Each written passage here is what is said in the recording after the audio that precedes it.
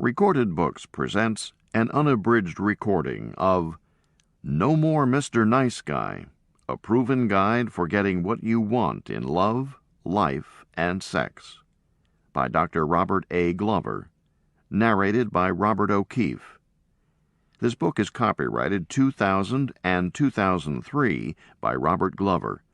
This recording is copyrighted 2004 by Recorded Books. Everyone knows a nice guy. Perhaps you are a nice guy. Filled with proven strategies and real-life stories, No More Mr. Nice Guy is an invaluable tool for you to build healthy relationships, get what you want in sex and love, and to enjoy life with confidence. And now, No More Mr. Nice Guy. Introduction. 5 decades of dramatic social change and monumental shifts in the traditional family have created a breed of men who have been conditioned to seek the approval of others. These men are called nice guys. Nice guys are concerned about looking good and doing it right. They are happiest when they are making others happy. Nice guys avoid conflict like the plague and will go to great lengths to avoid upsetting anyone. In general, nice guys are peaceful and generous. Nice guys are especially concerned about pleasing women and being different from other men. In a nutshell, nice guys believe that if they are good, giving, and caring, they will in return be happy, loved, and fulfilled. Sound too good to be true? It is. Over the last several years, I have encountered countless frustrated and resentful nice guys in my practice as a psychotherapist. These men struggle in vain to experience the happiness they so desperately crave and believe they deserve. This frustration is due to the fact that nice guys have believed a myth. This myth is the essence of the nice guy syndrome. The nice guy syndrome represents a belief that if nice guys are good, they will be loved, get their needs met, and live a problem-free life. When this life strategy fails to produce the desired results, as it often does, nice guys usually just try harder, doing more of the same. Due to the sense of helplessness and resentment this pattern inevitably produces, nice guys are often anything but nice.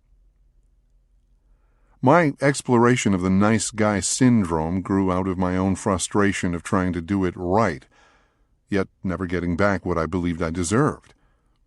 I was the typical sensitive New Age guy and proud of it. I believed I was one of the nicest guys you would ever meet. Yet I wasn't happy. As I began exploring my own nice guy behaviors, caretaking, giving to get, fixing, keeping the peace, avoiding conflict, seeking approval, hiding mistakes, I started noticing numerous men with similar traits in my counseling practice. It dawned on me that the script guiding my own life was not an isolated incident, but the product of a social dynamic that affected countless adult males. Up until now, very few professionals have taken the problem of the nice guy syndrome seriously or offered an effective, comprehensive solution. The earliest reference I have found by a mental health professional to the nice guy syndrome is in a tape recorded in 1985 by Neil Scott, LMSW-ACP. The tape is entitled, "The Nice Guy and Why He Always Fails with Women." Most other references to nice guys or the nice guy syndrome address the issue in a humorous manner or from the place of nice guys being helpless victims. This is why I wrote No More Mr. Nice Guy. This book shows nice guys how to stop seeking approval and start getting what they want in love, sex, and life. The information presented in No More Mr. Nice Guy represents a proven plan to help men break free from the ineffective patterns of the nice guy syndrome.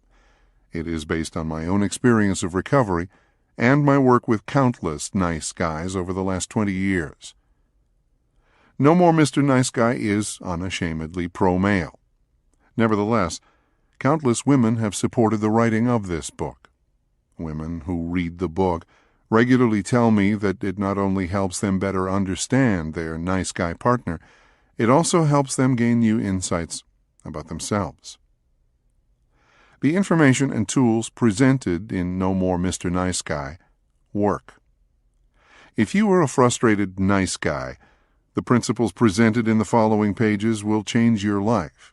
You will learn effective ways to get your needs met, begin to feel more powerful and confident, create the kind of intimate relationships you really want, learn to express your feelings and emotions, have a fulfilling and exciting sex life, embrace your masculinity and build meaningful relationships with men, live up to your potential and become truly creative and productive. Accept yourself just as you are. If the above traits sound good to you, your journey of breaking free from the nice guy syndrome has just begun. It is time to stop seeking approval and start getting what you want in love, sex, and life. Chapter 1. The Nice Guy Syndrome. I'm a nice guy. I'm one of the nicest guys you're ever going to meet. Jason, a chiropractor in his mid-30s, began his first session of individual therapy with this introduction.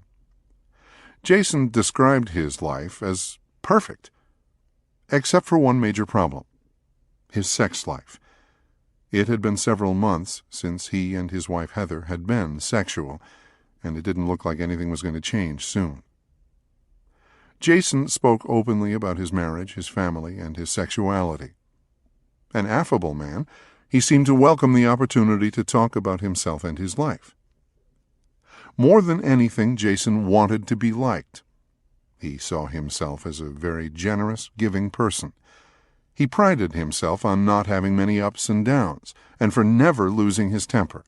He revealed that he liked to make people happy, and that he hated conflict. To avoid rocking the boat with his wife, he tended to hold back his feelings and tried to do everything right.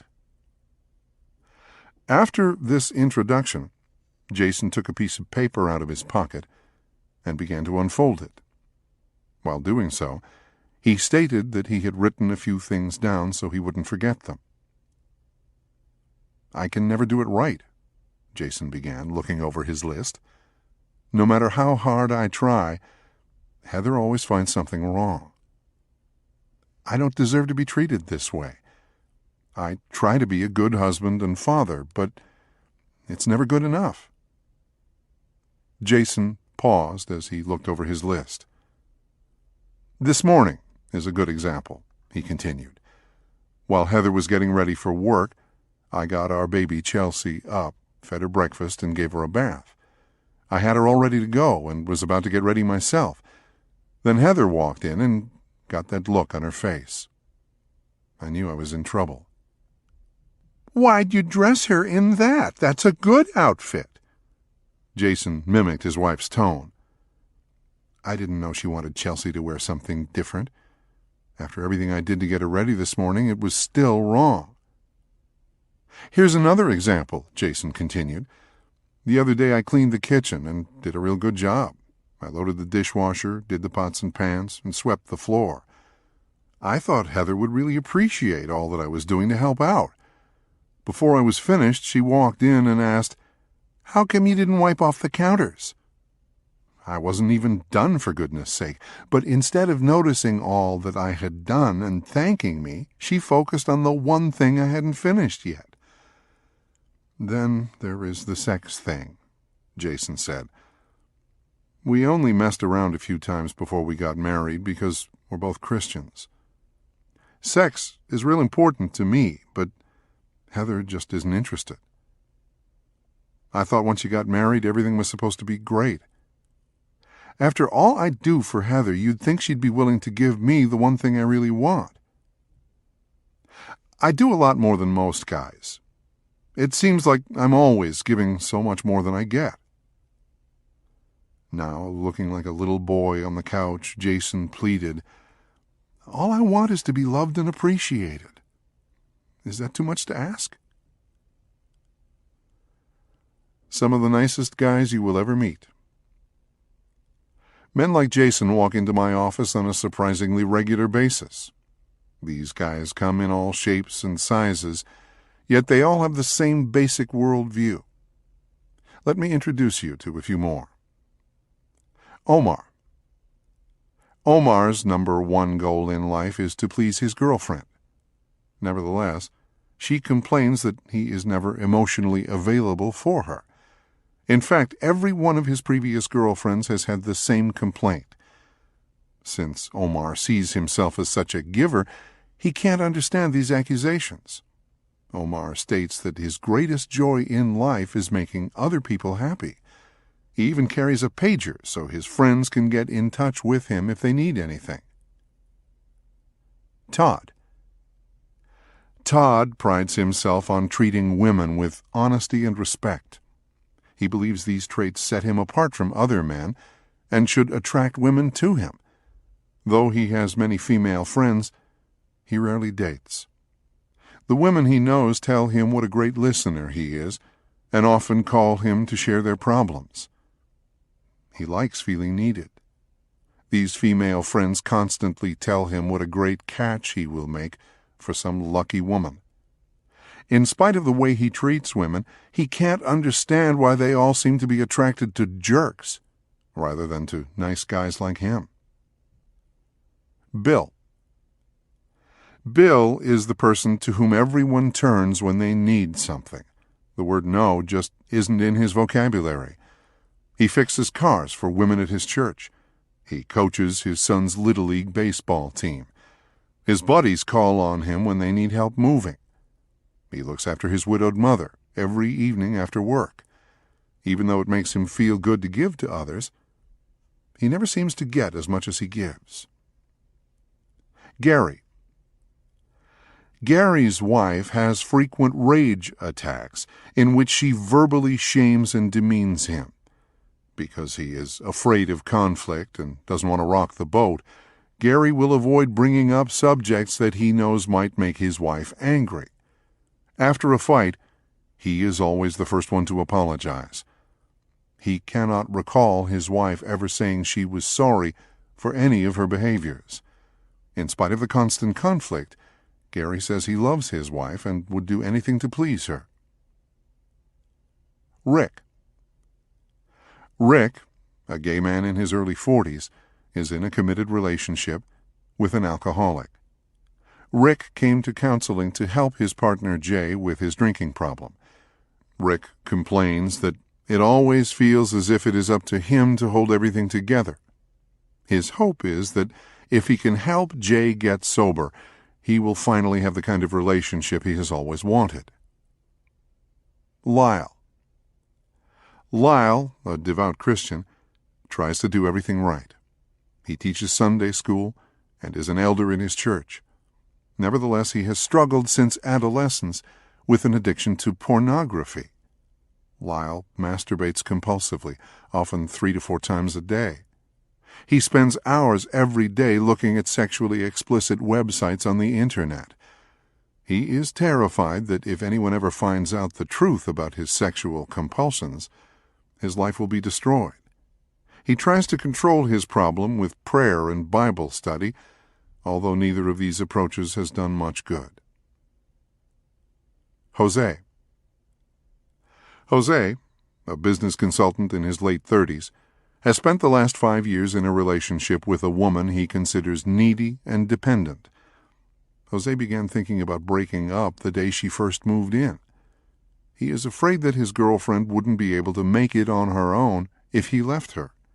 Although he has made several aborted attempts to break up, his girlfriend always becomes such an emotional basket case that he gets back together with her. Jose spends just about every waking moment trying to figure out how to get out of the relationship without hurting his girlfriend or looking like a jerk. Who are these men? Though all of these men are unique, each shares a common life script. They all believe that if they are good and do everything right, they will be loved, get their needs met, and have a problem-free life.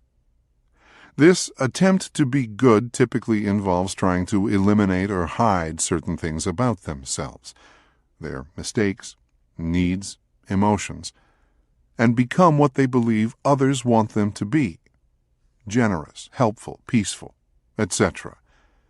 I call these men nice guys. Up to now we haven't paid much attention to the nice guy, but he is everywhere. He is the relative who lets his wife run the show. He is the buddy who will do anything for anybody, but whose own life seems to be in shambles. He is the guy who frustrates his wife or girlfriend because he is so afraid of conflict that nothing ever gets resolved. He is the boss who tells one person what they want to hear, then reverses himself to please someone else. He is the man who lets people walk all over him because he doesn't want to rock the boat. He is the dependable guy at church or the club who will never say no and would never tell anyone if they were imposing on him. He is the man whose life seems so under control until, boom, one day he does something to destroy it all. Characteristics of nice guys. Every nice guy is unique, but all have a cluster of similar characteristics. These traits are the result of a script, often formed in childhood, that guides their lives. While other men may have one or two of these traits, nice guys seem to possess a significant number. Nice guys are givers. Nice guys frequently state that it makes them feel good to give to others. These men believe their generosity is a sign of how good they are and will make other people love and appreciate them. Nice guys fix and caretake. If a person has a problem, has a need, is angry, depressed, or sad, nice guys will frequently attempt to solve or fix the situation, usually without being asked. Nice guys seek approval from others. A universal trait of the nice guy syndrome is the seeking of validation from others. Everything a nice guy does or says is, at some level, calculated to gain someone's approval or avoid disapproval. This is especially true in their relationships with women. Nice guys avoid conflict. Nice guys seek to keep their world smooth. To do this, they avoid doing things that might rock the boat or upset anyone. Nice guys believe they must hide their perceived flaws and mistakes. These men are afraid that others will get mad at them, shame them, or leave them if some mistake or shortcoming is exposed. Nice guys seek the right way to do things. Nice guys believe there is a key to having a happy, problem-free life. They are convinced that if they can only figure out the right way to do everything, nothing should ever go wrong. Nice guys repress their feelings. Nice guys tend to analyze rather than feel. They may see feelings as a waste of time and energy. They frequently try to keep their feelings on an even keel. Nice guys often try to be different from their fathers. Many nice guys report having unavailable, absent, passive, angry, philandering, or alcoholic fathers. It is not unusual for these men to make a decision at some point in their lives to try to be 180 degrees different from Dad.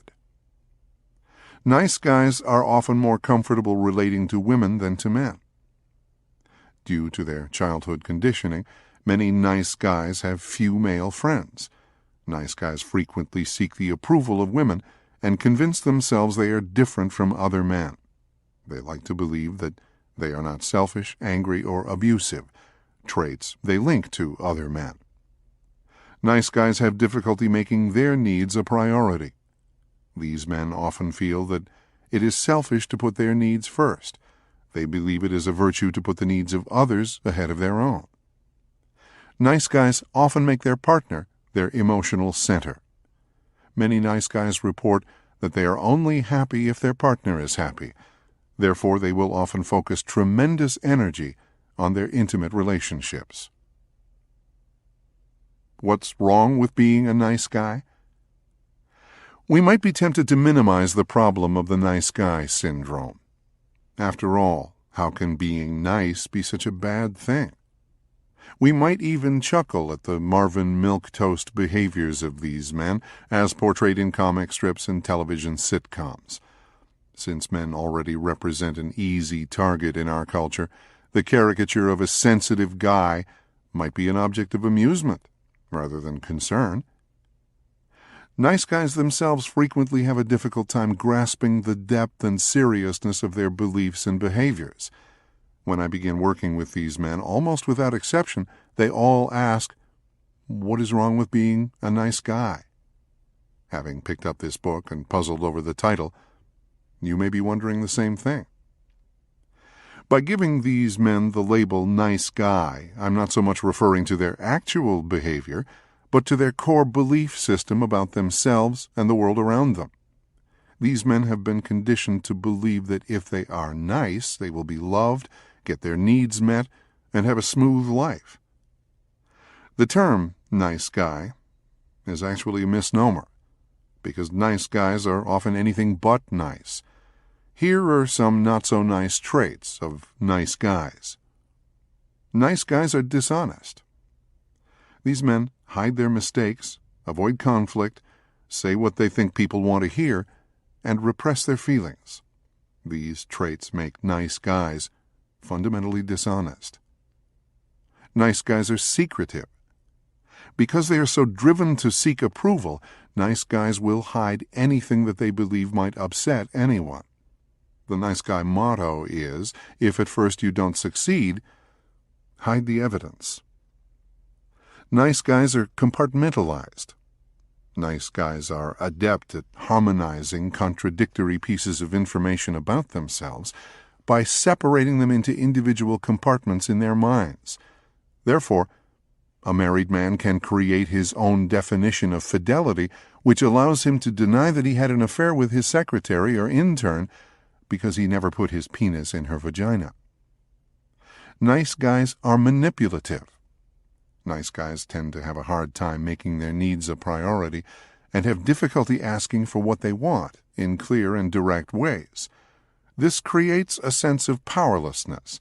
Therefore, they frequently resort to manipulation when trying to get their needs met. Nice guys are controlling. A major priority for nice guys is keeping their world smooth. This creates a constant need to try to control the people and things around them. Nice guys give to get. Though nice guys tend to be generous givers, their giving often has unconscious and unspoken strings attached. They want to be appreciated. They want some kind of reciprocation. They want someone to stop being angry at them, etc.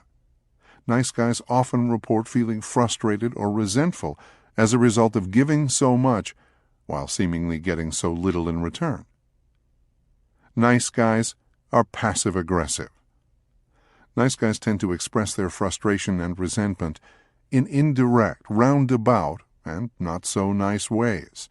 This includes being unavailable, forgetting, being late, not following through, not being able to get an erection, climaxing too quickly, and repeating the same annoying behaviors even when they have promised to never do them again. Nice guys are full of rage. Though nice guys frequently deny ever getting angry, a lifetime of frustration and resentment creates a pressure cooker of repressed rage deep inside these men. This rage tends to erupt at some of the most unexpected and seemingly inappropriate times. Nice guys are addictive. Addictive behavior serves the purpose of relieving stress, altering moods, or medicating pain. Since nice guys tend to keep so much bottled up inside, it has to come out somewhere. One of the most common addictive behaviors for nice guys is sexual compulsiveness. Nice guys have difficulty setting boundaries. Many nice guys have a hard time saying no, stop, or I'm not going to. They often feel like helpless victims and see the other person as the cause of the problems they are experiencing. Nice guys are frequently isolated. Though nice guys desire to be liked and loved, their behaviors actually make it difficult for people to get very close to them. Nice guys are often attracted to people and situations that need fixing. This behavior is often the result of the nice guy's childhood conditioning, his need to look good, or his quest for approval. Unfortunately, this tendency pretty much guarantees that nice guys will spend most of their time putting out fires and managing crises. Nice guys frequently have problems in intimate relationships. Though nice guys often put tremendous emphasis on this part of their lives, their intimate relationships are frequently a source of struggle and frustration. For example, nice guys are often terrible listeners because they are too busy trying to figure out how to defend themselves or fix the other person's problem. Because of their fear of conflict, nice guys are frequently dishonest and rarely available to work all the way through a problem. It's not unusual for nice guys to form relationships with partners whom they believe to be projects or diamonds in the rough. When these projects don't polish up as expected, nice guys tend to blame their partner for standing in the way of their happiness. Nice guys have issues with sexuality. Though most nice guys deny having problems with sex, I have yet to meet one who isn't either dissatisfied with his sex life, has a sexual dysfunction, can't get or maintain an erection, climaxes too quickly, or has sexually acted out through affairs, prostitution, pornography, compulsive masturbation, etc. Nice guys are usually only relatively successful. The majority of nice guys I've met have been talented, intelligent, and moderately successful. Almost without exception, though, they fail to live up to their full potential. But he seemed like such a nice guy. It is not unusual for unsuspecting people to mistake the passive, pleasing, and generous characteristics of a nice guy for those of a healthy male. To many women, the nice guy initially appears to be a real catch, because the nice guy is different from other men they've been with. Unfortunately, the negative traits listed above find a way to ooze out into nice guys' lives and personal relationships. As a result, these men tend to swing back and forth between being nice and not so nice. I have listened to countless wives, partners, and girlfriends describe the Dr. Jekyll and Mr. Hyde qualities of nice guys. He can be really wonderful, and he can also hurt me deeply. He'll do all the extra little things like picking up the kids and fixing dinner when I have to put in extra hours at work. But then, out of the blue, he'll throw a tantrum about me never being sexually available to him. Everyone thinks he is such a great guy, and I'm really lucky to have him. But they don't know what he can really be like. He's always helping people out with their car or something else that needs fixing. When I ask him to do something, he tells me that he can never make me happy, and that I'm nagging and controlling like his mother. He is constantly trying to please me. He will do anything for me, except really be there for me. He'll go shopping with me even though I know he doesn't want to. The whole time he will just sulk, which makes me miserable. I wish he would just tell me no sometimes. He will never tell me when something is bothering him. He'll just keep it in, and it will build like a pressure cooker. I won't have a clue that anything is bothering him, and then out of the blue, he'll explode, and we'll end up in a big fight. If he would just tell me when he is upset about something, it would make it a lot easier. When I try to talk to him about something that is bothering me, he tries to fix it. He thinks that if I just did everything his way, it would solve all my problems. He always tells me I dwell on the negative, and that he can never make me happy. All I really want is for him to listen to me. After all the other crummy men I've been with, I thought I had finally found a nice guy that I could trust. 5 years into our marriage, I found out that he was addicted to pornography and peep shows. I was devastated. I never even had a clue. I wish I could wave a magic wand, keep all of his good traits, and make all the others disappear. The integrated male. After enrolling in a No More Mr. Nice Guy therapy group, Gil, a pleasant man in his early 50s, revealed that his wife was supportive of his joining a group. Nevertheless, he harbored a secret fear that she would be angry at what the name of the group seemed to imply.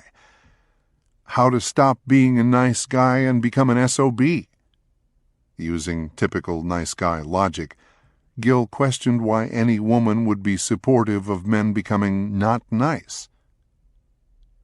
Nice guys tend to be very black and white in their thinking. The only alternative they can see to being nice is becoming bastards or jerks. I frequently remind nice guys that the opposite of crazy is still crazy, so becoming a jerk isn't the answer. Recovery from the nice guy syndrome isn't about going from one extreme to another. The process of breaking free from ineffective nice guy patterns doesn't involve becoming not nice. Rather, it means becoming integrated. Being integrated means being able to accept all aspects of oneself. An integrated man is able to embrace everything that makes him unique: his power, his assertiveness, his courage, and his passion, as well as his imperfections, his mistakes, and his dark side. An integrated male possesses many of the following attributes. He has a strong sense of self. He likes himself just as he is. He takes responsibility for getting his own needs met. He is comfortable with his masculinity and his sexuality. He has integrity. He does what is right, not what is expedient. He is a leader. He is willing to provide for and protect those he cares about. He is clear, direct, and expressive of his feelings. He can be nurturing and giving without caretaking or problem-solving. He knows how to set boundaries and is not afraid to work through conflict. An integrated man doesn't strive to be perfect or gain the approval of others. Instead, he accepts himself just as he is, warts and all. An integrated male accepts that he is perfectly imperfect. Making the transformation from a nice guy to an integrated male doesn't come about by just trying harder to be a good man. Breaking free from the nice guy syndrome demands embracing a totally different way of viewing oneself and the world, and a complete change in one's personal paradigm. Let me explain. Paradigms. A paradigm is the road map we use to navigate life's journey. Everyone uses these road maps, and everyone assumes the map they are using is up to date and accurate. Paradigms often operate at an unconscious level, yet they determine to a large degree our attitudes and behaviors. They serve as a filter through which we process life experiences. Data that does not fit our paradigm is screened out and never reaches our conscious mind. Information that does fit our paradigm is magnified by the process, adding even greater support for that particular way of believing. Paradigms, like roadmaps, can be great tools for speeding us along on our journey. Unfortunately, if they are outdated or inaccurate, they can send us in the wrong direction, or fruitlessly driving around the same old neighborhood. When this happens, We often keep trying harder to find our desired destination while feeling more and more frustrated. Even though an individual following an inaccurate or outdated paradigm may think his behavior makes perfect sense, those around him may wonder what he could possibly be thinking to make him act the way he does. Most paradigms are developed when we are young, naive, and relatively powerless. They are often based on the inaccurate interpretations of childhood experiences. Since they are often unconscious, they are rarely evaluated or updated. Unfortunately, these paradigms are assumed to be 100% accurate, even when they are not. The ineffective nice guy paradigm. The working paradigm of the nice guy is this: if I can hide my flaws and become what I think others want me to be, then I will be loved, get my needs met, and have a problem-free life. Even when this paradigm is ineffective, nice guys only see one alternative: try harder. Nice guys are notoriously slow learners and amazingly quick forgetters when their paradigms are challenged.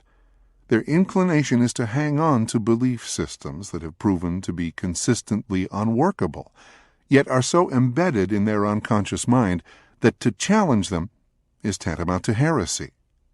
It is difficult for nice guys to consider doing something different, even when what they are doing isn't working.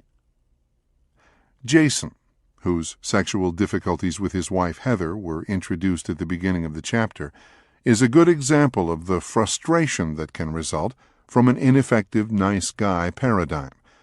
Jason had a controlling, perfectionist father who put unrealistic demands on Jason and his siblings. His father believed that there was one right way to do everything, his way. Jason's mother was an emotionally dependent woman who lived through her children. When his mother was needy, she would smother her kids. When the children had needs, she was often too emotionally distressed to respond. Jason learned to cope with his childhood experience by developing a paradigm that included believing that if he could figure out how to do everything right, he could garner his father's approval and avoid his criticism. Believing that if he responded to his mother's neediness by being attentive and nurturing, she would be available to him when he had needs.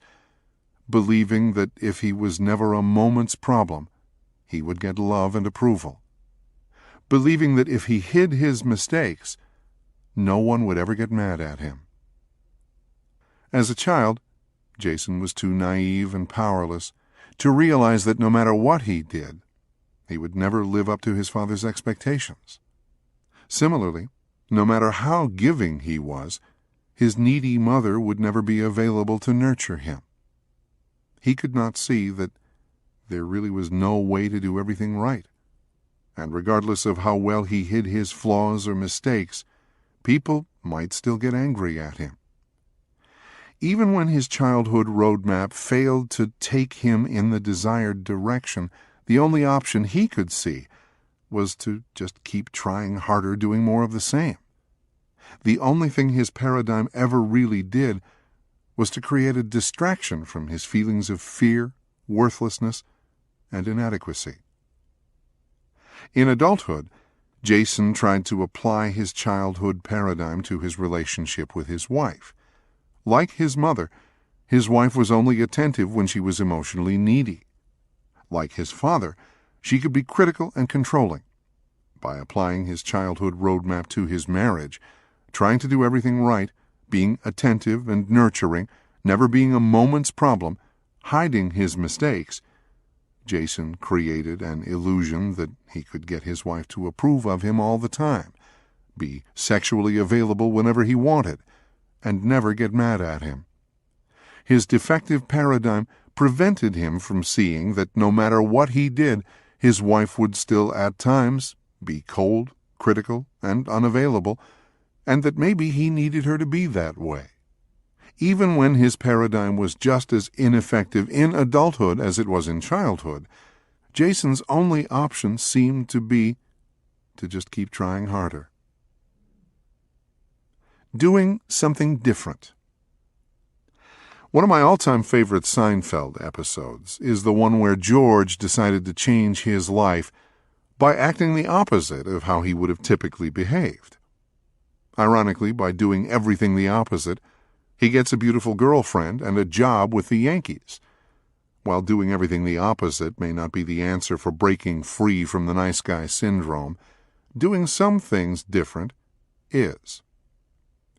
Over the last several years, I have watched countless men do something different by applying the principles contained in this book.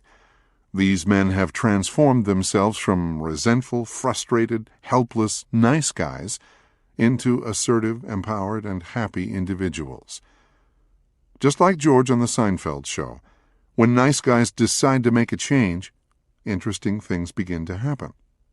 Among other things, I've watched these men accept themselves just as they are, use their mistakes as valuable learning tools, stop seeking the approval of others, experience loving and intimate relationships, make their needs a priority, find people who are able and willing to help them meet their needs, learn to give judiciously and with no strings attached, face their fears, develop integrity and honesty, set boundaries, build meaningful relationships with men, create healthier, more satisfying relationships with women, experience and express their feelings, deal with problems directly, develop an intimate and satisfying sexual relationship, find peace with the changing complexities of life.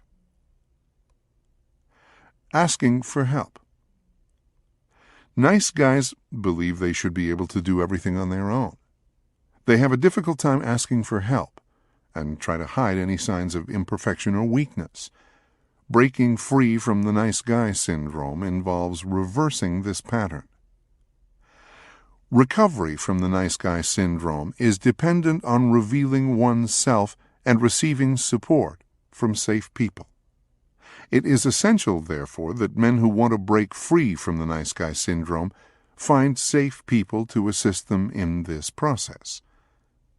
I encourage recovering nice guys to begin this process with a therapist, therapy group, 12-step group, a religious leader, or close friend.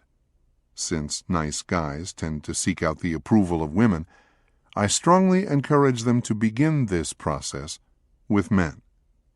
For some nice guys, the concept of safe men may seem like an oxymoron, but I highly recommend it anyway.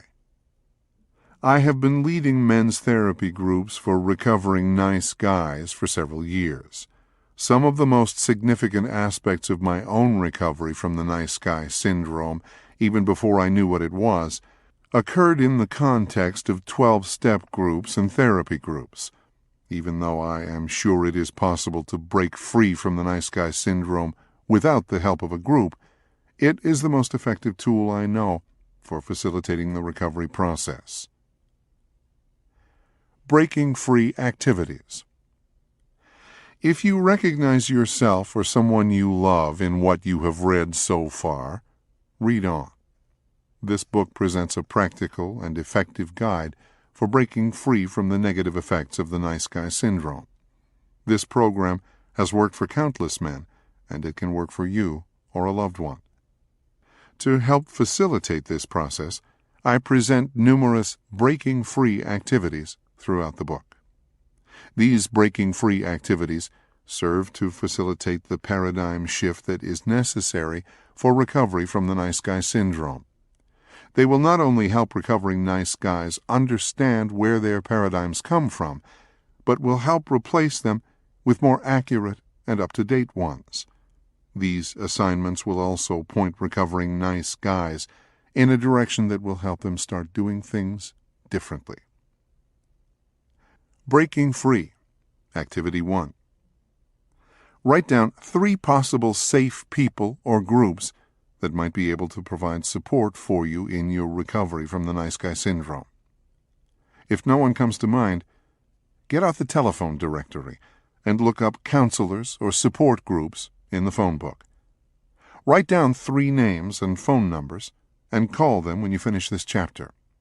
If you are employed by a company with an employee assistance program, this is another resource. If you know someone who has been to therapy or a support group, ask them for information. If you have access to the Internet, you can search for 12-step groups or support groups. Caution. Before you decide to apply the principles presented in this book, I must first warn you about 2 things.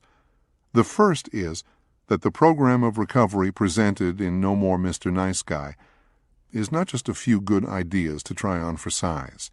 It represents a challenge to everything nice guys believe about what they must do to be loved, get their needs met, and keep their world calm.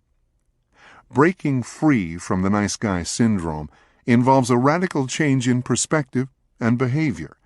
Trying to do it halfway will only result in needless suffering. Second, breaking free from the nice guy syndrome will significantly affect your personal relationships. If you are currently in a relationship, I encourage you to ask your partner to read this book along with you. The program of recovery presented in No More Mr. Nice Guy will significantly affect you as well as those closest to you. Though your partner may be supportive of you making positive changes, they may also initially frighten him or her. Reading this book together can help facilitate this transition. With these warnings aside, if what you have read so far makes sense, keep reading. The following chapters contain information that can help you break free from the nice guy syndrome and start getting what you want in love and life. Breaking Free, Activity 2. Why would it seem rational for a person to try to eliminate or hide certain things about himself and try to become something different unless there was a compelling reason for him to do so? Why do people try to change who they really are? Take some time and think about this. Is this your behavior or the behavior of someone you know?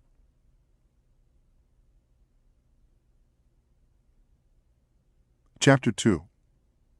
The Making of a Nice Guy.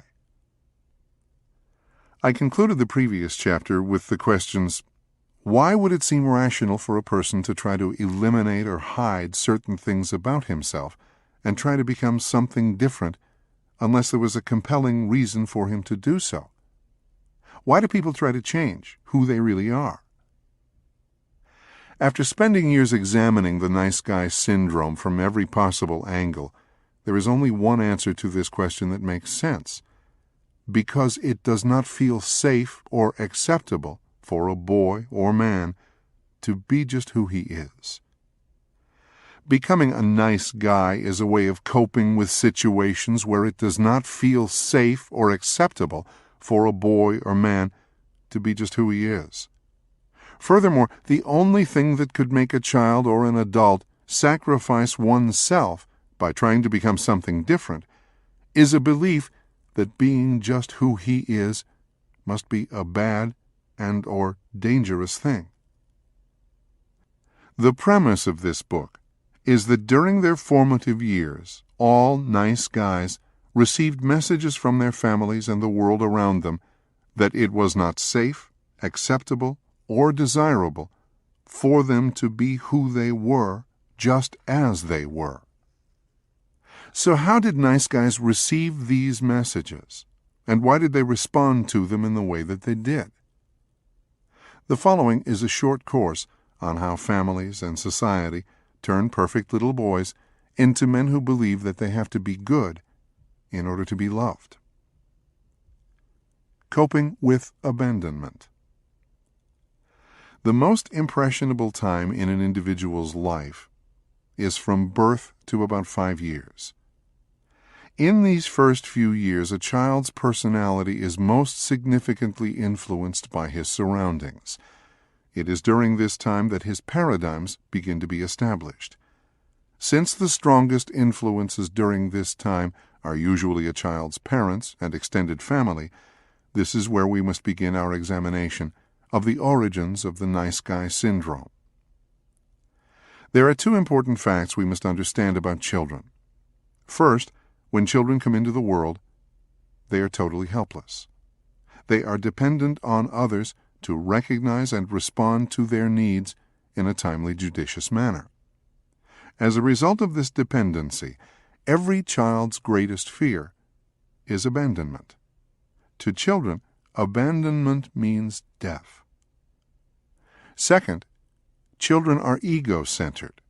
This means that they inherently believe they are the center of the universe, and everything revolves around them. Therefore, they believe that they are the cause of everything that happens to them. These two factors, their fear of abandonment and their ego-centeredness, create a very powerful dynamic for all children. Whenever a child experiences any kind of abandonment, he will always believe that he is the cause of what has happened to him. These abandonment experiences might include any of the following. He is hungry and no one feeds him. He cries and no one holds him.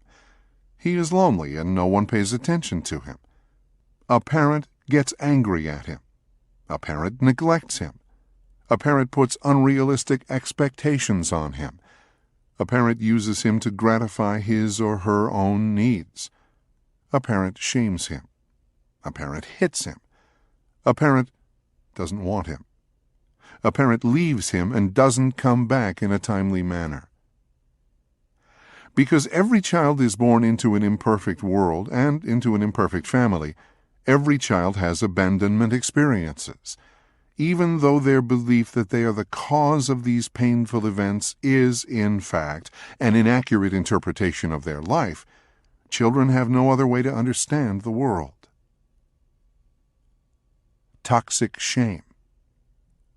These abandonment experiences and the naive, ego-centered interpretation of them creates a belief in some young children that it is not acceptable for them to be who they are, just as they are. They conclude that there must be something wrong with them, which causes the important people in their lives to abandon them. They have no way of comprehending that their abandonment experiences are not caused by something about them, but by the people who are supposed to recognize and meet their needs. This naive, ego-centered interpretation of their abandonment experiences creates a psychological state called toxic shame. Toxic shame is the belief that one is inherently bad, defective, different, or unlovable. Toxic shame is not just a belief that one does bad things. It is a deeply held core belief that one is bad. Survival mechanisms. As a result of these abandonment experiences and the faulty interpretation of these events, all children develop survival mechanisms to help them do three very important things. Try to cope with the emotional and physical distress of being abandoned. Try to prevent similar events from happening again. Try to hide their internalized toxic shame, or perceived badness, from themselves and others. Children find a multitude of creative ways to try to accomplish these three goals. Since their insight, experience, and resources are limited, these survival mechanisms are often ineffective, and sometimes seemingly illogical. For instance, a child who is feeling lonely may misbehave in a way that is sure to attract his parents' attention in a negative way. Even though it may seem illogical for a child to do something that invites painful or negative attention, the consequences of the behavior may not feel as bad as feeling lonely or isolated. Trying to be good, trying to become what he believes others want him to be, is just one of many possible scripts that a little boy might form as the result of childhood abandonment experiences and the internalization of toxic shame. The origin of the nice guy paradigm. When I first began exploring my own nice guy attitudes and behaviors, I had no idea how all the pieces fit together. I believed that I came from a pretty good family and had lived a pretty good life. When I began observing other men with traits similar to my own, I encountered the same general lack of insight into the origins of their own emotional and behavioral patterns. When questioned about their childhood, nice guys frequently tell me they grew up in perfect, great, Leave It to Beaver or all-American families. Nevertheless, these men learned to hide their flaws and tried to become what they believed others wanted them to be. These factors indicate that at some point in their early lives, their circumstances were less than ideal. Alan, Jason, and Jose are all nice guys. Each of these men had different childhood experiences. They are all unique in the way that their nice guy scripts are played out in their adult lives. In spite of these differences, they all developed a core belief in childhood that they were not okay just as they were. As a result of their internalized toxic shame, each developed a life paradigm that involved seeking approval and hiding perceived flaws. All of these men believed that these life strategies were necessary if they were to have any hope of being loved, getting their needs met, and having a problem-free life. Alan.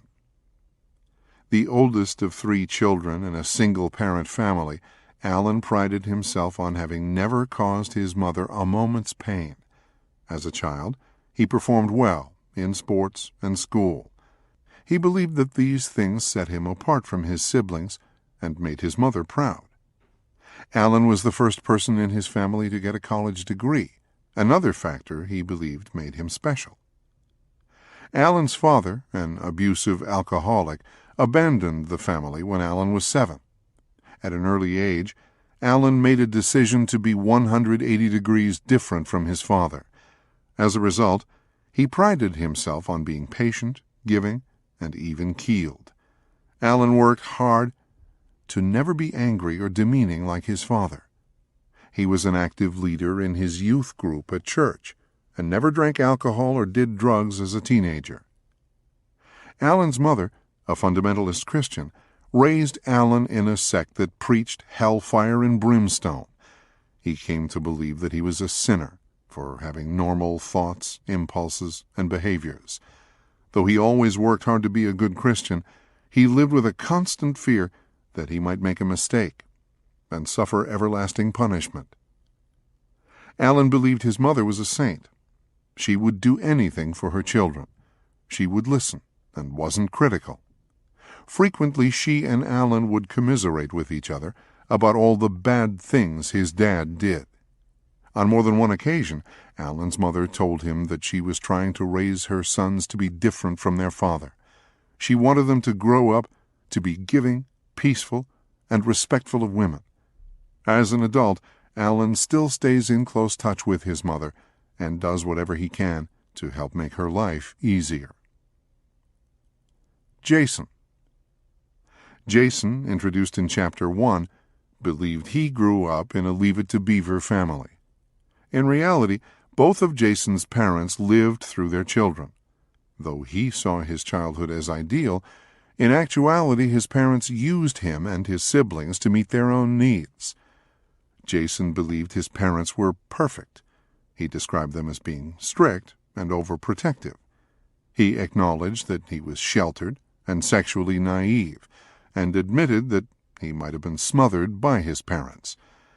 Jason's father closely directed the family. Jason reported that his father still tried to control Jason's life.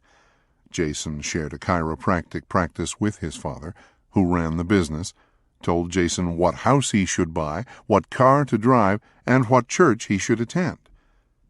Jason described his mother as a wonderful, loving woman. He reported that she was always involved with the kids.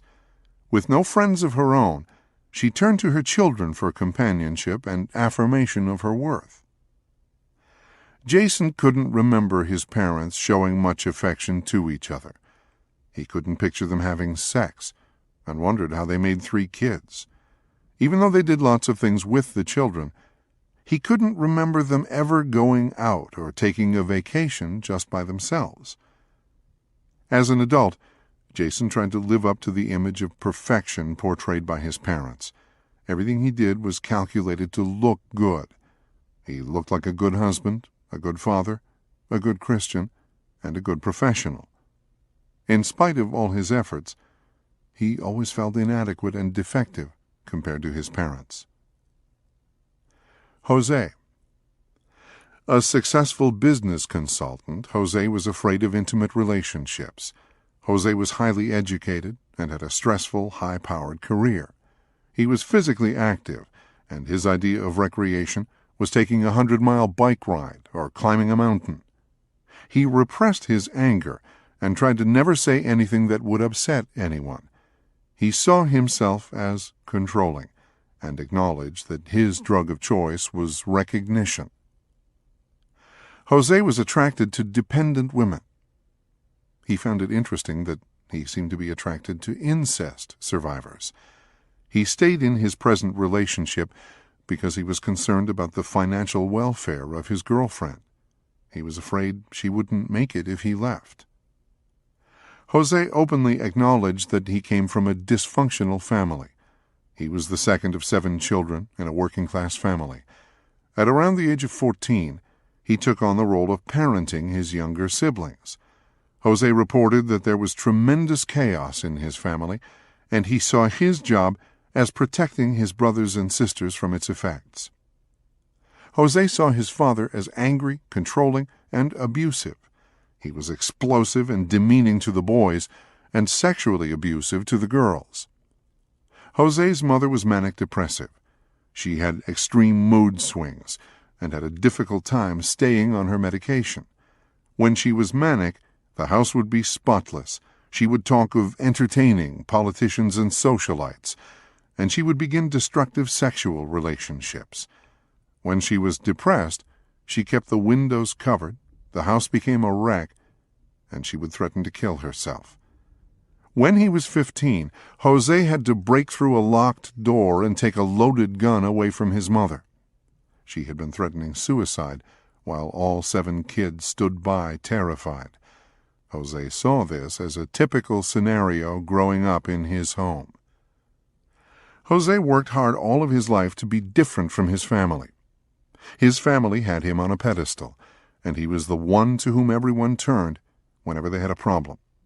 His job as a family member was fixing chaos. His job as a business consultant was fixing chaos. His role in relationships was fixing chaos. Jose's life script required chaos, because without it, he would be out of a job.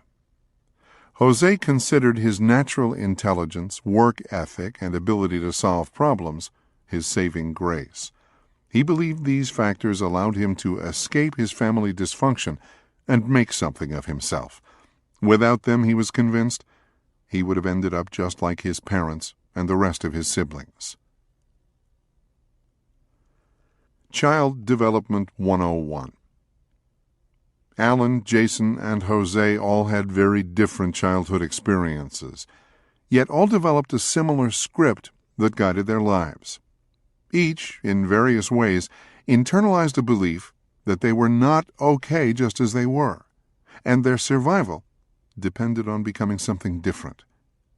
To help us connect the dots and see how 3 very different childhood experiences could create 3 men with very similar life paradigms, it might be helpful to do a quick review of the child development principles presented earlier in this chapter. All children are born totally helpless.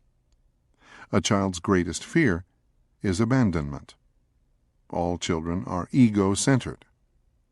All children have numerous abandonment experiences when their needs are not met in a timely, judicious manner. When a child has an abandonment experience, he always believes that he is the cause.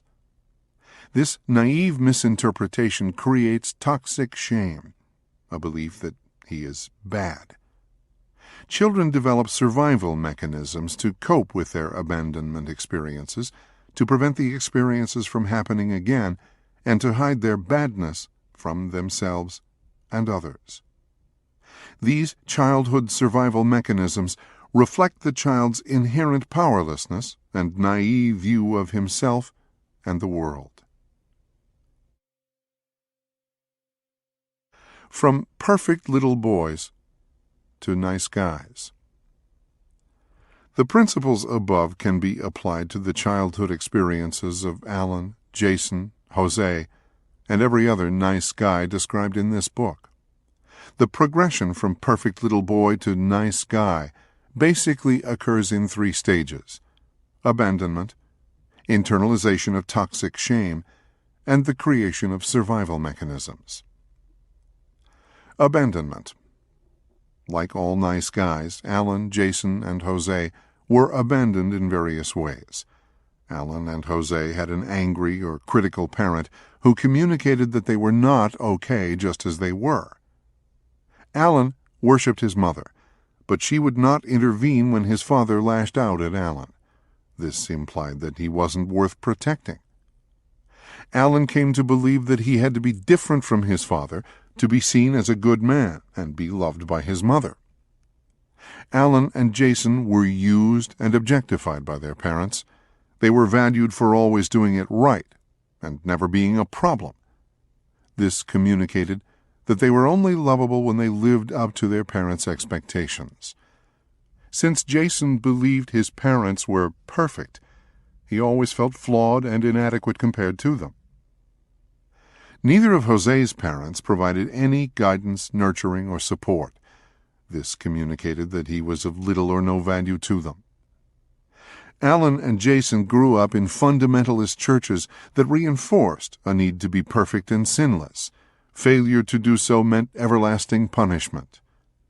Jose believed he was valuable only if he was different from his crazy family. All 3, Alan, Jason, and Jose, believed that someone else's needs were more important than their own, a common occurrence in nice guy families. All of these experiences represented a form of abandonment because they communicated to these little boys that they were not okay just as they were. Shame. Regardless of whether they were abused, abandoned, neglected, shamed, used, smothered, controlled, or objectified, all nice guys internalize the same belief. It was a bad or dangerous thing for them to be just who they were. Some of these messages were communicated overtly by parents who had no concern for the child's welfare. Some were communicated indirectly by caring parents who themselves were too young, overwhelmed, or distracted to provide a nurturing environment for their child. At times, these messages were communicated by circumstances that were beyond anyone's control. In every situation, the child believed these events and circumstances were telling a story about him. He believed there was something about him that caused these things to happen. Using childlike logic, he concluded, there must be something wrong with me because blank. Fill in the blank. When I cry, no one comes. Mom gets that look on her face. Dad left and didn't come back. Mom has to do everything for me. Dad yells at me. I'm not perfect like Mom and Dad. I can't make Mom happy. These childhood experiences also caused the young boy to believe, I'm only good enough and lovable when blank. Fill in the blank. I'm different from Dad. Mom needs me. I don't make any mistakes. I make good grades. I'm happy. I'm not like my brother. I don't cause anyone any problems. I make Mom and Dad happy. Survival mechanisms. As a result of their childhood abandonment experiences and the inaccurate interpretation of these events, all nice guys develop survival mechanisms to help them do 3 very important things. Try to cope with the pain and terror caused by their abandonment experiences. Try to prevent these abandonment experiences from occurring again. try to hide their toxic shame from themselves and others. For nice guys, these survival mechanisms take the form of the following life paradigm. If I can hide my flaws and become what I think others want me to be, then I will be loved, get my needs met, and have a problem-free life. It is this paradigm formed in childhood that guides and controls everything nice guys do in their adult lives. Even though it is based on faulty interpretations of childhood events, it is the only roadmap these men have. Nice guys believe this map is accurate, and if they follow it correctly, they should arrive at their desired location, a smooth, happy life. Even though this life script is often highly ineffective, nice guys frequently just keep trying harder, doing more of the same, hoping for different results. Two kinds of nice guys. The survival mechanisms that nice guys develop to deal with their abandonment experiences and internalize toxic shame are usually manifested in one of two ways. In one form, a nice guy exaggerates his toxic shame and believes he is the worst kind of person. I call this man the "I'm so bad" nice guy. The "I'm so bad" nice guy is convinced everyone can see how bad he is. He can give concrete examples of bad behavior in childhood, adolescence, and adulthood that support his core belief about himself. He can tell of breaking windows and getting whippings as a little boy. He will reveal running afoul of the law and making his mother cry when he was a teenager. He will tell tales of smoking, drinking, using drugs, and carousing as an adult. He is convinced his only hope for having any kind of happiness in life lies in trying his best to mask his inherent badness. He never really believes anyone will buy into his nice guy persona, but doesn't think he has any other choice. The second kind of nice guy is the "I'm so good" nice guy. This man handles his toxic shame by repressing his core belief about his worthlessness. He believes he is one of the nicest guys you will ever meet. If he is conscious of any perceived flaws, they are seen as minor and easily correctable. As a child, he was never a moment's problem. As a teen, he did everything right. As an adult, he follows all the rules to a T. This nice guy has tucked his core toxic shame into a handy airtight compartment deep in his unconscious mind. He masks his toxic shame with the belief that all the good things he does make him a good person. Even though the two kinds of nice guys may differ in their conscious awareness of their toxic shame, both operate from the same life paradigm. All nice guys believe they are not okay just as they are, and therefore must hide their flaws and become what they believe other people want them to be. I make the distinction between the two kinds of nice guys to help both see their distortions. Neither is as bad or good as they believe themselves to be.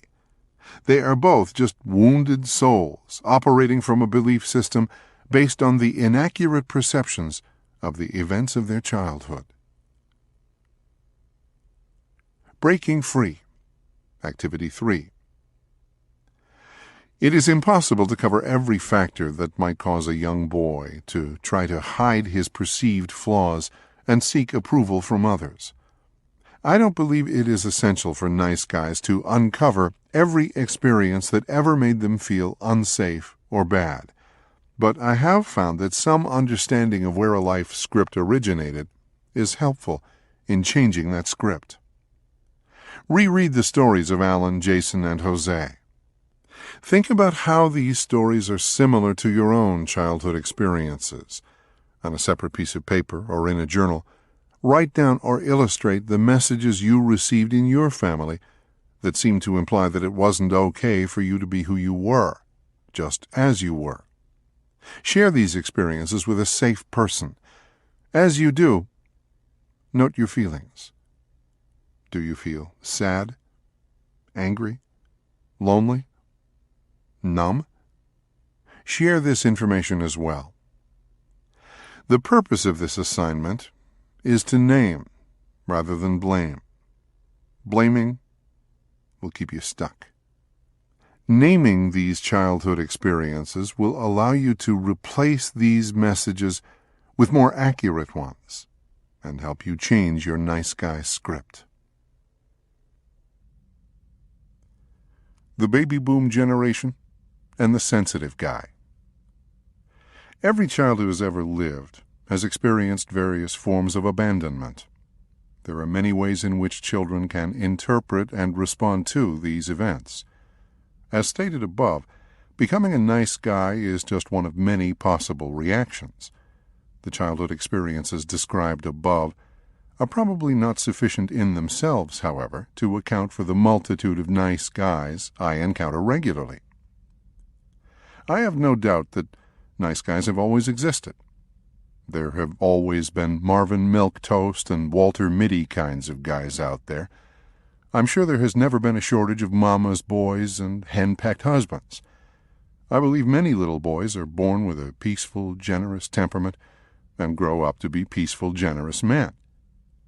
But after years of working with countless men, I am convinced that a unique combination of social dynamics over the last 5 decades has produced a plethora of nice guys in historically unprecedented numbers. To truly understand the current phenomena of the nice guy syndrome, we have to take into account a series of significant social changes that began around the turn of the century and accelerated following World War II. These social dynamics included the transition from an agrarian to an industrial economy, the movement of families from rural areas to urban areas, the absence of fathers from the home, the increase in divorce, single-parent homes, and homes headed by women, an educational system dominated by women, women's liberation and feminism, the Vietnam War, the sexual revolution.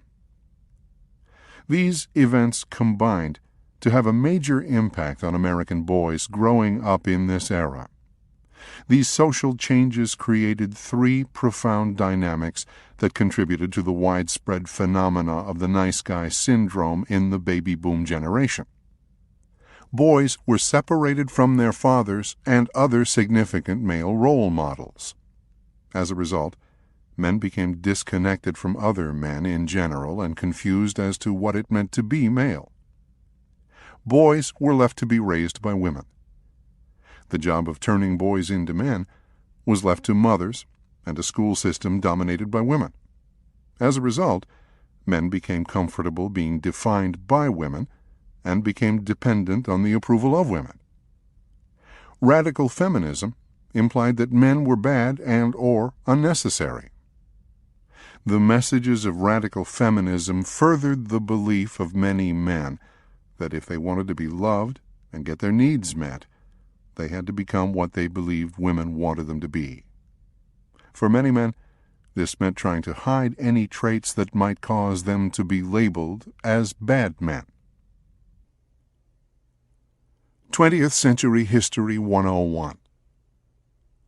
The following is a brief overview of how some of the dynamic social changes of the last half of the 20th century helped create the bumper crop of nice guys in our culture. The loss of fathers. The shift to a manufacturing society and urban migration in the post-war years took fathers away from their sons in droves. According to the U.S. Census, in 1910, 1/3 of all families lived on farms. By 1940, this number had shrunk to 1 in 5. By 1970, 96% of all families lived in urban areas. In an agrarian society, boys connected with their fathers by working alongside them in the fields. This often meant contact with extended family that included grandfathers, uncles, and cousins. This daily contact with men provided boys with an intimate model of maleness. Sons learned about being male by watching their dads, just as their own fathers had learned by watching their fathers. As families migrated from rural areas to cities and suburbs after World War II, the contact between fathers and sons diminished significantly. Dads left home in the morning and went to work. Most sons never got to see what their fathers did, let alone have much time to spend with them.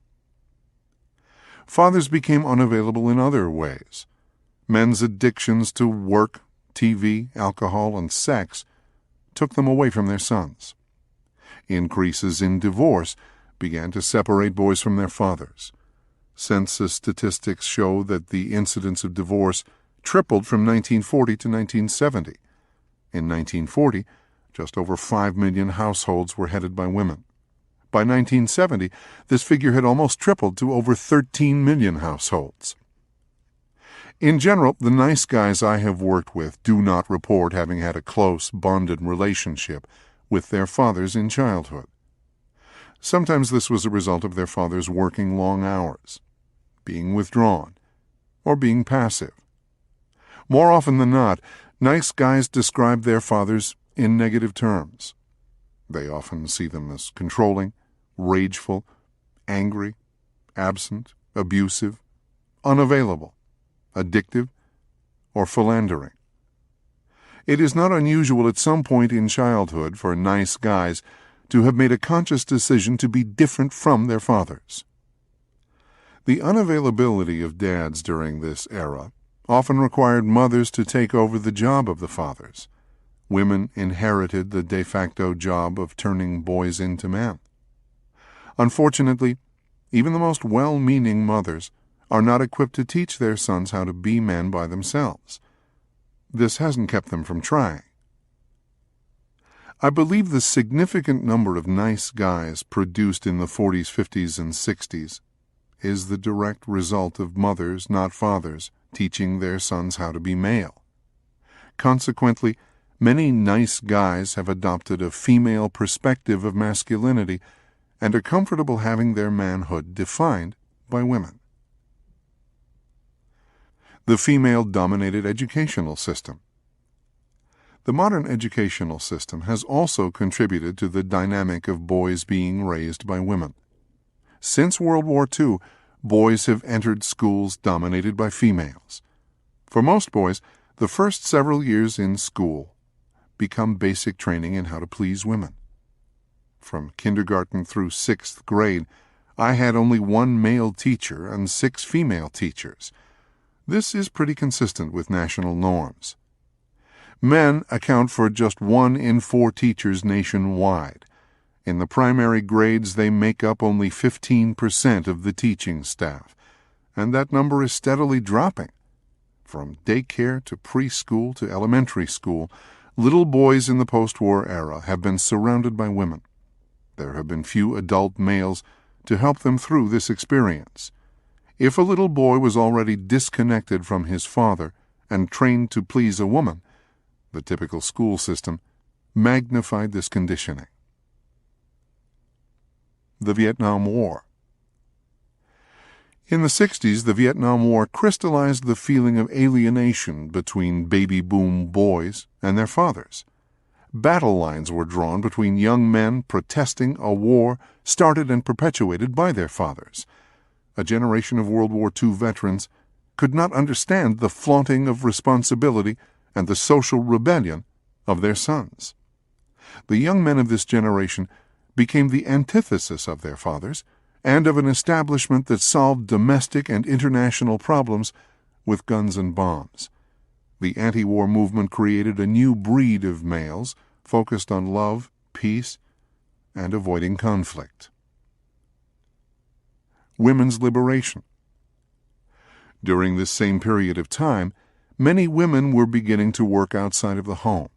Birth control provided new freedom, and women's liberation was in its infancy. Some mothers during the baby boom era could foresee a change in gender roles on the horizon. They worked to prepare their sons and daughters for what was to come. Many of these mothers raised their daughters to not need a man. At the same time, they trained their sons to be different from their fathers, peaceful, giving, nurturing, and attentive to a woman's needs. Radical feminism in the 60s and 70s projected an angry generalization about men. Some feminists claimed that men were the cause of all of the problems in the world. Others asserted that men were merely an unnecessary nuisance. More than likely, the majority of women during this era did not feel this way about men. Nevertheless, enough angry women were significantly vocal to contribute to a social climate that convinced many men that it was not okay to be just who they were. Epithets like "men are pigs" and "all men are rapists" were prominent during this time. Less angry slogans of feminism asserted that a woman needs a man like a fish needs a bicycle. Men who were already conditioned to look to women for definition and approval were especially susceptible to these kinds of messages. This added incentive for these men to try to figure out what women wanted, and to try to become that in order to be loved and get their needs met. Soft males and boy men. Robert Bly, the author of Iron John, writes about how the social changes of the baby boom era created a new breed of American men. Bly calls these men soft males. He writes, "They're lovely, valuable people. I like them. They're not interested in harming the earth or starting wars. There's a gentle attitude toward life in their whole being and style of living. But many of these men are not happy. You quickly notice the lack of energy in them. They are life-preserving, but not exactly life-giving. Ironically, you often see these men with strong women who positively radiate energy. Here we have a finely tuned young man, ecologically superior to his father, sympathetic to the whole harmony of the universe, yet he himself has little vitality to offer." From a different perspective, Camille Paglia comments on how the social changes of the last 5 decades have changed roles of men and women. The hard-driving woman has to switch personae when she gets home. She's got to throttle back, or she'll castrate everything in the domestic niche. Many white middle-class women have dodged this dilemma by finding themselves a nice, malleable boy man who becomes another son in the subliminally matriarchal household. Politically Incorrect Desires, Salon, issue 49. Regardless of whether we call these men soft males, sensitive New Age guys, or nice guys, the unique combination of social events in the post-World War II era reinforced and magnified the messages that many little boys had already received from their families, that they weren't okay just as they were. These social events further amplified the belief that if they wanted to be loved, get their needs met, and have a smooth life, they had to hide their flaws and become what others, especially women, wanted them to be. My observation in recent years points to the reality that the conditioning described above did not end with the baby boom generation. I am seeing more and more young men in their 20s and even teens who demonstrate all of the characteristics of the nice guy syndrome. Not only have these young men been affected by all of the social dynamics listed above, even more grew up in single-parent families or were raised by nice guy fathers. As I write this, I expect that we are just beginning on our 3rd generation of nice guys. The habits of highly ineffective men. As a result of the family and social conditioning described above, nice guys struggle to get what they want in love and life. Due to their shame and ineffective survival mechanisms, the roadmap they follow just won't take them where they want to go. This is frustrating. But rather than trying something different, their life paradigm requires that they keep trying harder, doing more of the same. I frequently tell nice guys, if you keep doing what you've always done, you'll keep getting what you've always had.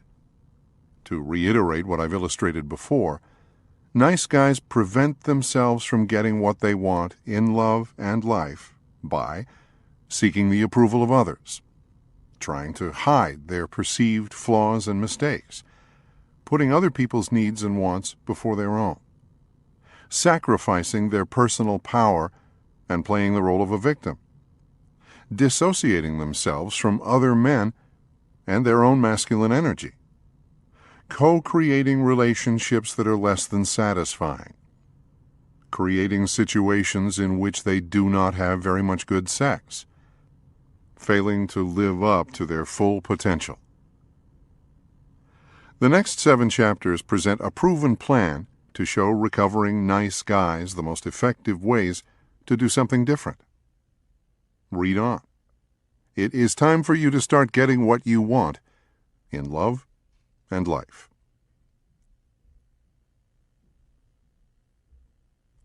Chapter 3. Learn to please yourself. I'm a chameleon, revealed Todd, a 30-year-old, single, nice guy. I will become whatever I believe a person wants me to be in order to be liked. With my smart friends, I act intelligent and use a big vocabulary. Around my mother, I look like the perfect, loving son. With my dad, I talk sports. With the guys at work, I cuss and swear. Whatever it takes to look cool. Underneath it all, I'm not sure who I really am, or if any of them like me just for who I am. If I can't figure out what people want me to be, I'm afraid I will be all alone. The funny thing is, I feel alone most of the time anyway. Just about everything a nice guy does is consciously or unconsciously calculated to gain someone's approval or to avoid disapproval. Nice guys seek this external validation in just about every relationship and social situation, even from strangers and people they don't like. Todd is an example of a man who, because of internalized toxic shame, believes he has to become what he thinks other people want him to be. The seeking of external validation is just one way in which nice guys frequently do the opposite of what works. By trying to please everyone, nice guys often end up pleasing no one, including themselves. Seeking approval. Because nice guys do not believe they are okay just as they are, they find a multitude of ways to convince themselves and others that they are lovable and desirable. They may focus on something about themselves, physical appearance, talent, intellect, something they do, act nice, dance well, work hard, or even something external to themselves, attractive wife, cute child, nice car, in order to get value and win others' approval. My word for these value-seeking mechanisms is attachments. Nice guys attach their identity and worth to these things and use them to convince themselves and others that they are valuable. Without these attachments, nice guys don't know what else about themselves would make anyone like or love them. Being a nice guy is the ultimate attachment for these men. They genuinely believe their commitment to being good and doing it right is what makes them valuable and compensates for their internalized belief that they are bad. Because of their toxic shame, it is impossible for nice guys to grasp that people might like them and love them just for who they are. They believe they are bad. The "I'm so good" nice guy is unconscious of this core belief, but it is a core belief nonetheless. And therefore they assume that if anyone really got to know them, they would discover the same thing. Being able to attach themselves to things that make them feel valuable and garner approval from others seems essential if they hope to be loved, get their needs met, and have a problem-free life. Breaking Free Activity 4. I've taken surveys in several No More Mr. Nice Guy groups, asking the members about the attachments they use to try to get external approval. The following are just a few of the responses. Look over the list. Note any of the ways in which you seek approval. Add to the list any behaviors that are uniquely you. Write down examples of each. Ask others for feedback about the ways in which they see you seeking approval. Having one's hair just right. Being smart. Having a pleasant, non-threatening voice. Appearing unselfish. Being different from other men. Staying sober. Being in good shape. Being a great dancer. Being a good lover. Never getting angry. Making other people happy. Being a good worker. Having a clean car. Dressing well. Being nice. Respecting women. Never offending anyone. Appearing to be good. How nice guys use attachments.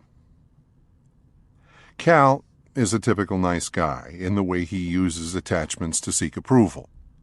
Cal tries to get external validation by always being in a good mood, driving a nice car, dressing well, having a cute daughter, and having an attractive wife. Let's pick one of these attachments to illustrate how Cal tries to get approval from others. Cal likes to dress his 14-month-old daughter in a cute dress and take her to the park. From the moment he begins to dress her, he is unconsciously attaching his value and identity to the acknowledgement he thinks he will receive from being a good dad. He knows that when he takes his daughter walking, people will look at her and smile. Some will comment about the cute little girl and her father out for a walk. A few will stop and ask her age, and others will gush about what a precious little angel she is.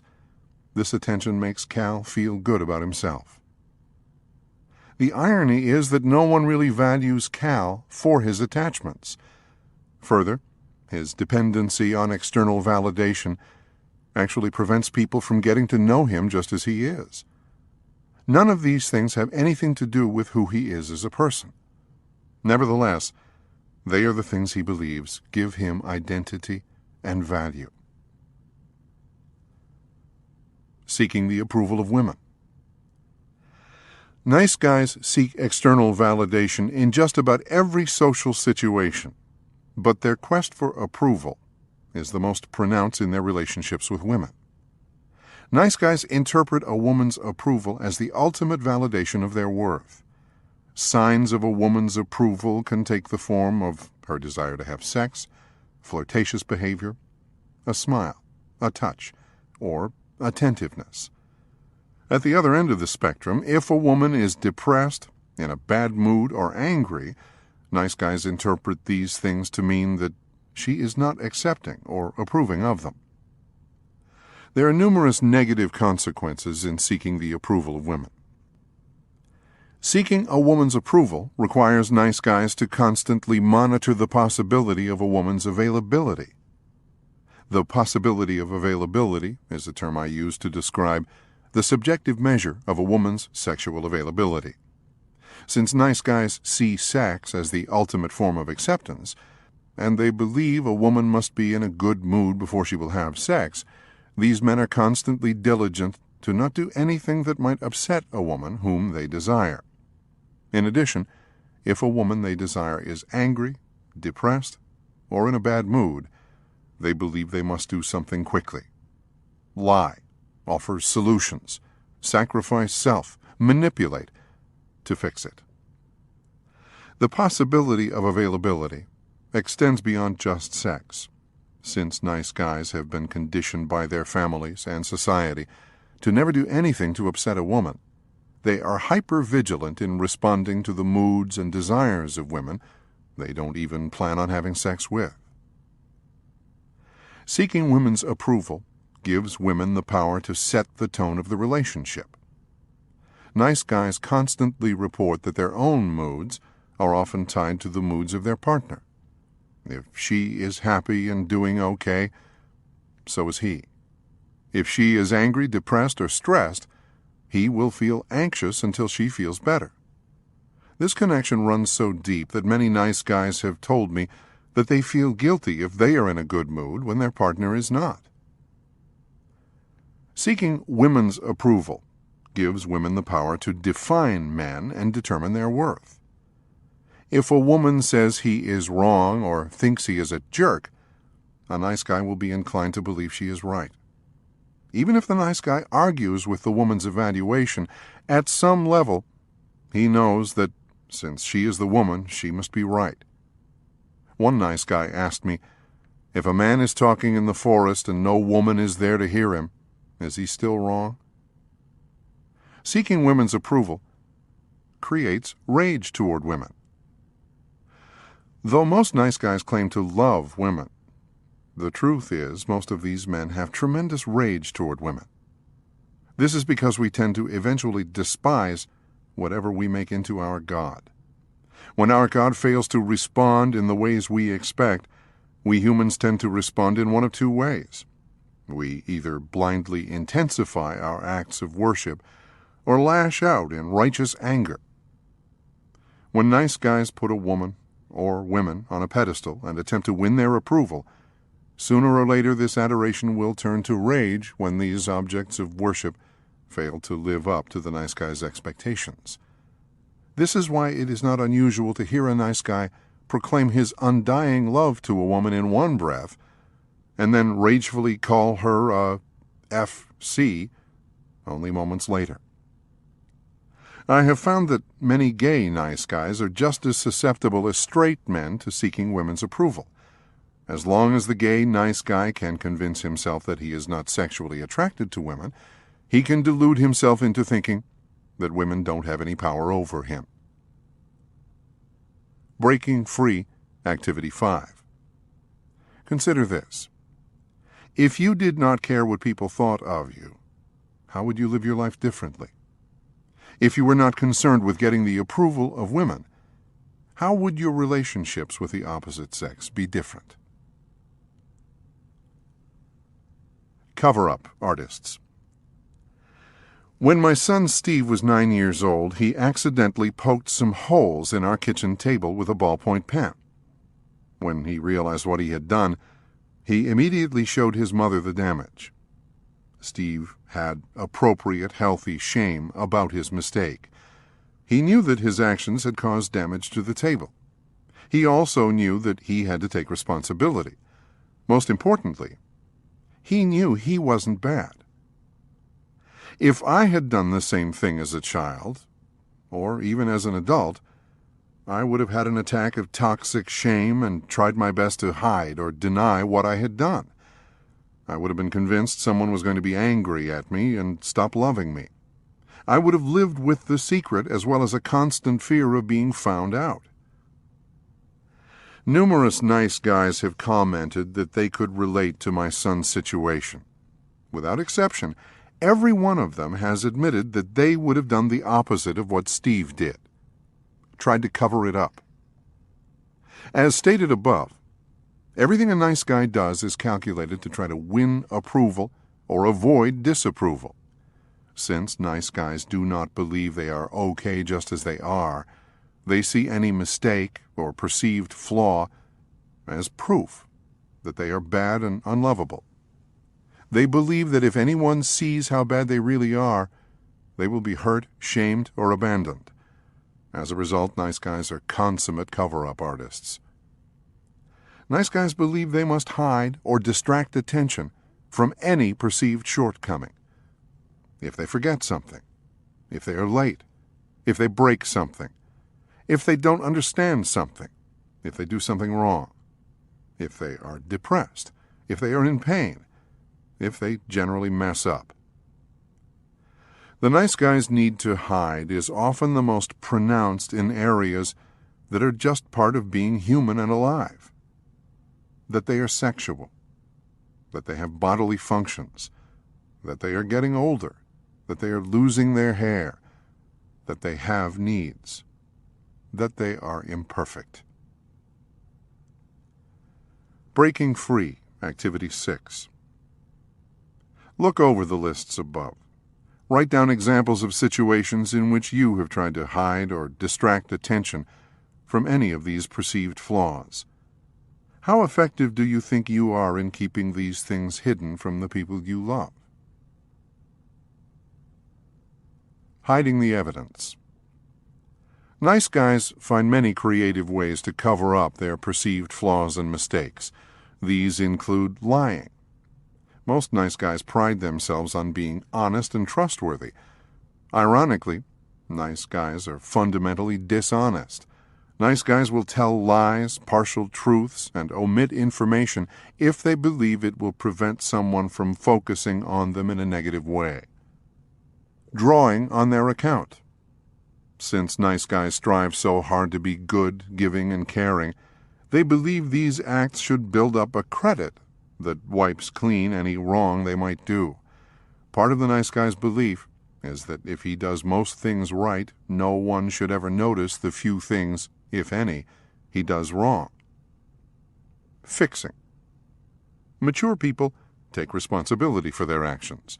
When they make a mistake or act inappropriately, they apologize, make amends, or repair the damage.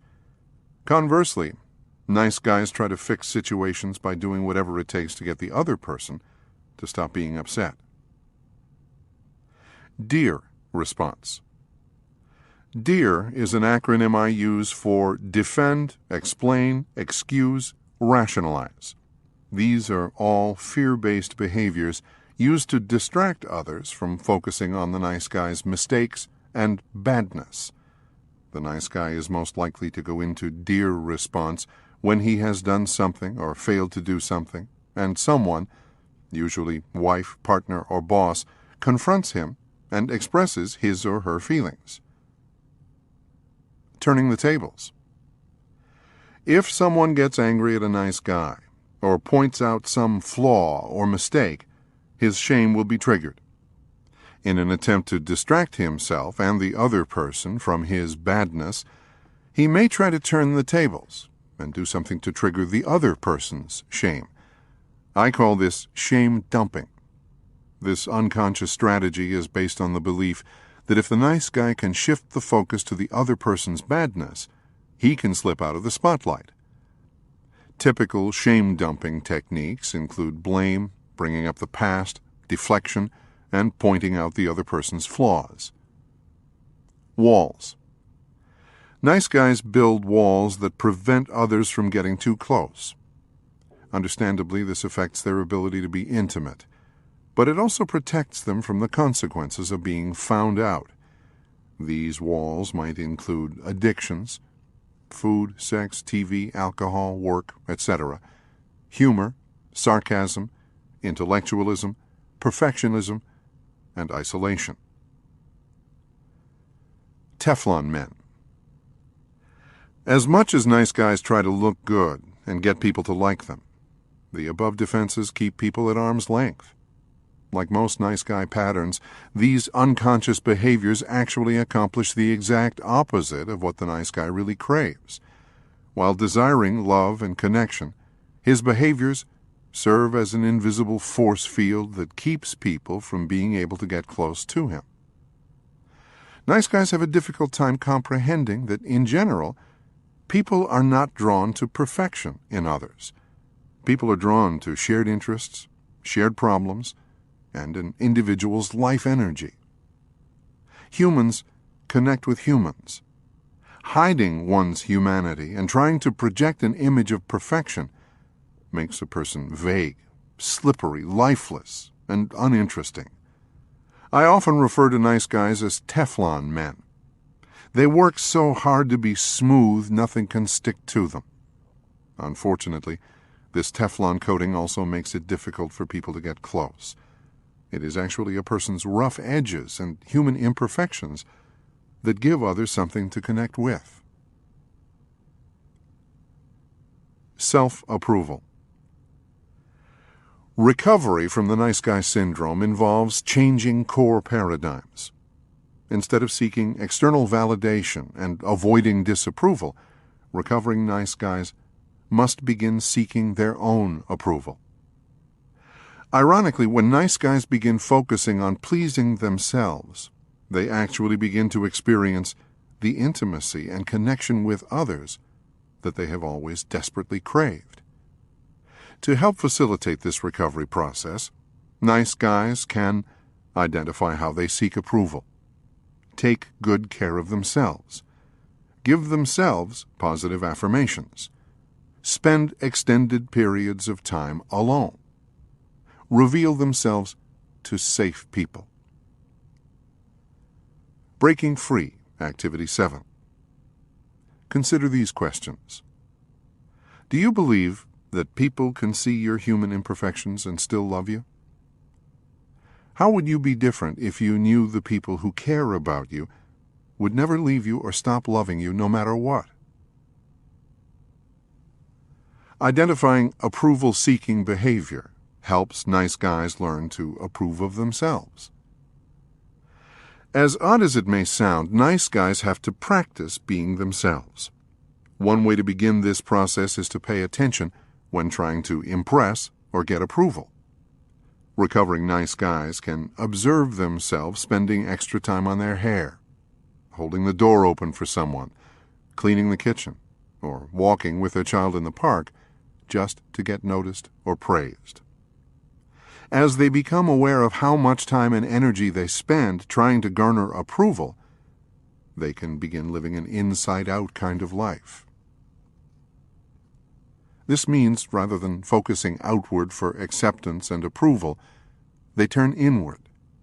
In doing so, they can begin asking themselves the important questions. What do I want? What feels right to me? What would make me happy? Earlier in the chapter, I presented Cal as an illustration of how nice guys use attachments, things outside of themselves, to get value. During a session of individual therapy, I asked Cal to make a list of things he used to get approval from others. The next week, he brought in a 2-page list. I encouraged him to pick one attachment from the list, and for the next month, pay attention to how he used it to get value. Cal decided to focus on his car. Cal kept his car perfectly clean inside and out. He believed this was one of the things that impressed people and made them like him. He made a conscious decision to not wash or vacuum his car for the next month. While doing so, he would pay attention to how he felt and how people responded to him. Since Cal lives in the Seattle area, his car soon developed a gray haze from rain and road grime. On numerous occasions, he had to fight the impulse to wash it. When he drove down the road, he was sure that people were looking at his filthy car and judging him. When he drove to work or a friend's house, he waited for someone to shame him. When his daughter drew pictures in the dirt with her finger, it was almost more than he could stand. At the end of the month, Cal washed and waxed his car and felt a sense of relief. Surprisingly enough, during the month, not one person had commented on his dirty car, and no one had quit liking him or removed their love from him. Likewise, washing and waxing his car after a month didn't make anyone like him better or garner him any new friends. Breaking Free, Activity 8. Go back to the list of approval-seeking behaviors at the beginning of this chapter. Choose one of the ways you try to get external validation, and do one of the following. 1. Go on a moratorium from this behavior. Set a period of time to stop doing it. Tell the people around you what you are doing. If you slip, tell a safe person about it. Use the slip as information about why, in that particular moment, you felt the need to get external approval. 2. Consciously do more of this behavior. This may not make logical sense, but it is a powerful way to explore any dysfunctional behavior. Observe how you feel when you consciously try harder to get external validation. Taking good care of the self helps nice guys learn to approve of themselves. Taking good care of the self is essential for changing one's belief about the self. If a nice guy believes he isn't worth much, his actions toward himself will reflect this belief. When a recovering nice guy begins to consciously do good things for himself, these actions imply that he must be worth something. When I address this issue with nice guys, they frequently can't think of more than one or two good things to do for themselves. Together, we will often brainstorm and make a list of possible things to do. These good things can range from simple acts like drinking lots of water or flossing their teeth to more extensive things like taking a trip or buying the car they have always wanted. Below are a few possibilities. Exercise, work out, go for a walk. Eat healthy food. Get enough sleep. Relax. Play. Goof off. Get a massage. Go out with buddies. Buy a new pair of shoes. Get shoes polished. Get dental work done. Get a physical. Listen to music. As the recovering nice guy begins to do good things for himself, he will feel uncomfortable. He may actually feel frightened, anxious, guilty, or confused. These feelings are the result of what is called cognitive dissonance. When the nice guy does something good for himself, he is doing something that implies he is valuable. This will conflict with his deeply held belief that he is worthless. As a result, he will experience dissonance, a clashing of two competing messages. In time, one of the beliefs will win.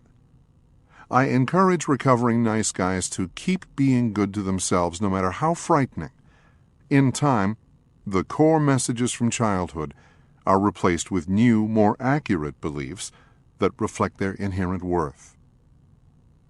Todd, introduced in the beginning of the chapter, spent so much time trying to get the approval of others that he rarely did anything for himself.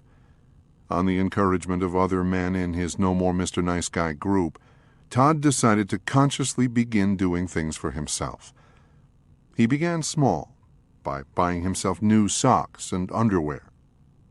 After a few weeks, he started an exercise program and began working out regularly.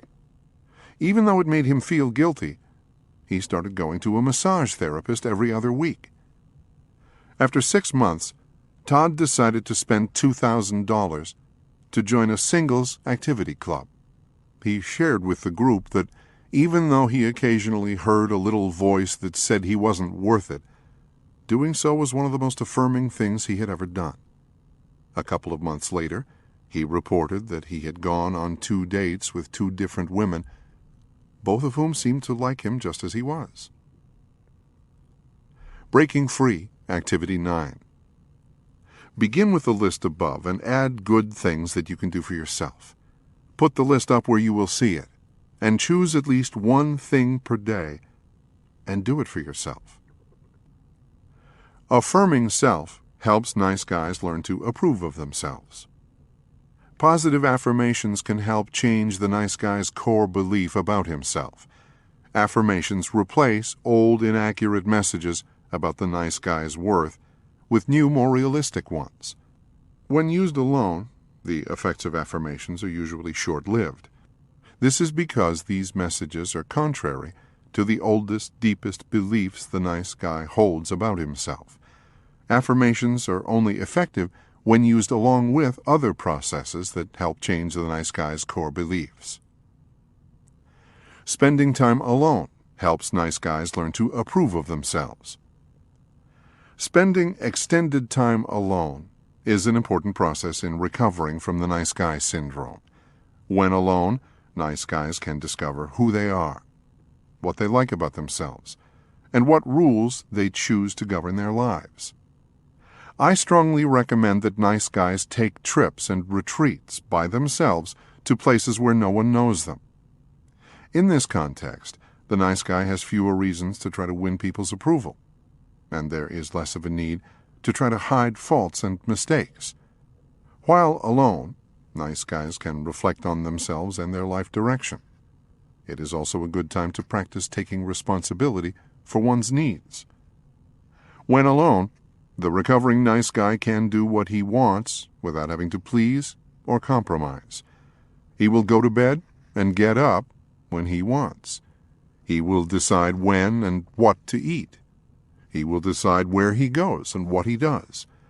When alone, he will be less likely to caretake, seek approval, sacrifice self, or try to fix someone's problems. Spending extended periods of time alone also helps recovering nice guys face their number one fear: loneliness and isolation. When the nice guy discovers that spending time alone doesn't kill him, he may also realize that he doesn't have to stay in bad relationships, tolerate intolerable behavior, or manipulate people to try to get his needs met. This time alone is spent most effectively when the nice guy can observe his tendency to distract himself with addictive patterns, such as keeping busy or using sex, food, or alcohol to medicate. Writing in a journal during these times can be especially effective. Some of the most insightful periods I have experienced in life have been by myself on weekend camping trips, week-long retreats, and times when my wife has been out of town. Breaking Free, Activity 10. Make a list of positive affirmations about yourself. Write them on note cards and place them where you will see them regularly. Change the cards often so they stay fresh. When you read affirmations, close your eyes and fully embrace the meaning of the words. Observe any tendency of your mind to reject the affirmations in favor of old, deeply held beliefs. The following are some possible affirmations. I am lovable just as I am. I am perfectly imperfect. My needs are important. I am a strong and powerful person. I can handle it. People love and accept me just as I am. It is okay to be human and make mistakes. I am the only person I have to please. Breaking Free Activity 11. Plan a weekend trip to the mountains or beach.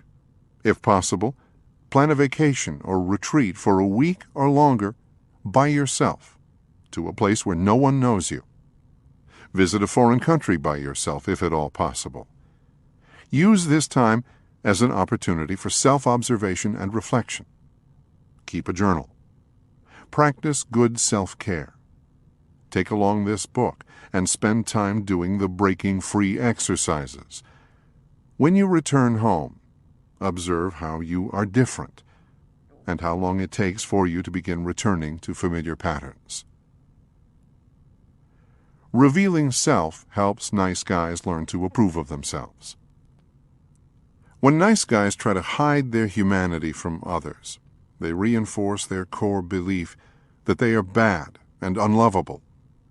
Changing this core belief requires that they bring their humanity out into the open, release their toxic shame, and receive more accurate messages than the ones internalized in childhood. By necessity, this process requires a safe person or safe people. As frightening as it may initially feel, finding these safe people is essential for learning to approve of self. The recovering nice guy cannot do this part alone. Safe people are essential for reversing the distorted beliefs all nice guys have about their worth. This process requires building trust.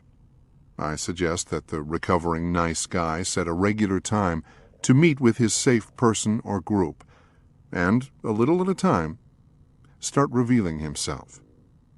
This process begins by just talking about himself. This in itself makes many nice guys uncomfortable. Over time, the recovering nice guy can begin revealing the things about himself that he is the least comfortable letting others see.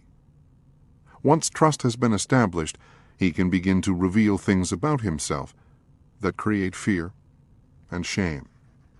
I have watched many nice guys go from being secretive and evasive to revealing their deepest, darkest secrets in the presence of safe people. Reed, a recovering alcoholic and a member of a No More Mr. Nice Guy group, is a good example of this process. Reed came into a group late one evening and remained quiet and detached for the first 30 or 40 minutes. Reed's pattern in the group was either to join in actively or stay withdrawn. His quiet periods were often a signal that he was emotionally distraught. When an opportune time arose, I told Reed that he seemed withdrawn, and I asked how he was doing. Once the attention of the group focused on him, his appearance shifted from detachment to terror. "I almost didn't come tonight," he whispered softly as he looked down at his hands. "In fact, I was thinking about quitting the group." A couple of the guys reflected the concern of the whole group by asking what was going on. "I just feel so terrible," Reed continued. "I've done something so terrible. I just didn't know if I could face all of you."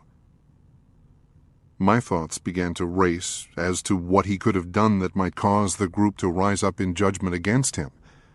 One of the group members asked if he was having an affair. "No, worse," Reed responded. "I've done something so terrible, I don't even know if I can tell you about it." As the group offered their support and encouragement, Reed broke through his fear and shame and began to open up. "Last week, I got reprimanded by my boss, and then I got into a fight with my wife. I was so depressed that I went out and bought a fifth of vodka and got drunk. I've been on a binge ever since, and I just can't make myself stop." Tears were running down Reed's face as the shame of his addiction to alcohol raised its ugly head once again. He had been clean and sober since joining the group 6 months earlier. He was active in Alcoholics Anonymous, but had experienced a number of slips and relapses in his 12 years of recovery. A group member handed him a box of tissues, and Reed wiped his eyes. Then he continued telling his story and revealing his shame in between sobs. "I'm back to all my old ways of lying and manipulating. I'm totally out of control." I asked if he had called his sponsor or gone to a meeting since this began. He shook his head and shared that he had slipped so many times that he didn't think anyone would care or want him back. Various members of the group shared with Reed that they didn't think he was bad, nor did they judge him. They could see that he was hurting. They told him that they had great respect that he came into group and revealed what was going on, especially since he had so much shame about it. After a few moments, Reed revealed, "That's not all. There's more." He began to sob once again. Lifting his hand to his forehead, he shook his head, as in disgust of himself. "It gets worse. I went to the peep shows near my work 2 times this week." He turned his eyes to the floor and wept almost uncontrollably. "I had been doing so good," he choked out between sobs. "Now I've blown it all. I feel totally worthless. I don't want to go on living. I've made a mess of everything." For the rest of the hour, the group supported Reed and encouraged him to go all the way through his shame. They reassured him that he wasn't bad and that no one judged him. To the contrary, everyone respected him for revealing his shame and pain. They supported him in talking to his wife, calling his sponsor, and going to a meeting. They asked him to call one group member each day during the next week and let them know how he was doing. When Reed left the group that night, he was obviously shaken and scared. He had also released a heavy burden and received the support of a group of people who genuinely cared about him and wanted him to be okay. No matter how deeply Reed feared that his badness would cause people to judge him and abandon him, neither of these things happened. Instead, he received the message that there was nothing he could do that would make the men in the group stop liking him or stop caring about him. Shedding old skin. As recovering nice guys release their toxic shame and start seeking their own approval, they begin to realize several important truths. They are not bad. They don't have to do anything to win other people's approval. They don't have to hide their perceived flaws or mistakes. People can love them just as they are. As recovering nice guys begin to apply the principles described in this chapter, they can embrace the reality that they are human. Like every other human, nice guys make mistakes, use poor judgment, and act inappropriately. Nevertheless, their humanity doesn't make them bad or unlovable, nor does it cause other people to stop loving them. Imperfect humans can only connect with other imperfect humans. Most folks tend to be attracted to individuals who have some substance and sense of self. Chameleons usually don't draw much of a crowd or get many ovations. By shedding their chameleon skin and learning to please themselves, recovering nice guys begin to experience the intimacy and connection they have always desired. By learning to approve of themselves, they begin to radiate a life energy and charisma that draws people to them. As nice guys stop seeking approval and stop trying to hide their perceived flaws, they open a door to start getting what they really want in love and life. Chapter 4. Make your needs a priority. I want you to know that I'm really uncomfortable with that thing we talked about last week. Lars, an anxiety-filled executive, began his second session of counseling with this statement. Lars had come to see me on the encouragement of his wife. He reported being generally depressed and unhappy for as long as he could remember. In recent months he had found it difficult to sleep at night and was experiencing migraine headaches on a regular basis. Even though everything in his life seemed to be fine, good job, nice home, family, etc., he never seemed to be happy. In his first counseling session, Lars revealed that he had constant fantasies of chucking it all and disappearing to somewhere else in the world. These thoughts made him feel guilty, so he kept them to himself. In that session, I asked Lars what he did for himself. He gave me a puzzled look. "What do you mean?" he asked. I repeated the question. After a pause, he answered, "Not much, I guess." For the rest of the session, I shared with him the importance of making his needs a priority and taking responsibility for finding ways to meet them. This discussion was met with both fear and resistance from Lars. The same hesitancy was repeated as he began his second counseling session. "Which part of our discussion last week made you uncomfortable?" I asked. "All of it," he responded. "That part about making my needs a priority really made me uptight." I asked him what part about taking responsibility for his needs made him anxious. "Everything," he responded. "That seems like that would make me selfish and self-centered." "What's wrong with that?" I asked. Lars looked at me with amazement. "What's wrong with that," he replied, "is that being selfish would make me too much like my old man. All he ever thought about was himself, and the rest of us suffered as a result. I just couldn't do that. I couldn't be a self-centered SOB like him. I've got a wife, kids, a job, a mortgage, and bills to pay. There's no room for me to start behaving like my father." Low-maintenance kinds of guys. Lars is a fairly typical nice guy when it comes to his needs. Nice guys generally focus their attention on meeting everyone else's needs while trying to be low-maintenance kinds of guys themselves. When I talk with them about making their needs a priority, their responses are similar to that of Lars. This ubiquitous pattern among nice guys is the result of childhood conditioning. When a child's needs are not met in a timely, healthy manner, the child may come to believe that he is bad for having needs. He may also think that it is his needs that cause people to hurt him or abandon him. Typically, nice guys respond to these inaccurate interpretations of their life events by developing a number of survival mechanisms. Trying to appear needless and wantless, making it difficult for others to give to them.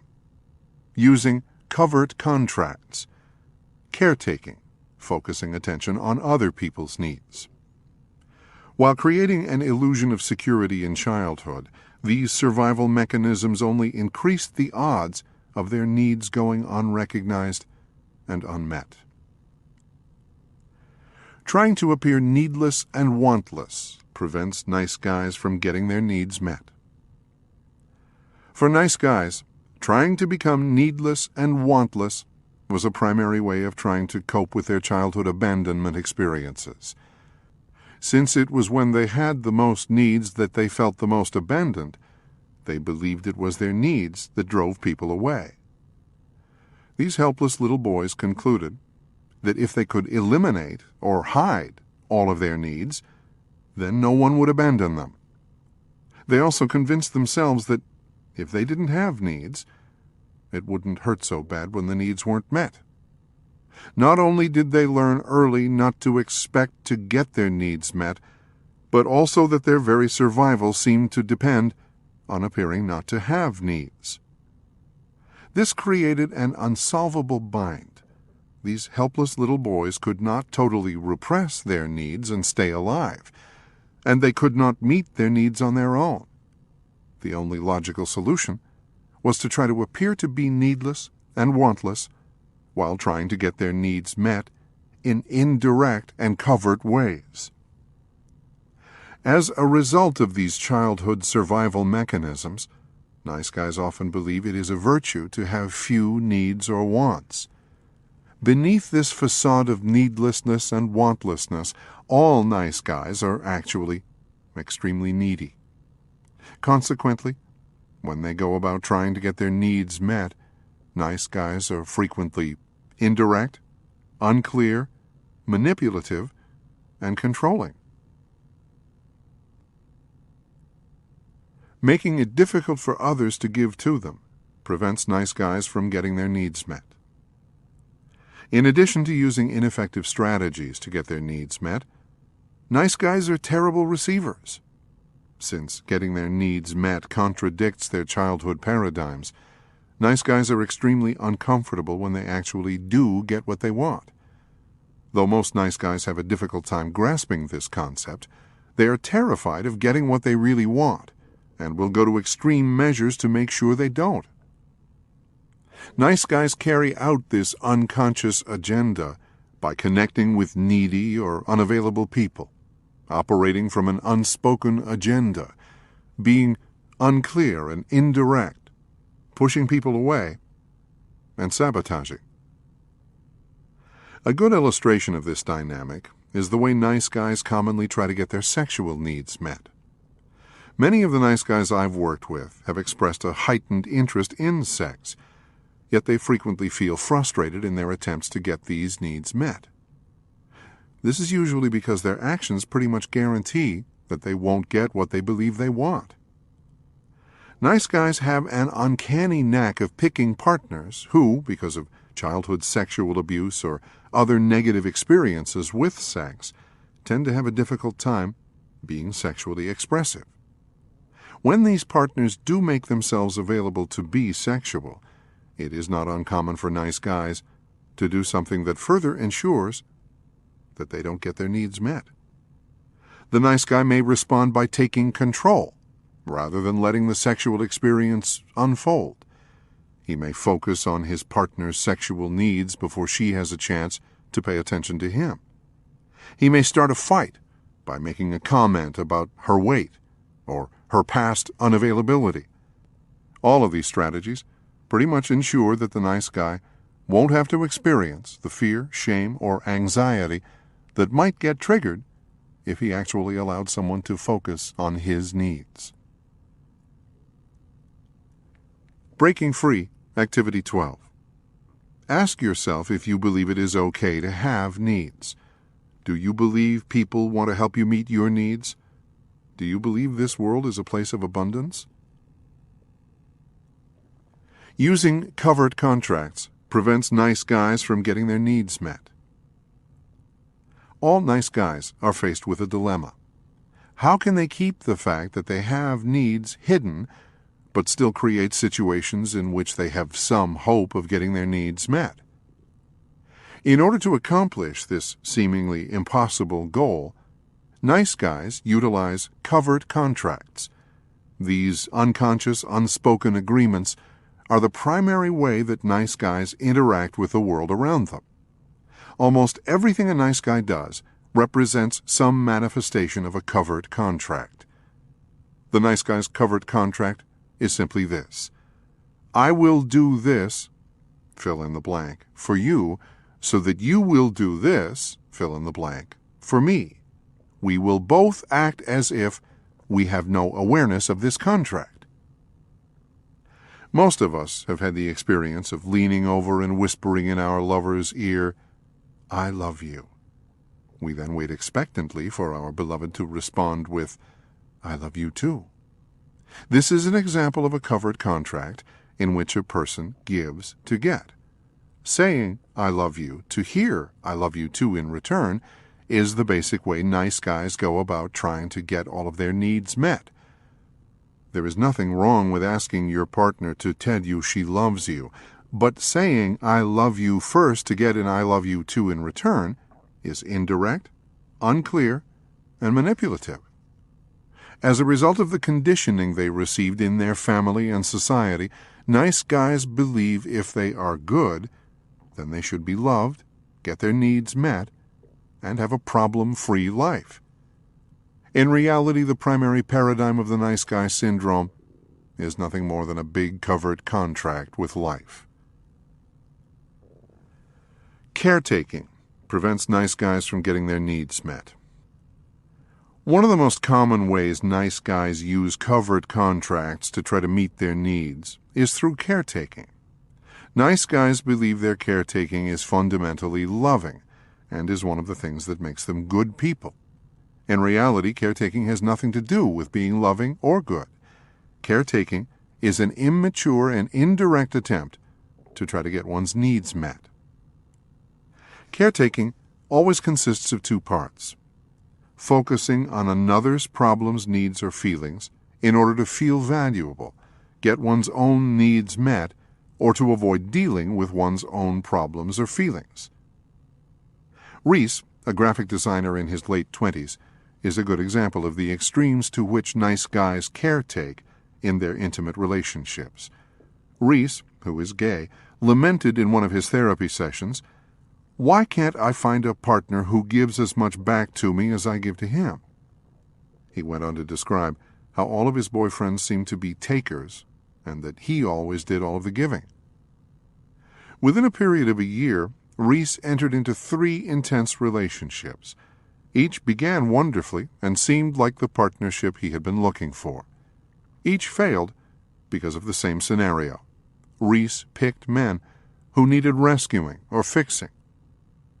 His first boyfriend lived in Canada and had recently gotten off drugs. He came to live with Reese, but he never applied for a work visa and struggled to stay clean. Reese went out of his way to be supportive of his boyfriend, with the hope that he would find a job and stay off drugs.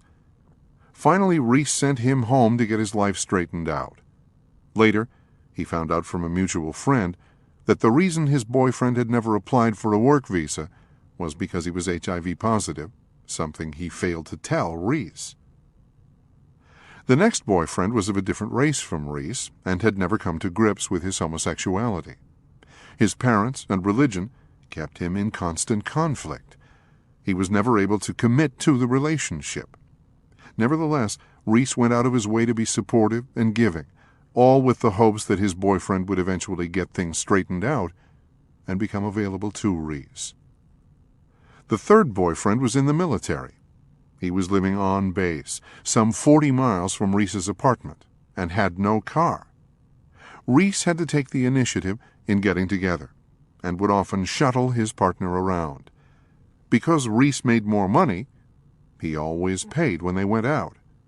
Reese frequently bought his boyfriend gifts and loaned him money. When this boyfriend got transferred to a different state, Reese quit his job, sold his car, and moved along with him, only to return in 3 months because his partner started running around on him.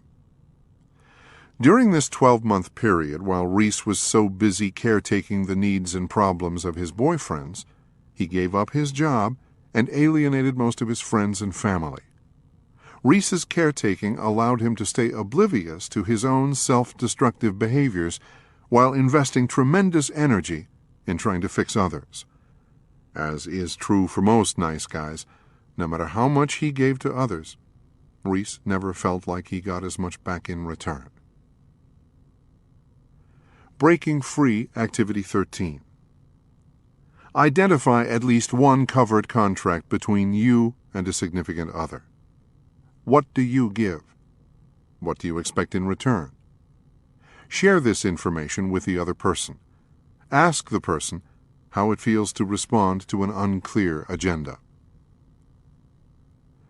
Caring versus caretaking. Though nice guys see everything they do for others as loving, caretaking has very little to do with caring. Here are the differences. Caretaking, 1, gives to others what the giver needs to give. 2, comes from a place of emptiness within the giver. 3, always has unconscious strings attached. Caring, 1, gives to others what the receiver needs. 2, comes from a place of abundance within the giver. 3, has no strings attached. Nice guys caretake for a number of reasons, none of them having anything to do with love. For them, even the most innocuous and subtle act often has some string attached. Nice guys give in the ways they would like others to give to them. They give gifts, affection, back rubs, sex, surprises. They will encourage their partner to take a day off, buy a new outfit, go to the doctor, take a trip, quit a job, go back to school, yet would not give themselves permission to do any of the same things. Breaking Free, Activity 14. Identify 2 or 3 examples of your caretaking behavior. In order to stimulate awareness of your caretaking, do one of the following for a period of 1 week. 1. Go on a caretaking moratorium. Because nice guys have a difficult time differentiating between caring and caretaking, stop giving completely, except to young dependent children. Tell people what you are doing so they won't be confused. Observe your feelings and other people's reactions. 2. Consciously try to caretake more than you already do. As odd as this assignment may sound, it is a very effective way to create awareness of your caretaking behavior. Pay attention to how you feel and how other people react to you. The Victim Triangle. Rather than helping nice guys meet their needs, covered contracts and caretaking only lead to frustration and resentment. When this frustration and resentment builds long enough, it often spills out in some not-so-pretty ways. Giving to get creates a cycle of craziness called the Victim Triangle. The Victim Triangle consists of 3 predictable sequences. 1. The nice guy gives to others, hoping to get something in return. 2. When it doesn't seem that he is getting as much as he gives, or he isn't getting what he expected, he feels frustrated and resentful. Remember, the nice guy is the one keeping score, and he isn't totally objective. 3. When this frustration and resentment builds up long enough, it spills out in the form of rage attacks, passive-aggressive behavior, pouting, tantrums, withdrawing, shaming, criticizing, blaming, even physical abuse. Once the cycle has been completed, it usually just begins all over again. My wife refers to these episodes as victim pukes. Sometimes the puking will resemble a child's temper tantrum.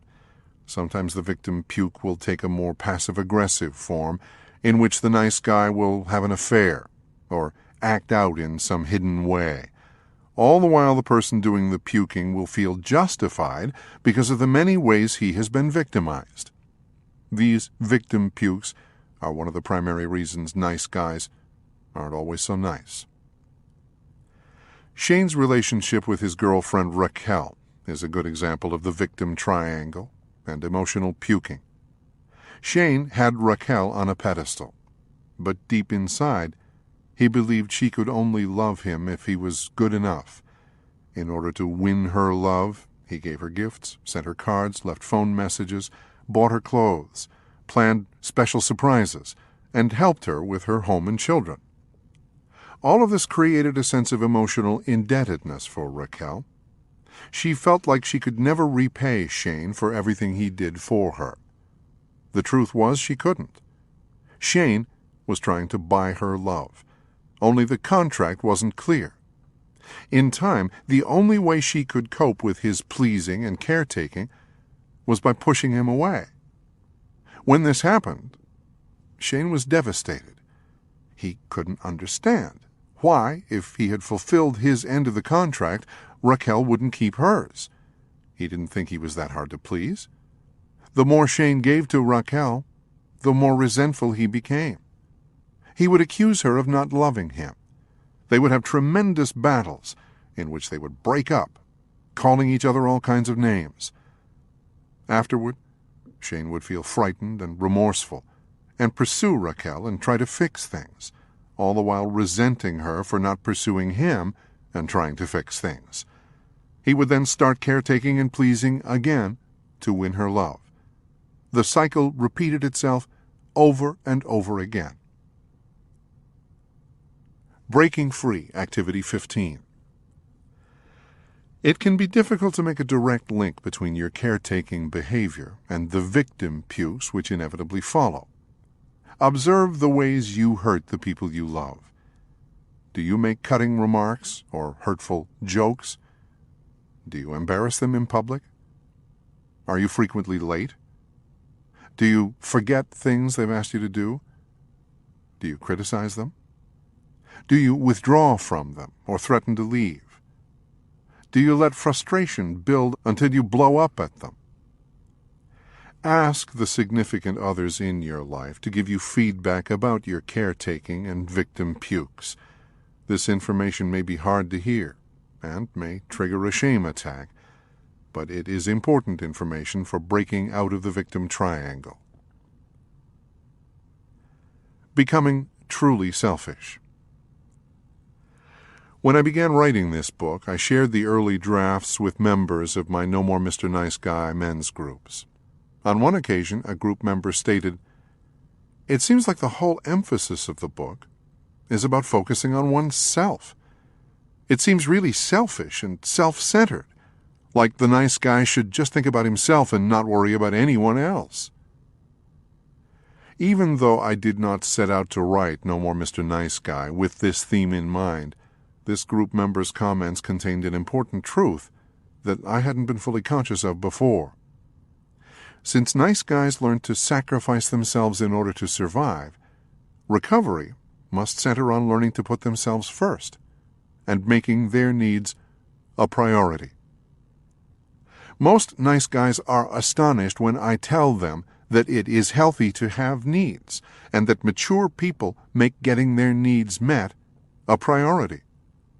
Sometimes I have to repeat this truth many times in order for it to sink in. For nice guys, having needs means being needy, and needy represents a one-way ticket to abandonment. I tell nice guys, no one was put on this planet to meet your needs, except their parents, and their job is done. I also remind them they weren't put on this planet to meet anyone else's needs, except those of their children. This paradigm shift is always terrifying for recovering nice guys. The idea of making their needs a priority feels like the quickest route to being disliked, unloved, and all alone. Whenever I challenge nice guys to focus on making their needs a priority, their responses are pretty predictable. People will get angry at me. People will think I'm selfish. I'll be alone. What if everyone lived this way? I then list the benefits for nice guys and the people around them when they begin to put themselves first. They increase the likelihood of getting what they need and want. They can give judiciously, giving what people really need. They can give without resentment and expectation. They become less needy. They become more attractive.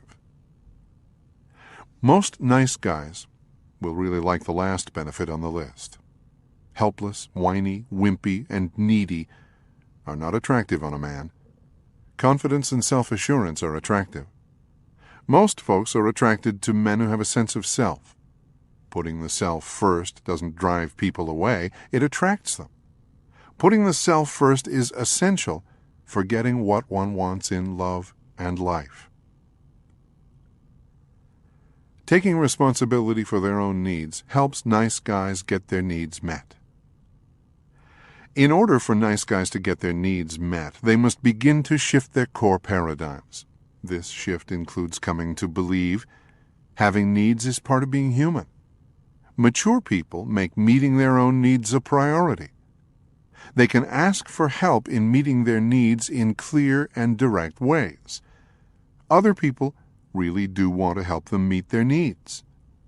This world is a place of abundance. In order to get their needs met, recovering nice guys must do something radically different from what they have done previously. For nice guys, putting the self first is not just a suggestion to try on for size. It is essential, not only for getting needs met, but also for reclaiming personal power, feeling fully alive, and experiencing love and intimacy. Interestingly enough, when nice guys take responsibility for their own needs and make them a priority, those around them benefit too. Gone are the covert contracts, the guessing games, the anger outbursts, and passive-aggressive behavior. Gone are the manipulation, the controlling behavior, and the resentment. I learned this lesson firsthand a few years back. A holiday weekend was approaching, and our kids were going to be out of town. I tried to plan some time with my wife Elizabeth, but she seemed ambivalent and unwilling to make a commitment to what she wanted to do. I felt frustrated and put my plans on hold. Finally, upon the urging of a friend, I decided to try putting myself first over the weekend. I made plans and invited my wife to join me if she felt inclined. I did several things I wanted to do, including spending some time with friends. As it turned out, Elizabeth decided to join me on a number of occasions. On Monday, she shared with me that she had thoroughly enjoyed the weekend and didn't want it to end. A challenge. In a session of one of my No More Mr. Nice Guy men's groups, I challenged each of the group members to experiment with putting themselves first for at least a week. Though the challenge created tremendous anxiety for all of the men, each decided to accept it. The experiences of Lars, Reese, and Shane are presented below. Lars. Lars, introduced at the beginning of the chapter, went home after the group and told his wife that he was going to make his needs a priority for the following week. She was initially resistant to his proclamation, which added to his anxiety. To boost his courage, Lars called a couple of men in the group. Their encouragement gave him the support he needed to follow through with his commitment. Lars decided to keep it simple. His plan for the week involved making time every day to go to the gym and work out. Before his children were born, Lars had been physically active. The demands of job, home, and children had put an end to that. Lars decided to alternate his workouts before and after work. When he shared his plan with his wife, she applied a little guilt. "That's not fair that you get to work out and I don't," she proclaimed. Lars was tempted to back down. He had an impulse to try to find a solution so his wife could work out too. Instead, he reflected her concern and told her he was going to work out anyway. During his first couple of trips to the gym, Lars was overwhelmed with guilt and anxiety. Nevertheless, he persevered. After the third day, his wife actually asked him how his workout went. As the week continued, Lars began to feel more energized and optimistic about life. He started sleeping better. At the gym, he enjoyed being around other people who were also taking good care of themselves. Surprisingly, after his first week, his wife told him that he had inspired her to start taking better care of herself. She told him that she was going to start dropping the kids off at the daycare center at the gym and begin an aerobics class for herself. Reese had joined the No More Mr. Nice Guy group after his breakup with his last boyfriend. At first he had been uncomfortable being the only gay man in the group, but the other men accepted him, and he had begun to work on developing non-sexual relationships with men. Reese's habit on weekends was to go out with his latest boyfriend to gay bars on Friday, Saturday, and Sunday nights. By Monday morning he was exhausted. He would spend the rest of the week playing catch-up. Reese was afraid that if he didn't go out whenever his boyfriend wanted, his boyfriend would leave him. Reese decided that for one weekend he would put himself first and do what felt right to him. He told his boyfriend in advance. Reese decided that he would go out just one night, not drink, and be in by midnight. On Saturday he made some plans to go to a movie with a couple of guys in the group. On Sunday he stayed at home to relax and get caught up on some house cleaning and laundry. His goal was to be in bed by 10 p.m. on Sunday evening. When Monday came, Reese felt rested and clear-headed at work. His boyfriend hadn't dropped him, and the rest of the week felt productive and enjoyable. Shane, also introduced earlier in the chapter, liked to do things for his girlfriend. Shane regularly gave her gifts, planned surprises, and did whatever he could to help her out. Shane's plan for putting himself first involved paying attention to when he had an impulse to do something for his girlfriend. Whenever he felt this impulse, he would instead do something for himself. When he thought about washing her car, he washed his own instead. When he felt the urge to buy her a gift, he bought himself something instead. When he thought about calling her just to see if she was okay, he called a group member instead. All of this created tremendous anxiety for Shane.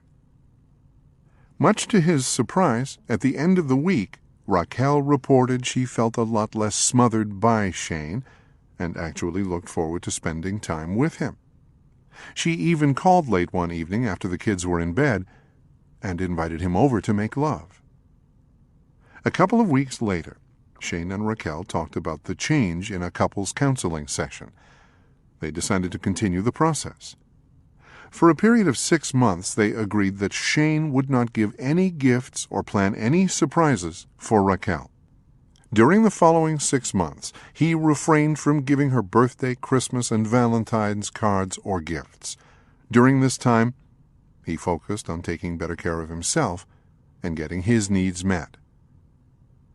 In time, Shane came to see that not only did Raquel not stop loving him, she actually became more giving to Shane. 1 year later, they both reported that Shane could give a gift without using it as a way to get approval or affirmation. During this time, Shane had also learned that making his needs a priority made him less dependent, needy, and fearful.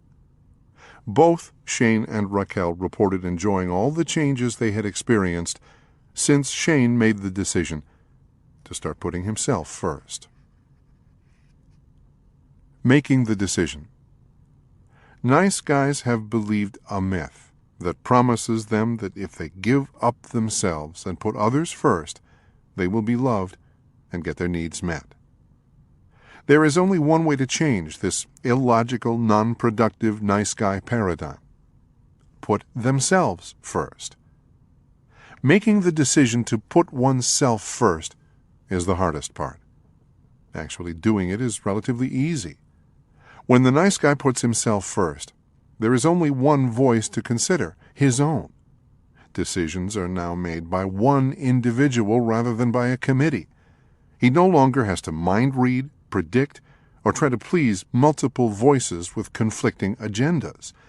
When putting himself first, all the information he needs to make a decision is within him. Is this what I want? Yes. Then that's what I'll do. Breaking free from the nice guy syndrome involves taking responsibility for one's own needs. Others may cooperate with the nice guy, but they are not in charge of meeting his needs. By making their needs a priority and putting themselves first, recovering nice guys can come to see the world as a place of abundance. They can truly come to believe that their needs are important, and there are people out there who are happy and willing to help them meet them. Breaking Free, Activity 16. Make a decision to put yourself first for a weekend, or even a whole week. Tell the people around you what you are doing. Ask a friend to support you and encourage you in this process. Pay attention to your initial anxiety. Pay attention to your tendency to revert to old patterns. At the end of the time period, ask the people around you what it was like for them when you put yourself first. Remember, you don't have to do it perfectly. Just do it.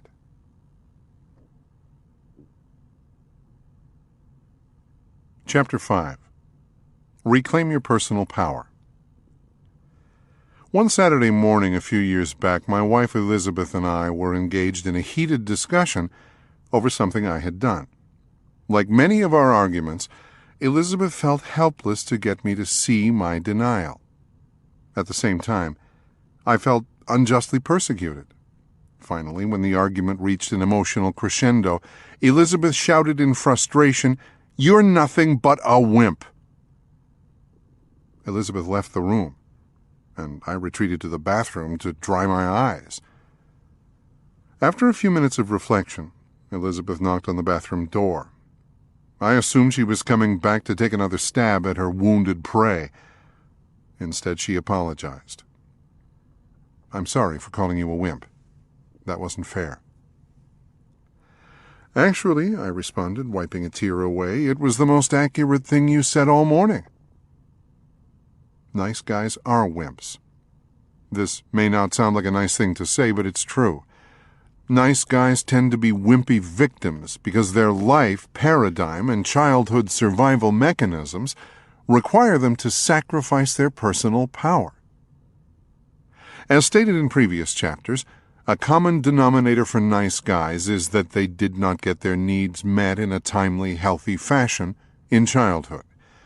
These little boys were helpless to prevent people from abandoning them, neglecting them, abusing them, using them, or smothering them. They were victims to the people who failed to love them, pay attention to them, meet their needs, and protect them.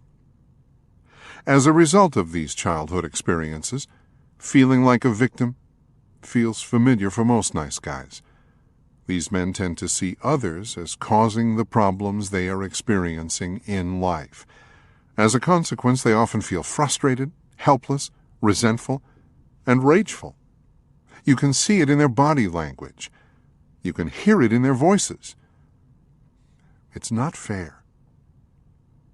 How come she gets to make the rules? I always give more than I get. If she would just... A paradigm of powerlessness. In an attempt to cope with their childhood abandonment experiences, all nice guys developed the same paradigm. If I am good, then I will be loved, get my needs met, and have a problem-free life. Unfortunately, this paradigm not only produces the opposite of what is desired, it guarantees nothing but feelings of perpetual powerlessness. Even though nice guys are obsessed with trying to create a smooth, problem-free life, Two major factors prevent them from attaining this goal. The first is that they are attempting the impossible. Life is not smooth. Human existence is by nature chaotic. Life is filled with experiences that are unpredictable and beyond anyone's control. Therefore, trying to create a predictable life in which everything always goes as planned is an exercise in futility. In spite of the fact that we live in a chaotic, unpredictable world, nice guys are not only convinced that life can be smooth, they believe it should be. This belief is the direct result of their childhood abandonment experiences. The unpredictability of not having their needs met in a timely, judicious fashion was not only frightening, it was potentially life-threatening. In an attempt to cope with the uncertainty of their chaotic childhood, nice guys developed a belief system that if they could just do everything right, then everything would go right in their lives.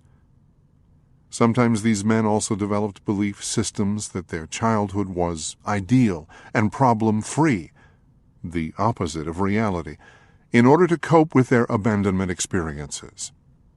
These were all distorted beliefs, but these illusions helped these helpless little boys deal with the turmoil that was out of their control. A second reason nice guys never accomplish their goal of having a smooth life is that they do the opposite of what works. By approaching adult situations with survival mechanisms that were formed when they were naive and powerless, they are ensured of having very little success in creating anything that resembles stability in their lives. The dependence on these ineffectual survival mechanisms keeps nice guys trapped in the memory of their fearful childhood experiences and perpetuates a vicious cycle. The more frightened they are, the more they use their childhood survival mechanisms. The more they use these ineffectual mechanisms, the less successful they are at negotiating the complexities, challenges, and ambiguities of life. The less successful they are, the more fearful they become. You get the picture. Overcoming the wimp factor. Reclaiming personal power. I define personal power as a state of mind in which a person is confident he can handle whatever may come. This kind of power not only successfully deals with problems, challenges, and adversity, it actually welcomes them, meets them head-on, and is thankful for them. Personal power isn't the absence of fear. Even the most powerful people have fear. Personal power is the result of feeling fear but not giving in to the fear. There is a solution to the helplessness and vulnerability nice guys feel. Recovery from the nice guy syndrome allows nice guys to embrace the personal power that is their birthright.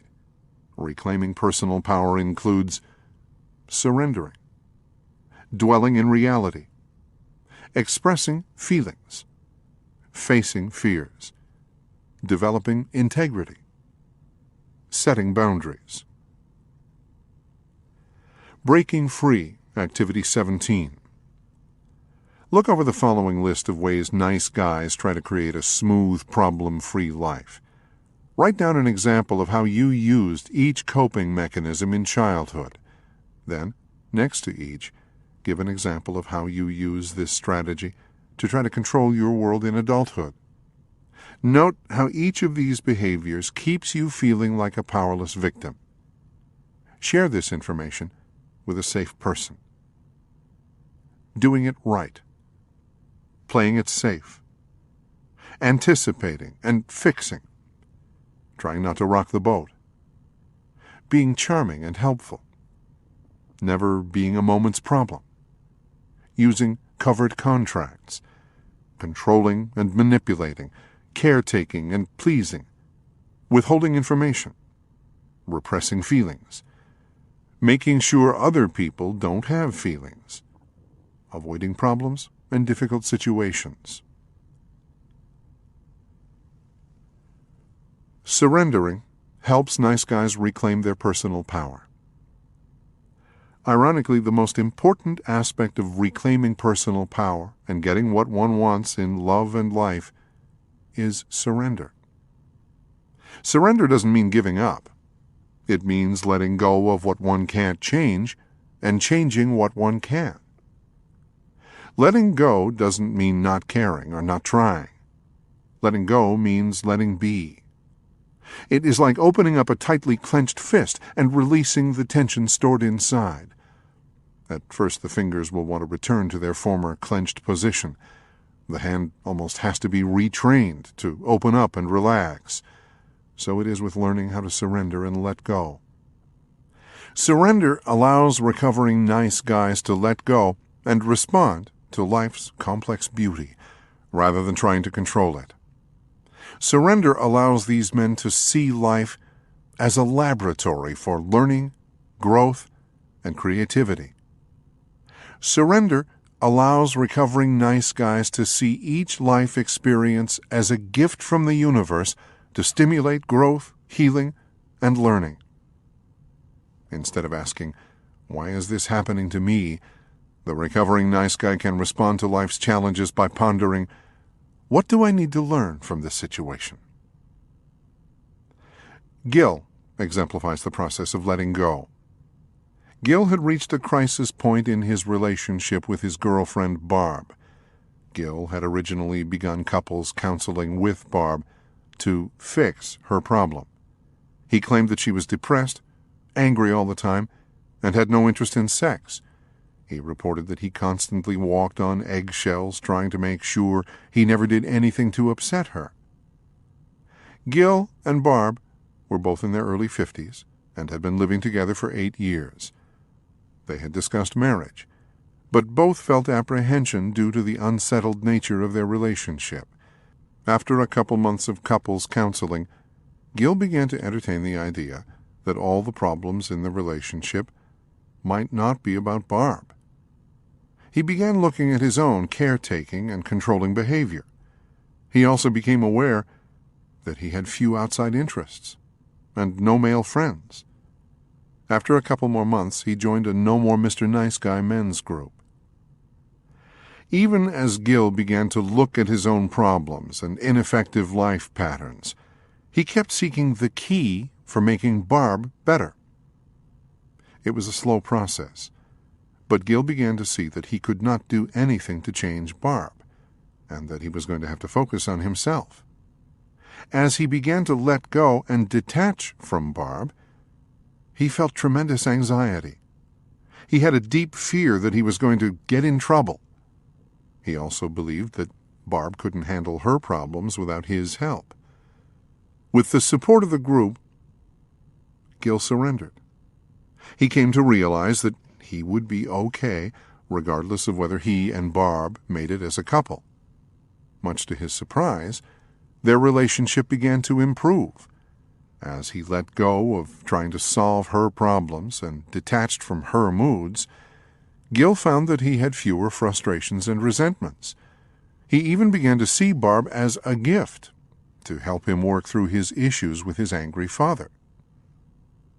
A year later, he announced to his men's group that he and Barb had set a date to get married. He reported that they were getting along better than he would have ever imagined. He shared that the turning point seemed to be when he made the decision that he didn't care whether they made it together or not. That decision represented a conscious letting go of trying to control something that was clearly not in his control. Ironically, he shared that the process of letting go allowed him to receive what he really wanted. Breaking Free, Activity 18. Think about one gift from the universe that you initially resisted but can now see as a positive stimulus for growth or discovery. Are there any similar gifts in your life right now to which you need to surrender? Share this information with a safe person. Dwelling in reality helps nice guys reclaim their personal power. Nice guys try to control their world by creating belief systems about people and situations that are not based in reality. They then act as if these beliefs are accurate. This is why their behavior often seems illogical to outside observers. Les, an unassuming man in his late 30s, had a brief affair with a co-worker. During his initial therapy session, I asked Les why he thought he had an affair. "I don't know," he replied. "I guess I just wanted some attention." I continued by asking him how he expressed his anger toward his wife. With a puzzled look, he responded, "I never get angry at Sarah." "You mean you two have been married for 10 years and she's never done anything to piss you off?" I asked in mock surprise. To listen to Les talk about his wife, it was evident he had her on a pedestal. It was equally clear that he was not dwelling in reality when it came to his marriage. When I asked specific questions about his wife, Les revealed how Sarah had gained 60 pounds since they married, refused to cook, was depressed, no longer wanted to have sex with him, treated him with contempt, and would rage at him without provocation. In spite of all these things, Les maintained that his wife was the woman of his dreams, and that he loved her dearly.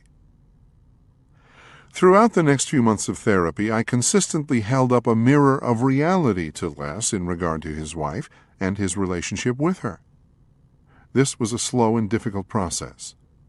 Les needed to see Sarah in a certain way because of his fear of being alone. To dwell in reality might mean he would have to do something frightening or difficult. As Les began to face his fears of abandonment, he also began to see his wife more accurately. This change allowed him to start asking for what he wanted, set boundaries, and express his feelings of resentment and anger. It soon became apparent that Sarah had no desire to look at her role in the relationship or make any kind of changes. Though it was painful and frightening, accepting things as they really were allowed Les to make the decision to move out and file for divorce. Dwelling in reality allowed Les to look at why he had created the kind of system he had with Sarah. It put him in a position to make difficult but realistic decisions. It allowed him to access the inner power he needed to make significant changes in his life. It also opened the door for him to find someone who was available to help him create the kind of relationship he wanted. Breaking Free, Activity 19. Pick one area in your life in which you routinely feel frustrated or out of control. Step back from the situation. Is the difficulty you are having with the situation the result of you trying to project the reality you want to believe onto it? If you had to accept the reality of this situation, how might you change your response to it? Expressing feelings helps nice guys reclaim their personal power. Nice guys are terrified of two kinds of feeling: their own and everyone else's. Any kind of intensity causes nice guys to feel out of control. As children, feeling things intensely invited either negative attention or no attention at all. Therefore, it came to feel safer to clamp a lid down tightly on any emotion that might attract too much negative attention or might cause them to feel abandoned. I remember early in our marriage when Elizabeth would express her frustration over my inability to share what I was feeling. Like most nice guys, I had come to see feelings as a dangerous thing. After more than 30 years of conditioning, I had no clue what Elizabeth wanted from me. Even as I began to become aware of my feelings, I often kept them to myself. It is almost comical how infrequently it crosses a nice guy's mind to tell his partner what he is feeling. On one occasion, Elizabeth confronted me when I shared a feeling with her that I had been harboring for some time. "Why didn't you tell me about that when you first felt it?" she questioned. "I'm doing better," I replied in typical nice guy fashion. "It only took me 2 weeks to get around to telling you." I frequently hear nice guys rationalize the withholding of their feelings by claiming they don't want to hurt anyone. The truth is they are covering their own butts. What they are really saying is that they don't want to do anything that might recreate their childhood experiences. They're really not trying to protect anyone from harm. They're just trying to keep their world smooth and under control. I frequently tell nice guys, "Your feelings are just feelings. They won't kill you." Regardless of whether a nice guy is feeling anxious, helpless, shameful, lonely, rageful, or sad, his feelings aren't life-threatening. The goal of teaching nice guys to embrace their feelings is not to make them soft and touchy-feely. Men who are in touch with their feelings are powerful, assertive, and energized. Contrary to what many nice guys believe, they don't have to become more like women in order to have their feelings. This is why I support men in learning about their feelings from other men. While there is no formula or right way to get reconnected with repressed feelings, support groups can teach, model, and support this slow but important process. In a sense, a therapy group can become like a family. In this environment, recovering nice guys can ask for the kind of help in dealing with feelings that was never available to them as children. Since feelings are often messy, a group environment can represent a supportive place to momentarily feel out of control. Here, recovering nice guys find out they won't fall overboard and drown if they rock the boat.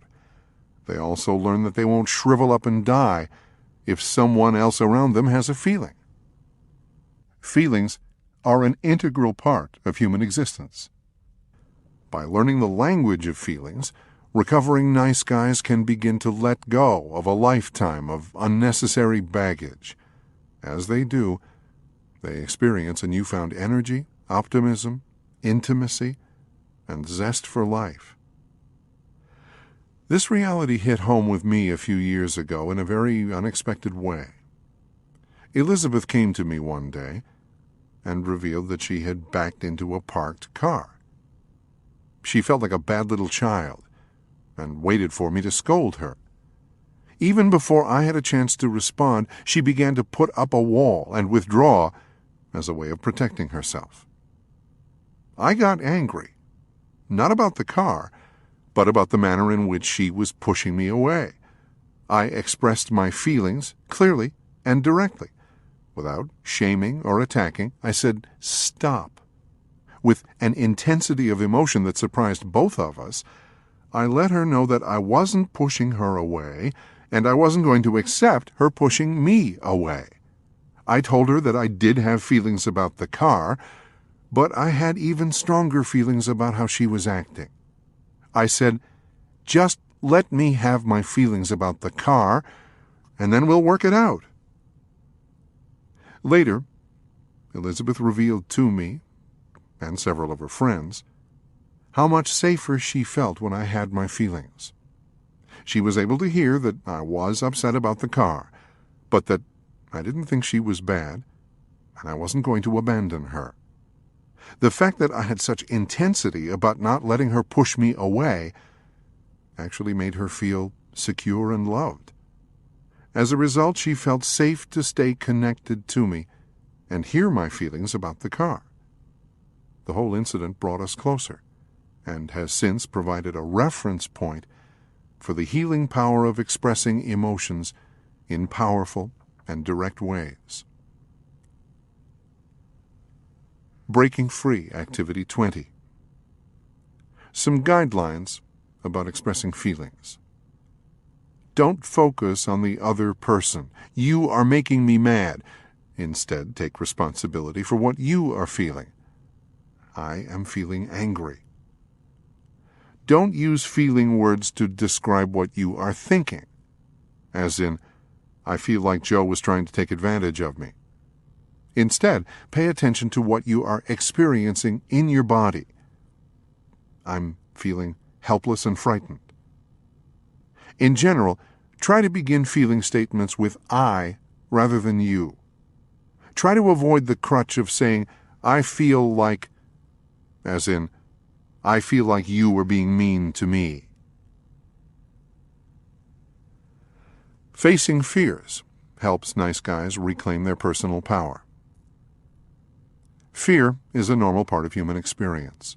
Everyone experiences fear, even those people who seem to be fearless. Healthy fear is a warning sign that danger may be approaching.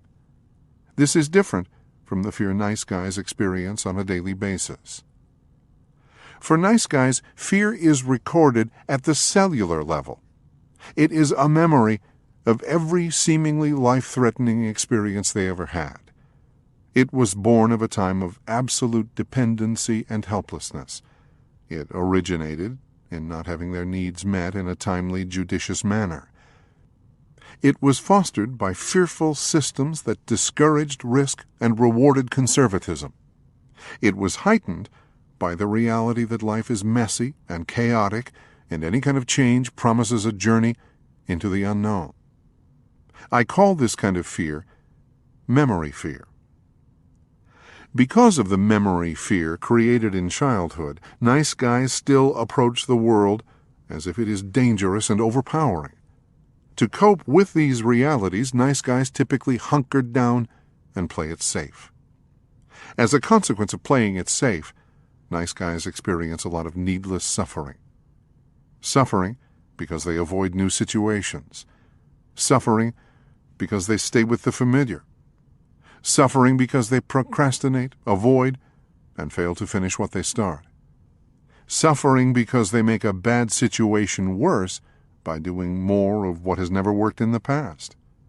Suffering because they expend so much energy trying to control the uncontrollable. Nolan is a good example of the paralyzing effect of memory fear.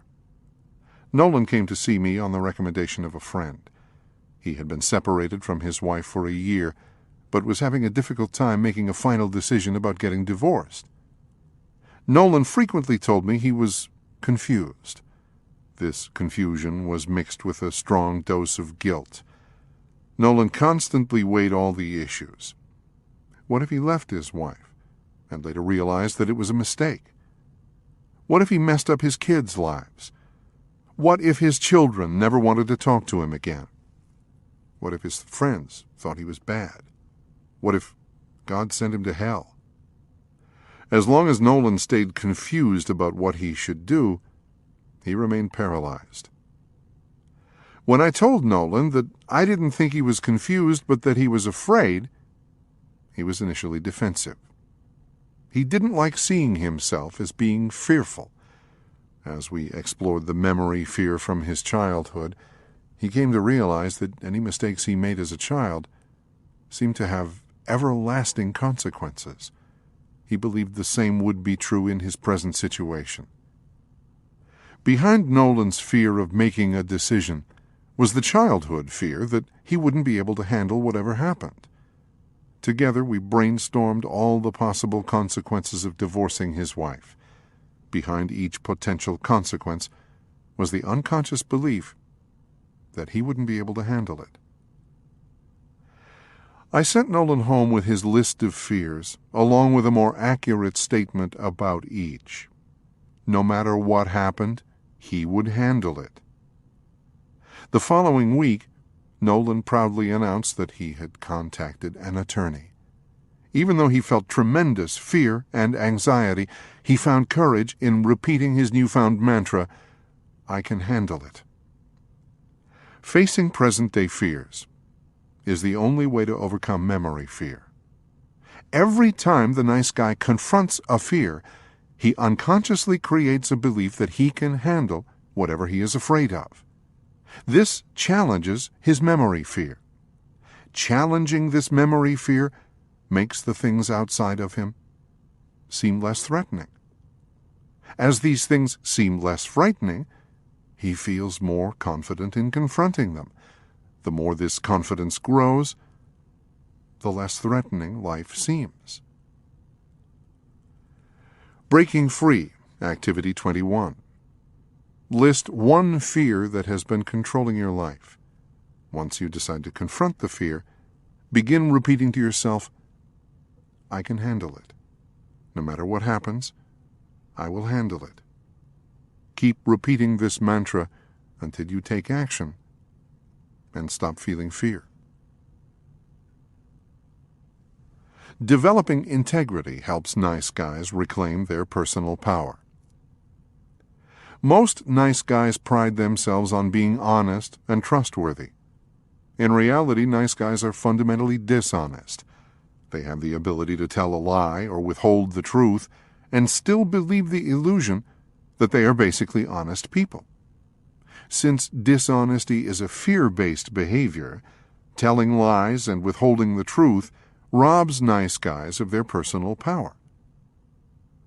I define lying as anything less than the truth. This may seem evident to most people, but it is important to define lying and telling the truth because nice guys are adept at creating definitions that justify their behavior. It is not unusual to hear them make statements like, I'm pretty honest, or I'm honest most of the time, without the slightest awareness of their contradiction of terms. In an almost childlike manner, nice guys will often offer the following defense. I didn't lie, I just didn't tell everything. Joel was the owner of a successful construction company. On occasion, he would leave work a little early and catch an afternoon movie before heading home. Because he feared his wife's disapproval, he would refrain from telling her how he spent those afternoons. He would always have some cover story ready in case she tried to call him while he was out.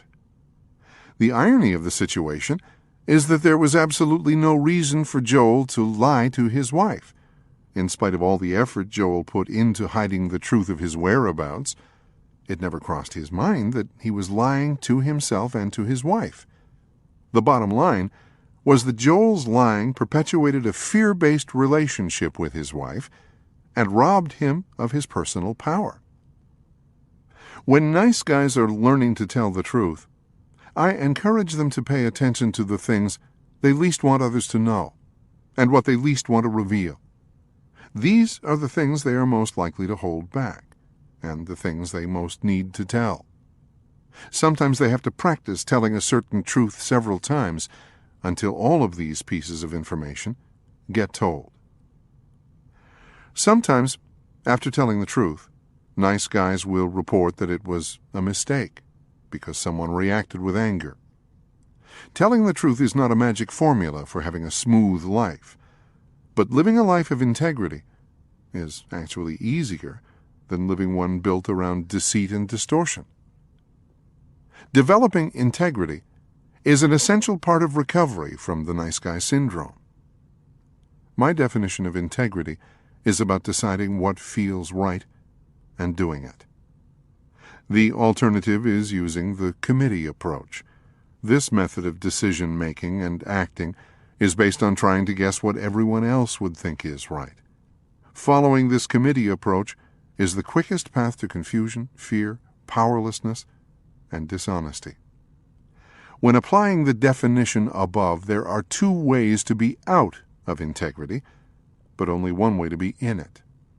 When a nice guy never even bothers to ask himself, what do I think is right? Or uses the committee method, he will always be out of integrity. If he asks himself what he believes is right but doesn't do it, he is also out of integrity. Only by asking himself what he believes is right and then doing it does he become a man of integrity. Breaking free, activity 22. Choose one area in which you have been out of integrity. Identify your fear that keeps you from telling the truth or doing the right thing. Reveal this situation to a safe person. Then, go and tell the truth, or do what you have to do to make the situation right. Tell yourself you can handle it. Since telling the truth may create a crisis for you or others, have faith that everyone involved will survive this crisis. Setting boundaries helps nice guys reclaim their personal power. Boundaries are essential for survival. Learning to set boundaries allows nice guys to stop feeling like helpless victims and reclaim their personal power. Boundary setting is one of the most fundamental skills I teach to recovering nice guys. I demonstrate the concept of boundaries by laying a shoestring on the ground. I tell the nice guy that I am going to cross his boundary and push him backwards. I instruct him to stop me when he begins to feel uncomfortable. It is not unusual for a nice guy to stand well back from the line, allowing me to violate his space several steps before he even begins to respond. Once I start pushing, it's not uncommon for a nice guy to let me push him back several steps before he does anything to stop me. Sometimes a nice guy will let me push him all the way to the wall. I use this exercise as a graphic demonstration of the need for boundaries in all areas of life. Nice guys are usually more comfortable backpedaling, giving in, and keeping the peace. They believe if they take one more step backward, the other person will quit pushing, and then everything will be smooth. It's not unusual for recovering nice guys to go a little overboard when they first learn about boundary setting. They have a tendency to swing from one extreme to another. They become kamikaze boundary setters. They try to set boundaries with a sledgehammer or machete. They usually learn in time that they only have to use as much resistance as necessary to get the job done. In time, they also learn that boundary setting isn't about getting other people to be different, but about getting themselves to be different. If someone is crossing their boundary, it isn't the other person's problem, it is theirs. Because of memory fear, nice guys often unconsciously reinforce the very behaviors they find intolerable. Due to their childhood conditioning, they teach the people around them that they will accept having their boundaries violated. As recovering nice guys begin to take responsibility for how they let people treat them, their own behavior begins to change. As they stop reinforcing things they aren't willing to tolerate, the people around them are given the opportunity to behave differently. This gives relationships a chance to survive and grow. Jake, an enlisted man in his mid-20s, is a good example of how tolerating intolerable behavior can kill a relationship, and how setting boundaries can give a relationship a chance to survive. Just prior to his marriage to his wife Keisha had an affair with an old boyfriend. Because Jake didn't want to lose her, he forgave her and promised to never bring up her infidelity. This established a pattern of Keisha pretty much doing whatever she wanted, while Jake withheld his feelings and walked on eggshells. He would always measure his words in order to avoid saying anything wrong that might upset her. On one occasion, while they were out drinking with some friends, Keisha got drunk. Whenever she had too much to drink, she would become belligerent and promiscuous. On this occasion, she made several demeaning remarks to Jake and spent most of the evening slow dancing with other men in the bar. After holding his tongue as long as he could, Jake finally told Keisha that she was drunk and that it was time to go home. She swore at him and kept on doing what she was doing. Jake retaliated by calling her a bitch and drove home. One of her friends brought Keisha home the next morning.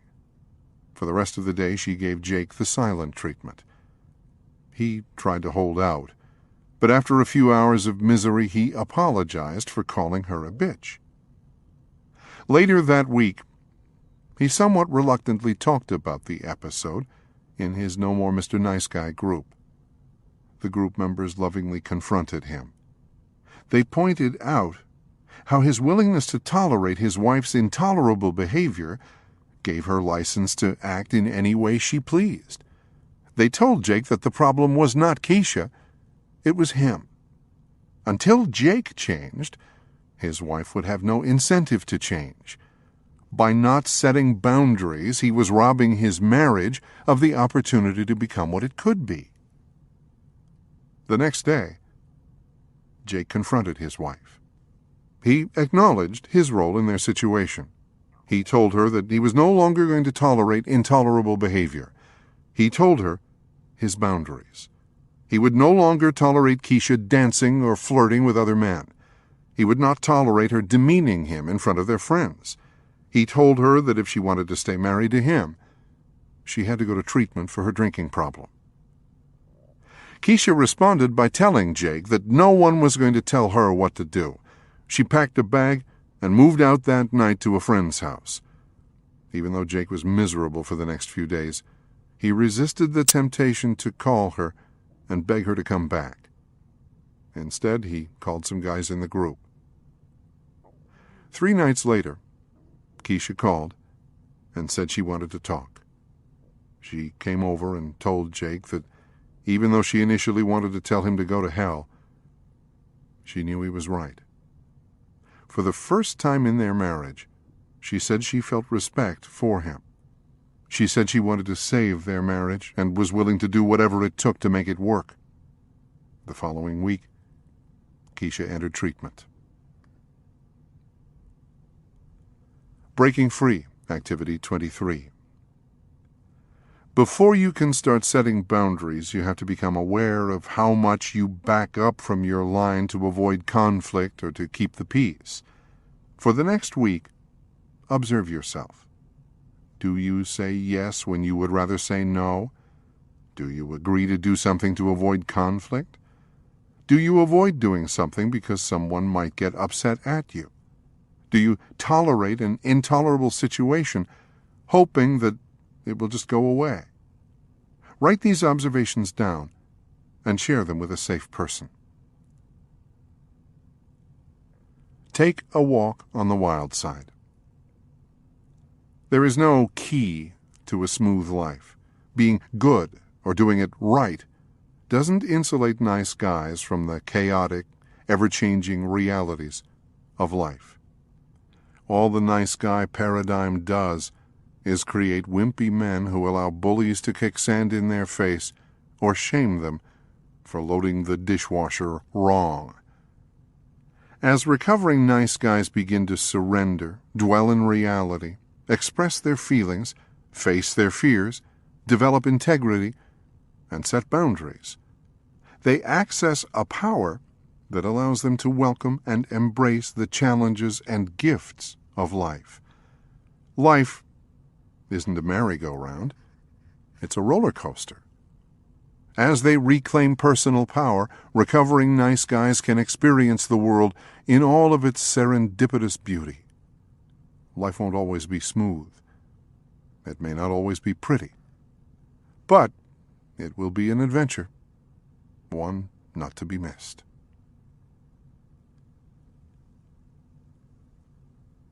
Chapter 6. Reclaim your masculinity. Contrary to the prevailing sentiments of the last few decades, it is okay to be a guy. Men born after World War II had the misfortune of growing up during the only era of recent Western history in which it was not always a good thing to be male. This was primarily the result of 2 significant family and social changes in the post-war era. Boys were disconnected from their fathers and other healthy male role models, and boys were forced to seek approval from women and accept a female definition of what it meant to be male. As a result of these 2 dynamics, many boys and men came to believe that they had to hide or eliminate any negative male traits, like those of their fathers or other bad men, and become what they believed women wanted them to be. For many men, this life strategy seemed essential if they wanted to be loved, get their needs met, and have a smooth life. Due to the continuing social change of the last half of the 20th century, this belief system is no longer limited to just men of the baby boom generation. I frequently observe men in their 30s, 20s, and teens with strong nice guy traits. It seems that each successive generation of men are becoming more and more passive. This social conditioning affects nice guys in many ways. Nice guys tend to be disconnected from other men. Nice guys tend to be disconnected from their own masculinity. Nice guys tend to be monogamous to their mothers. Nice guys tend to be dependent on the approval of women. Nice guys tend to be disconnected from other men. I frequently hear nice guys make comments such as, "I'm just not comfortable with other men. I don't know what to talk about." Most men are jerks. I used to have male friends, but my wife made it such a hassle to do things with them that I just gave up. I tend to be a loner. Many nice guys have difficulty connecting with men because of the limited positive male contact they experienced in childhood. Because these men did not have a positive bond with their father, they never learned the basic skills necessary to build meaningful relationships with men. Another common trait among nice guys is the belief that they are different from other men. This distorted thinking usually began in childhood when they tried to be different from their bad or unavailable father. In adulthood, nice guys often create a similar dynamic with men in general. Nice guys may convince themselves they are different from, better than, other men because they believe they aren't controlling, they aren't angry and rageful, they aren't violent, they are attentive to a woman's needs, they're good lovers, they're good fathers. As long as nice guys are disconnected from men or believe they are different from other men, they cut themselves off from the many positive benefits of male companionship and the power of a masculine community. Breaking Free, Activity 24. Look over the list above. Note the ways you have consciously or unconsciously tried to be different from your father and or other men. How does the belief that you are different keep you disconnected from other men? Nice guys tend to be disconnected from their masculinity. I define masculinity as that part of a man that equips him to survive as an individual, clan, and species. Without this masculine energy, we would have all become extinct eons ago. Masculinity empowers a man to create and produce. It also empowers him to provide for and protect those who are important to him. These aspects of masculinity include strength, discipline, courage, passion, persistence, and integrity. Masculine energy also represents the potential for aggressiveness, destructiveness, and brutality. These characteristics frighten nice guys, and most women. Therefore, nice guys work especially hard to repress these traits. Most nice guys believe that by repressing the darker side of their masculine energy, they will win the approval of women. This seems logical considering the anti-male climate that has permeated our culture since the 1960s. Ironically, these same men frequently complain that women seem to be attracted to jerks rather than nice guys like them. Many women have shared with me that due to the absence of any discernible life energy in nice guys, there is little to be attracted to. They also reveal that their tendency to be attracted to jerks is because these men have more of a masculine edge to them.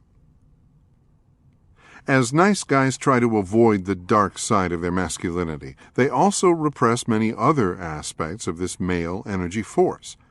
As a result, they often lose their sexual assertiveness, competitiveness, creativity, ego, thirst for experience, boisterousness, exhibitionism, and power. Go watch little boys on the playground, and you will see these qualities. I am convinced that These are good things worth keeping. One of the most visible consequences of the repression of masculine energy in nice guys is their lack of leadership in their families. Out of fear of upsetting their partner or appearing too much like their controlling, authoritarian, or abusive fathers, nice guys frequently fail to be the leader their family needs. Consequently, the job of leading the family often falls on the wives. Most of the women I talk to don't want this job, but end up taking it by default. Nice guys tend to be monogamous to their mothers.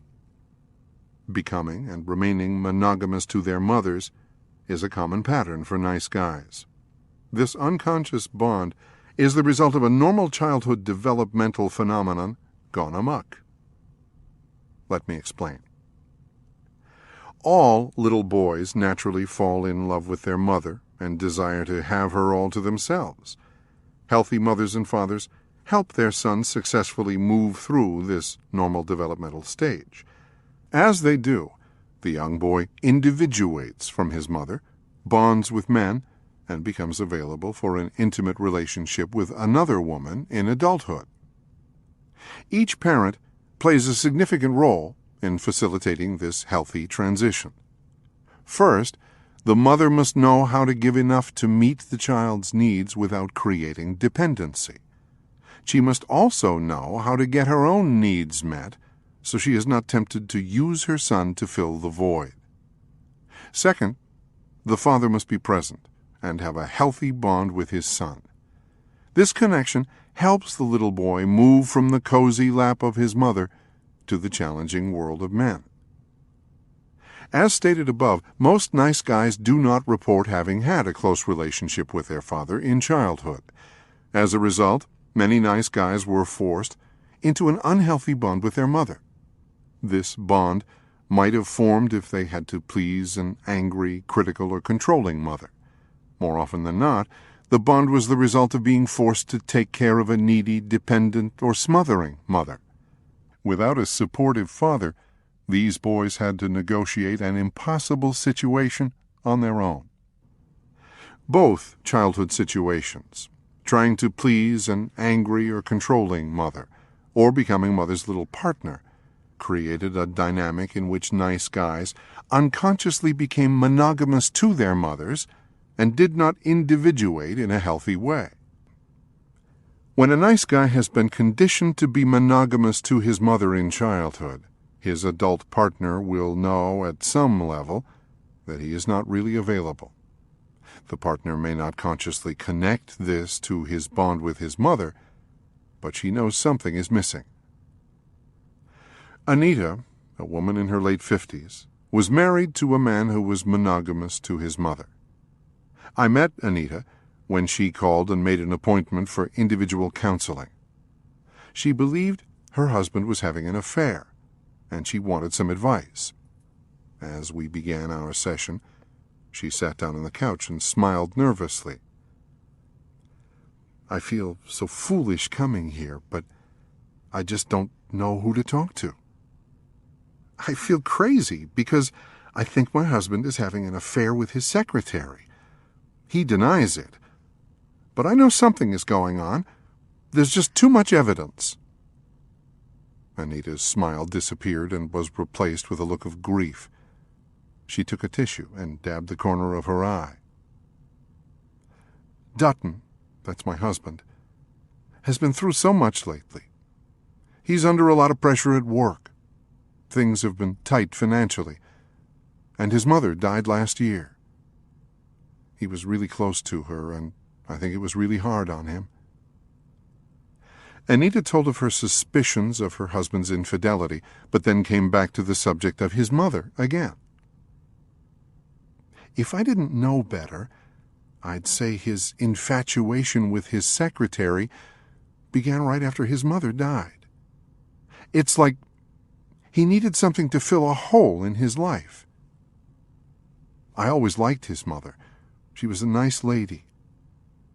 But I always had the feeling that Dutton was more connected to her than he was to me. Is that crazy?" she asked quizzically. "To be jealous of your mother-in-law?"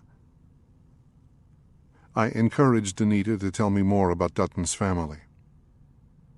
Other than his father, she continued, he believes his family is great.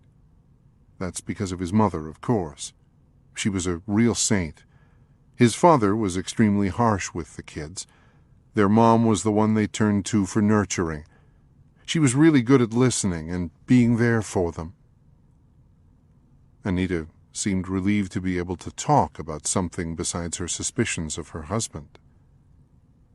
Before she died, Dutton paid for them to get carpet in their house and bought them 2 nice reclining chairs, because he knew his father never would. He used to drive her places, because he knew his father wouldn't. He treated his mother real special, I think to make up for what she had to go through living with his dad. One time I was angry at him, and I accused him of treating his mother better than he treated me. He blew up. Anita made an explosion gesture with her arms. He told me to never say that again. He didn't talk to me for 2 weeks after that. I learned not to bring up that subject. Anita paused for a moment. Do you think there could be any connection between his mom dying and him having an affair? They loved each other so much.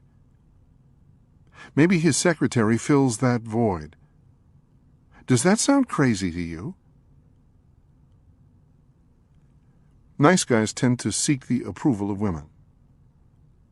Due to their family and social conditioning, nice guys tend to seek the approval of women.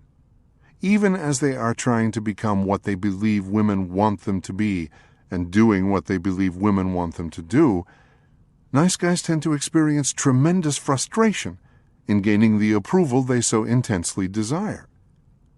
This frustration is due to the reality that, in general, women view men who try to please them as weak and hold these men in contempt.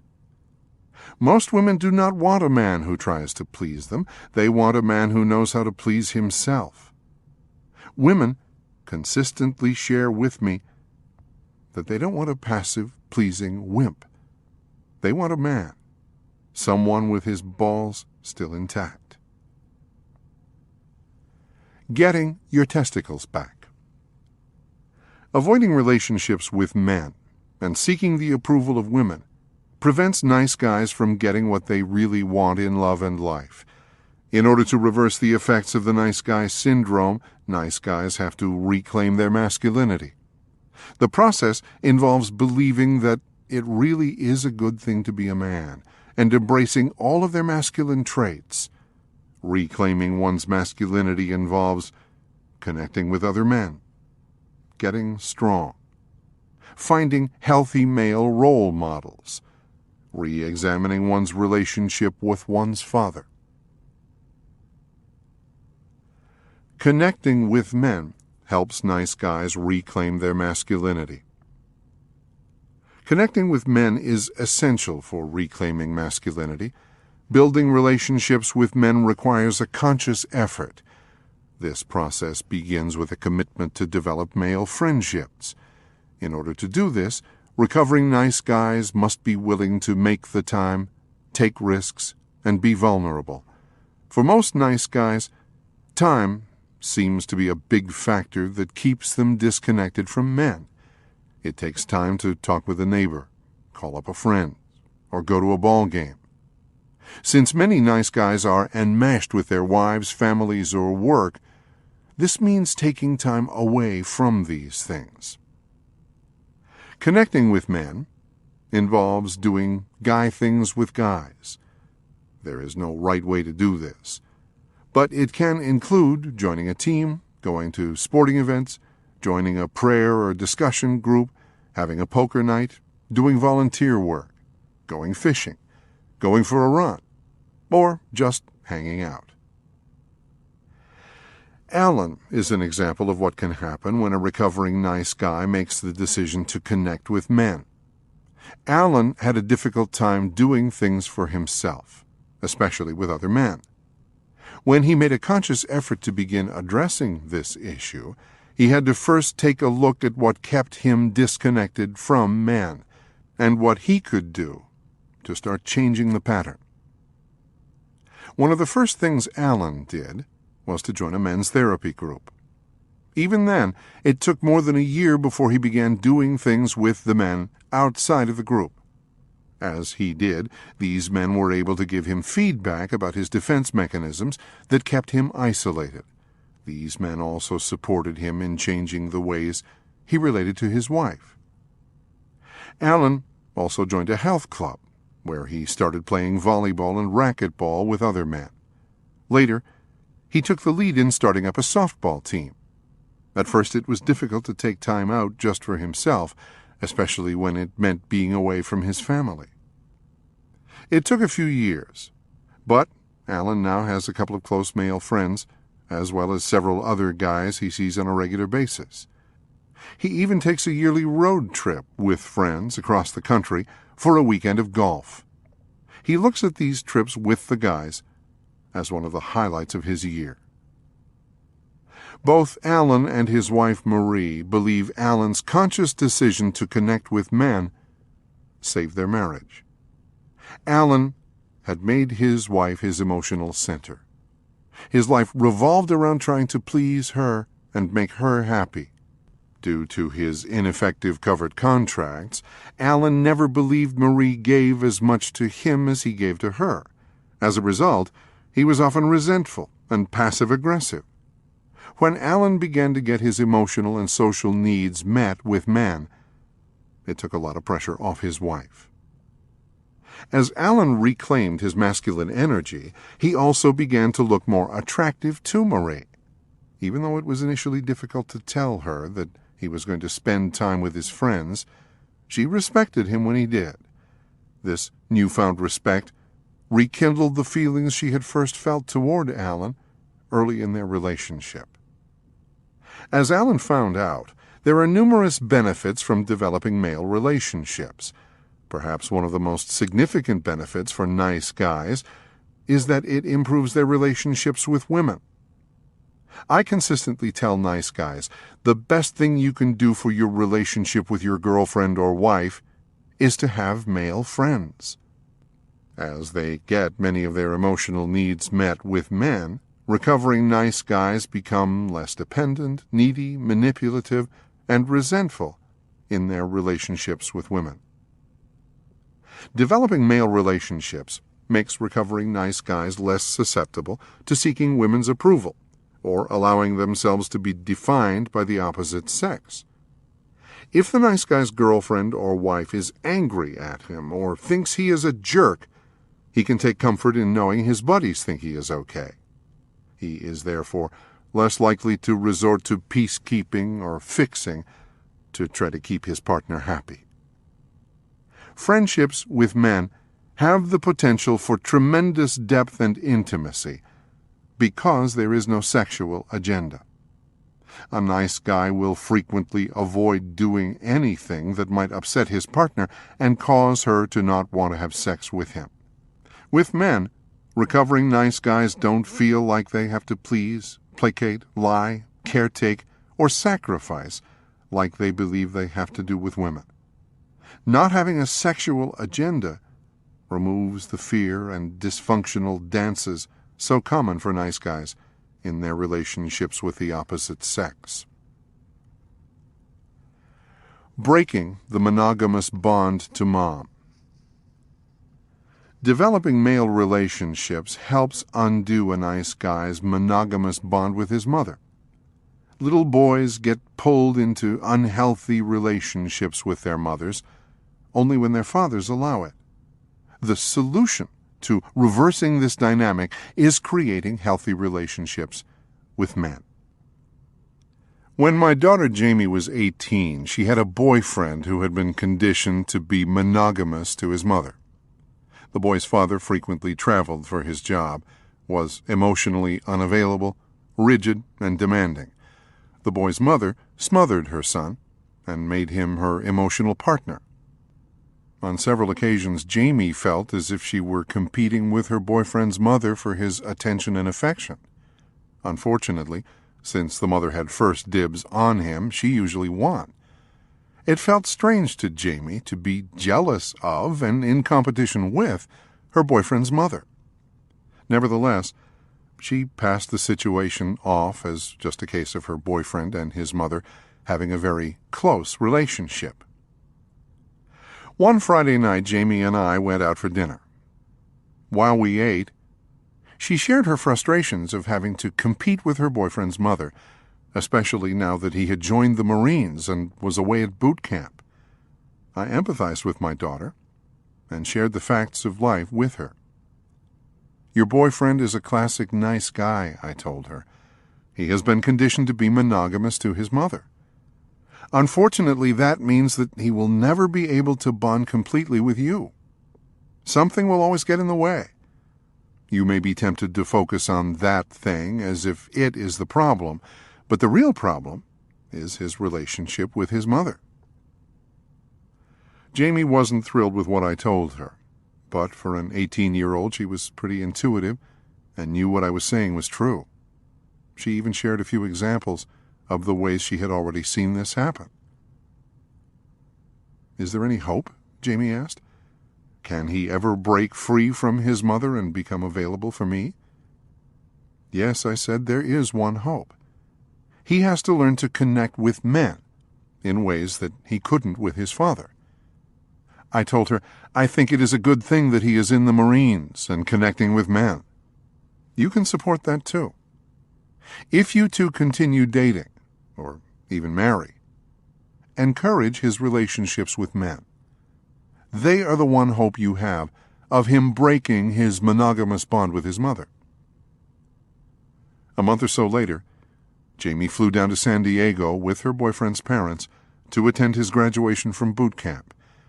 As usual, his mother acted possessive and territorial. Amazingly, Jamie noticed a difference in her boyfriend. On several occasions, he set boundaries with his mother and refused to let her hook an emotional hose up to him. Jamie could tell that this was primarily the result of her boyfriend having bonded with several guys in boot camp and from embracing his own masculinity. Breaking Free, Activity 25. List 3 men whom you would like to get to know better. Next to each man's name, list a possible activity you could do together. Next to this, write down a date and make a commitment to contact him by this day. Getting strong helps nice guys reclaim their masculinity. Masculinity denotes strength and power. Because of their conditioning, nice guys tend to fear these traits. As a result, they often become emotionally and physically soft. Some even take pride in this softness. I've met many nice guys who work out or practice martial arts, but who are still afraid of their strength. Embracing one's masculinity means embracing one's body, power, and spaciousness. In order to do this, recovering nice guys have to stop putting junk into their bodies and train them to respond to the physical demands of being male. This involves eating healthy foods, eliminating drugs and alcohol, working out, drinking lots of water, playing, relaxing, and getting enough rest. Whether the nice guy stays fit by running, swimming, weight training, martial arts, playing basketball, volleyball, or tennis, this physical strength translates into self-confidence and power in every other aspect of his life. Travis, an attorney in his early 50s, is a good example. Travis came to see me to deal with his marital difficulties. During the first session of counseling, 2 things became immediately evident. First, Travis was a nice guy. And second, he had a drug and alcohol problem. I told him I would work with him only if he got a drug and alcohol assessment, quit drinking, and started attending Alcoholics Anonymous. Travis complied with all my boundaries and asked if he could join one of the No More Mr. Nice Guy groups. Over the next several months, Travis's relationship with his wife was up and down like a yo-yo. In addition to marital problems, It also became apparent that Travis had a number of other lifestyle problems. His diet consisted primarily of fast food. He was a chain smoker, and he drank several cups of coffee a day. He worked long hours and got absolutely no exercise. Over the next several months, Travis began to address these issues one at a time. He started taking time away from work to attend AA meetings and spend time with other recovering men. He decided to have a surgery he had been putting off for years. Since he wouldn't be able to smoke for a few days, he decided it was a good time to quit for good. After his surgery, he began going for walks during his lunch hour. He started drinking more water and cut back on his coffee and soft drink consumption. He even took a week off from work and went fishing with some friends in Alaska. About 10 months after joining the Nice Guy group, he shared that he was filing for divorce. With his lifestyle changes and the support of the group, he had come to realize that his combative relationship with his wife was his last bad habit that needed to go. While relaying his decision to the group, he revealed that his wife blamed the group for killing their marriage. Travis smiled and then wiped a tear from the corner of his eye. "Thanks to this group, I feel strong. I could never have made these changes without your help. This group didn't kill my marriage. It saved my life." Breaking Free, Activity 26. Identify 3 ways in which you neglect your body. Write down 3 ways in which you can start taking better care of yourself. Seeking out healthy role models helps nice guys reclaim their masculinity. I encourage recovering nice guys to visualize what they think a healthy male would look like, and think of healthy masculine traits they would like to develop. With that picture in mind, they can go out and look for men who have these kinds of qualities. These men may be in their church, their company, their softball team, even characters on TV or the movies. By observing how these men live their lives and interact with the world, the nice guy can begin assimilating a healthier model of manhood. Like many recovering nice guys, I have done this work by committee. I developed a friendship with one man who was good at doing guy things. I formed a relationship with another guy who was a hard worker. I created a relationship with a man who was comfortable revealing himself and sharing his feelings. I made another friend who was good at taking risks and challenging himself. Each of these men, in their own way, helped me see what it looks like to be male, and have been role models for reclaiming my own masculinity. Breaking Free, Activity 27. Visualize what you think a healthy male would look like. What personality traits would he possess? Write these down. Do you know anyone who has a number of these traits? How could you use this person as a healthy role model? Re-examining their relationship with their father helps nice guys reclaim their masculinity. As I've mentioned before, most nice guys do not report having had a close relationship with their father in childhood. Their fathers were either passive, unavailable, absent, or defined in some negative way. Reclaiming their masculinity requires that nice guys examine their relationships with their fathers and take a look at them through adult eyes. Matthew, a computer programmer in his mid-40s, is a good example of this process.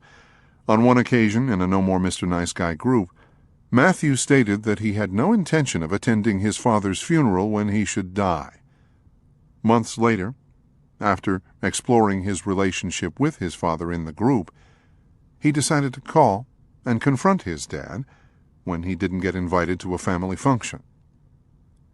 Matt's mother had always portrayed his dad as a villain while representing herself as a victim. While talking with his father, Matthew came to the realization that even though his dad had problems, he wasn't bad like his mother had made him out to be. From this encounter, Matthew also realized that he had created a similar scenario with his wife, identifying her as the villain and himself as the victim.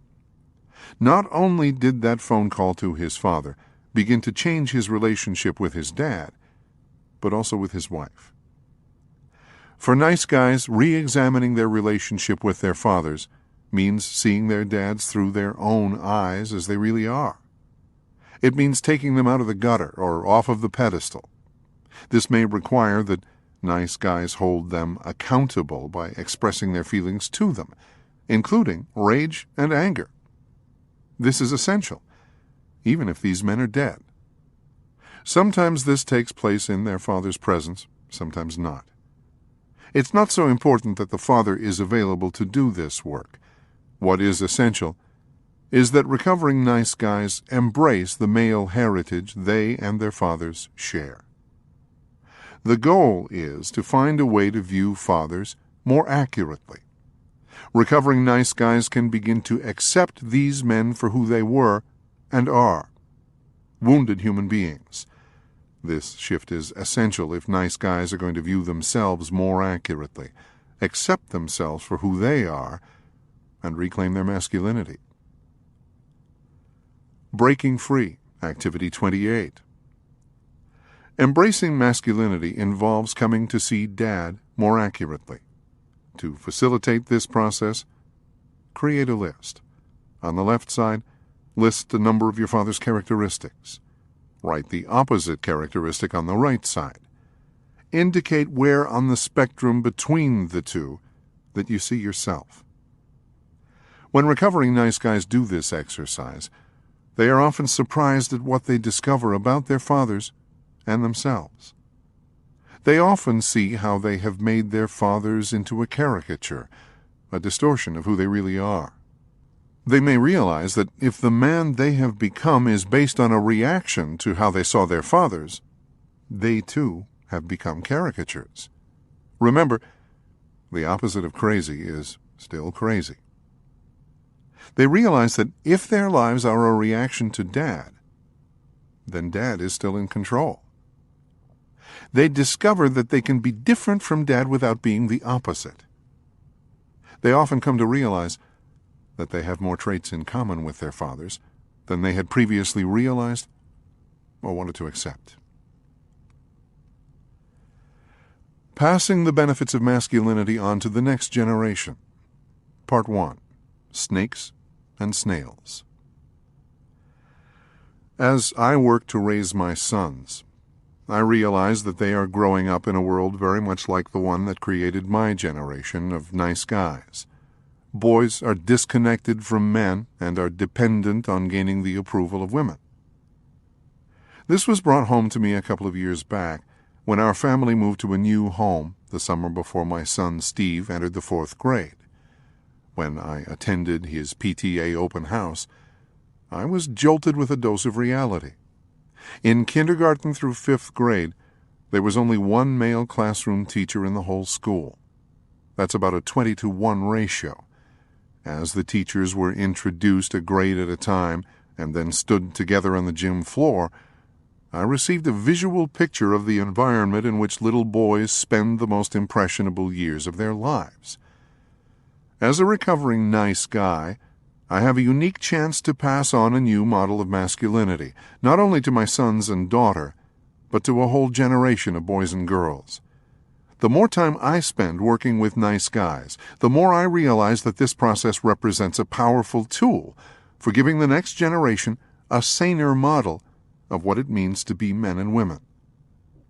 Unfortunately, our culture provides few rituals in which adult males help boys leave the comfort of a nursery ruled by women, home, preschool, school, and enter the world of adult manhood. Robert Bly discusses the importance of these rituals in his book Iron John. In primitive societies, Bly writes, the boys are pretty much raised by the women until early adolescence. When it is time for the boys to leave the sphere of female influence and move into the men's world, the men of the tribe stage a raid.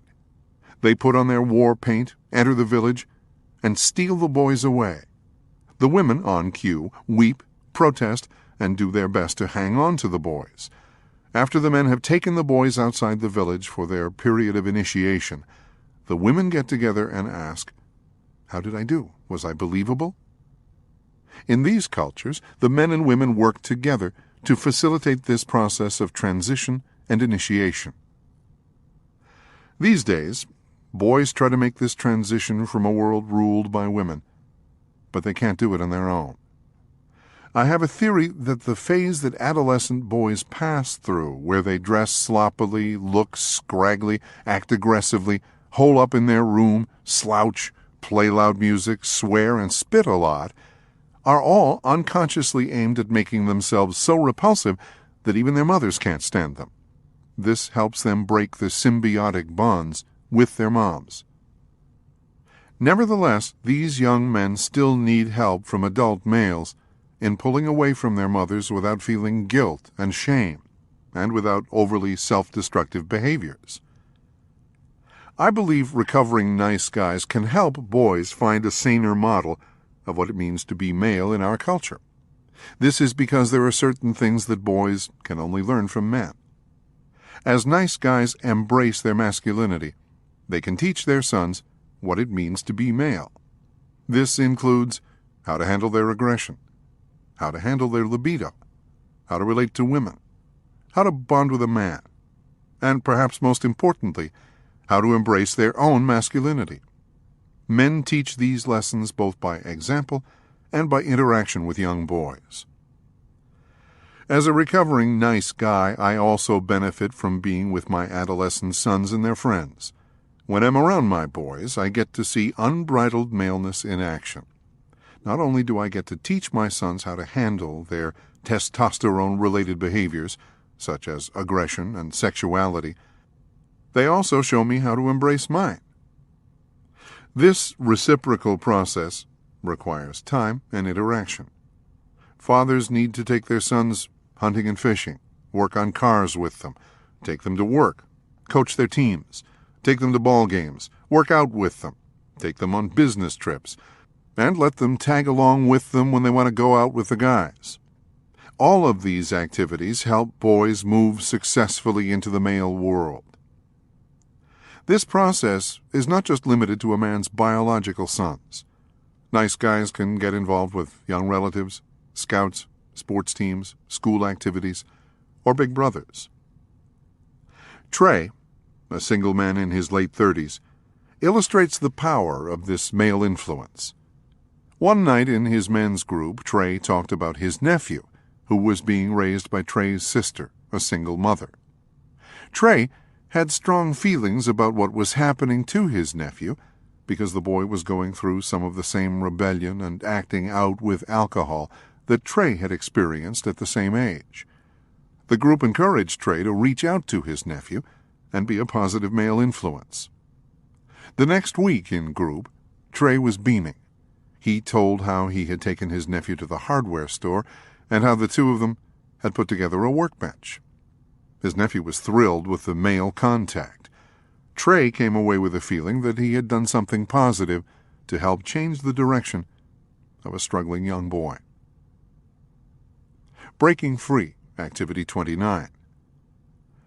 How can you provide a healthy male support system for the boys and young men you know?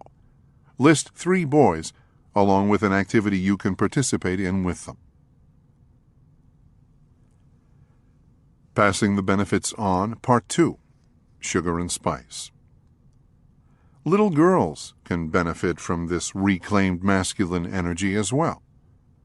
The men in one of my No More Mr. Nice Guy groups showed me the benefits of male energy on a young girl in a powerful way. One of the members, Lamar, had a 12-year-old daughter with bone cancer. She had to have a leg removed and undergo chemotherapy and radiation. As a result, she had spent countless days and nights in a hospital bed. One Friday evening, while Lamar was sitting at the hospital at his daughter's bedside, the members of his men's group showed up unexpectedly to take him out to dinner. In addition to providing masculine support for Lamar during a difficult time, the men also produced an unexpected dividend. Energized by their presence, Lamar's daughter sat up and received hugs from each guy. That night, she needed less medication and slept better than she had in weeks. The next day, all she could talk about was her guys who had come to visit her the night before. Recovering nice guys can show their daughters what a real man looks like. Girls benefit by seeing their fathers set boundaries, ask for what they want in clear and direct ways, work hard, create, produce, have male friends, and make their own needs a priority. As with little boys, girls can learn what it means to be male both by watching their fathers and by interacting with them.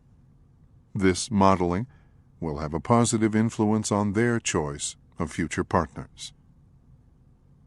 A no-lose situation. As nice guys reclaim their masculine energy, everyone wins. Not only does the recovering nice guy get to experience deeper bonds with men, but his relationships with women grow too. Perhaps most significantly, a whole new generation of boys and girls reap the benefits of seeing what a healthy male really looks like.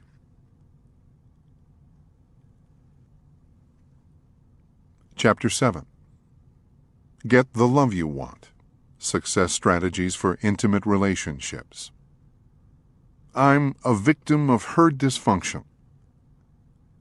Carl, a successful businessman in his mid-30s, began his first counseling session with the preceding analysis of his relationship with his wife Danita.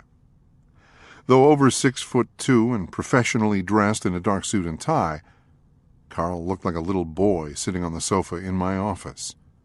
Carl's frustration and helplessness regarding his most intimate relationship was unmistakable. As Carl continued to talk about his marriage, it became apparent that he was intimidated by his wife Danita. He claimed she was angry all the time. When talking about her, he used adjectives like relentless and steamroller. Because of his fear of her anger, he lied to her and avoided interacting with her. In many ways, Carl revealed, Danita is just like my mother. There was just no pleasing Mom. I learned to just avoid her and tune her out when she was bitching. I really got good at lying and hiding what I didn't want her to know about. I guess I'm still pretty good at that today. As Carl brought the discussion back to the present, he revealed, every other area of my life is great. If it wasn't for Danita, my life would be perfect. I just don't think she knows how to be happy. Intimate strangers. In general, nice guys end up in my office for one of two reasons. Sometimes some hidden behavior, an affair, surfing for pornography on the internet, smoking pot, has blown up in their face and created a crisis with their wife or girlfriend. More often, their call to a therapist is motivated by some problem or dissatisfaction in their most intimate relationship. Their partner doesn't want to have sex as often as they do. She is depressed, angry, unavailable, or unfaithful, or all of the above. These men usually believe there is a simple answer to their problem. Some of them are sure everything will be okay if they can just stop doing that one thing that keeps making their partner so angry. The rest of them are convinced that if they can get their partner to change, then life will be great. A note. The majority of the men with whom I work are heterosexual. Though I have observed similar relationship issues with gay men, many of the examples I use in this chapter reflect male-female relationships. More often than not, I will use the pronoun she or her when referring to the nice guy's partner. Intimate relationships are often an area of great frustration and bewilderment for nice guys. Most nice guys profess a great desire for intimacy and happiness with their significant other. Nevertheless, intimacy represents an enigmatic riddle for the majority of these men. Here is what I have concluded after several years of observing countless nice guys.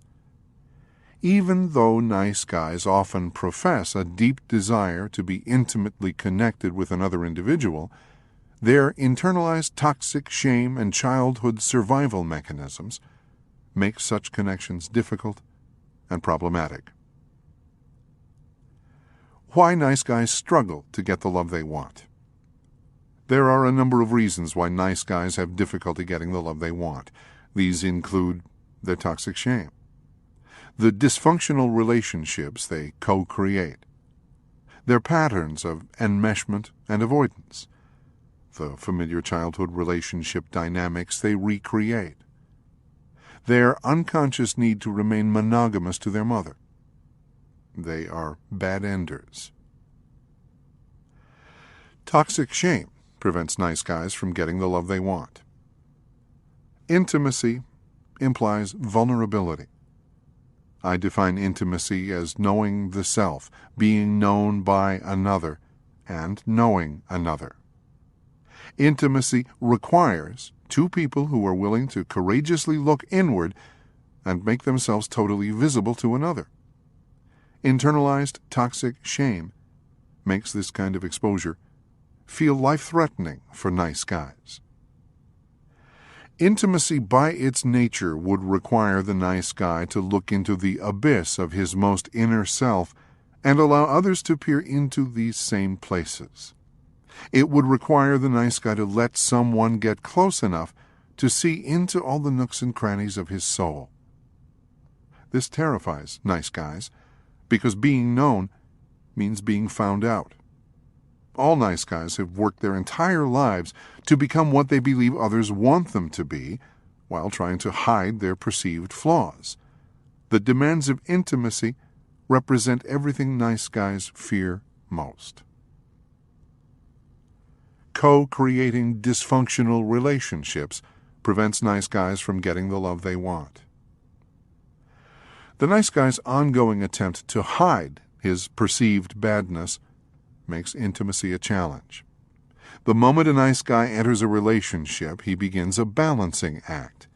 In relationships, a life and death struggle is played out to balance their fear of vulnerability with their fear of isolation. Vulnerability means someone may get too close to them and see how bad they are. Nice guys are convinced that when others make this discovery, these people will hurt them, shame them, or leave them. The alternative doesn't seem any better. Isolating themselves from others recreates the abandonment experiences that were so terrifying in childhood. In order to balance his fear of vulnerability and fear of abandonment, a nice guy needs help. He finds it in people who are equally wounded and also have difficulty with intimacy. Together, they co-create relationships that simultaneously frustrate all parties while protecting them from their fear of being found out. Even though it may look like many of the problems nice guys experience in relationships are caused by the baggage their partner brings with them, this is not the case. It is the relationship the nice guy and his partner co-create that is the problem. It is true that nice guys often pick partners who appear to be projects, and indeed, they do at times pick some pretty messed up people. The fact that these partners may have challenges. They are single moms, they have financial problems, they are angry, addictive, depressed, overweight, non-sexual, or unable to be faithful, is precisely the reason nice guys invite these people into their lives. As long as attention is focused on the flaws of the partner, it is diverted away from the internalized toxic shame of the nice guy.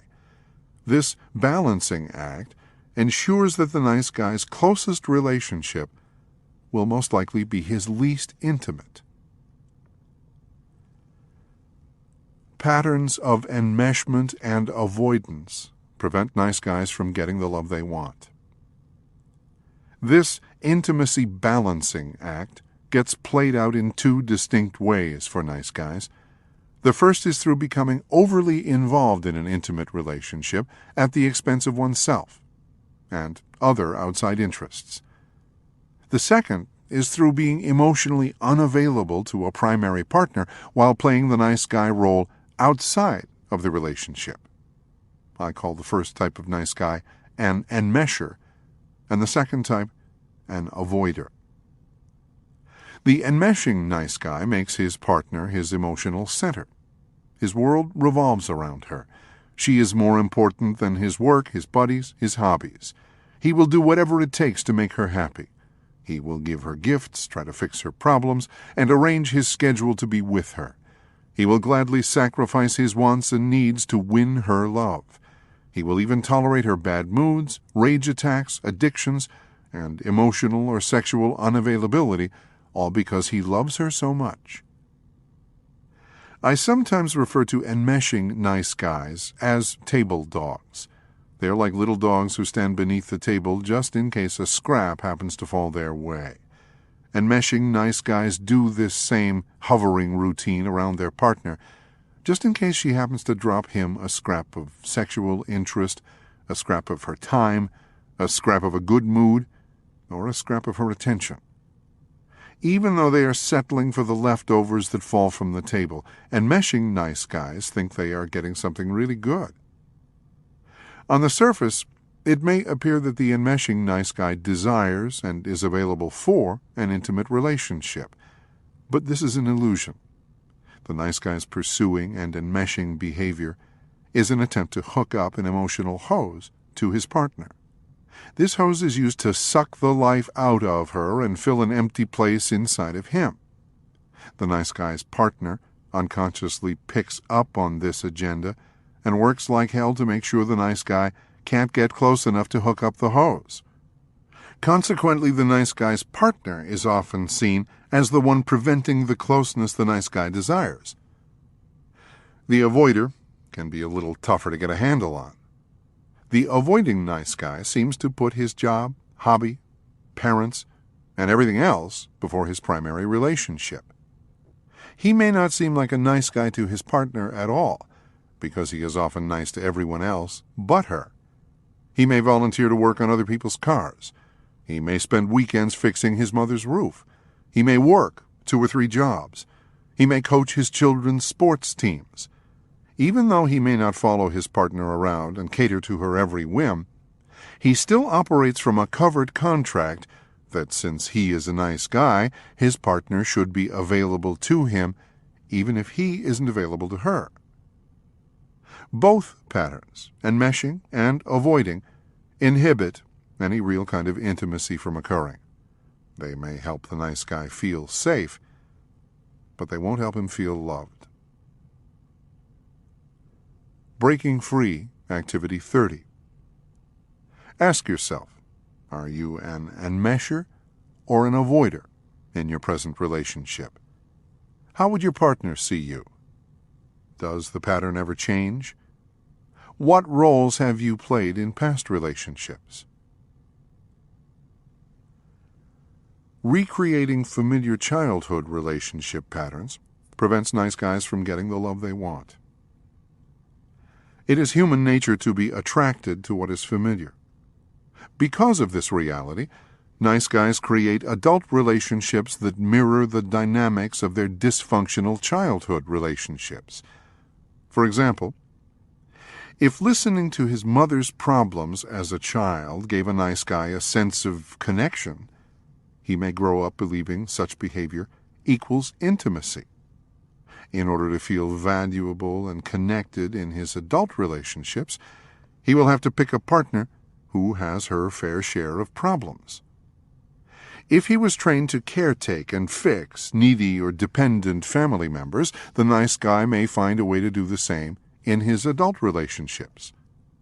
If he believed he could only get his own needs met after he had met the needs of other, more important people, the nice guy may sacrifice himself for the sake of his partner. If he was abandoned in childhood, he may choose partners who are unavailable or unfaithful.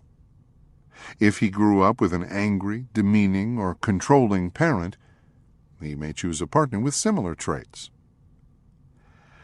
Occasionally, the person the nice guy chooses to help him recreate his childhood relationship patterns isn't the way he unconsciously needs her to be when the relationship begins.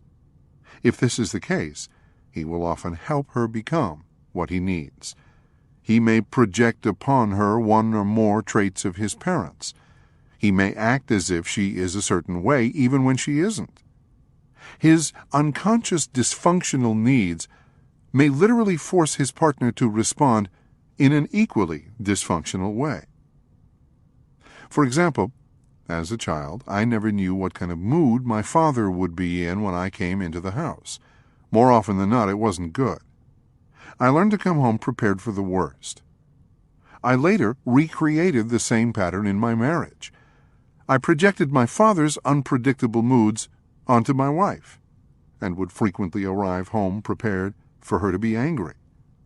Even if she was in a good mood, my defensiveness often triggered some kind of confrontation between us. Thus, Elizabeth came to look like my angry father, and I perpetuated a familiar, though dysfunctional, relationship dynamic. Breaking free. Activity 31. We tend to be attracted to people who have some of the worst traits of both of our parents. Instead of blaming your partner for your unconscious choice, identify the ways in which she helps you recreate familiar relationship patterns from your childhood. Share this with your partner. The unconscious need to remain monogamous to mom prevents nice guys from getting the love they want. The tendency of nice guys to be monogamous to their mothers seriously inhibits having a genuinely intimate relationship with a partner in adulthood. Nice guys are creative in finding ways to maintain this childhood bond. What all of these behaviors have in common is that they all effectively ensure that the nice guy will not be able to bond in any significant way with any woman except his mother. Breaking free. Activity 32. The following are a few of the ways nice guys unconsciously maintain a monogamous bond to their mothers. Look over the list. Note any of the behavior patterns that may serve to keep you monogamous to your mother. Share this information with a safe person. Over-involvement with work or hobbies. Creating relationships with people who need fixing. Addictions to drugs or alcohol. Sexual addictions to pornography, masturbation, fantasy, chat lines, or hookers. Affairs. Sexual dysfunction, lack of desire, inability to get or maintain an erection, or premature ejaculation. Forming relationships with women who are angry, sick, depressive, compulsive, addicted, unfaithful, or otherwise unavailable. Avoiding intercourse, or taking vows of celibacy. Being bad enders prevents nice guys from getting the love they want. Finally, nice guys have difficulty getting the love they want because they spend too much time trying to make bad relationships work. Basically, nice guys suffer from the age-old problem of looking for love in all the wrong places. If a nice guy spends all of his time stuck in a bad relationship, it pretty much guarantees he won't find one that might work better. When healthy individuals recognize that they have created a relationship that is not a good fit, or that a partner they have chosen lacks the basic qualities they desire, they move on. Not nice guys. Due to their conditioning, nice guys just keep trying harder to get a non-workable situation to work, or get someone to be something they are not. This tendency frustrates everybody involved.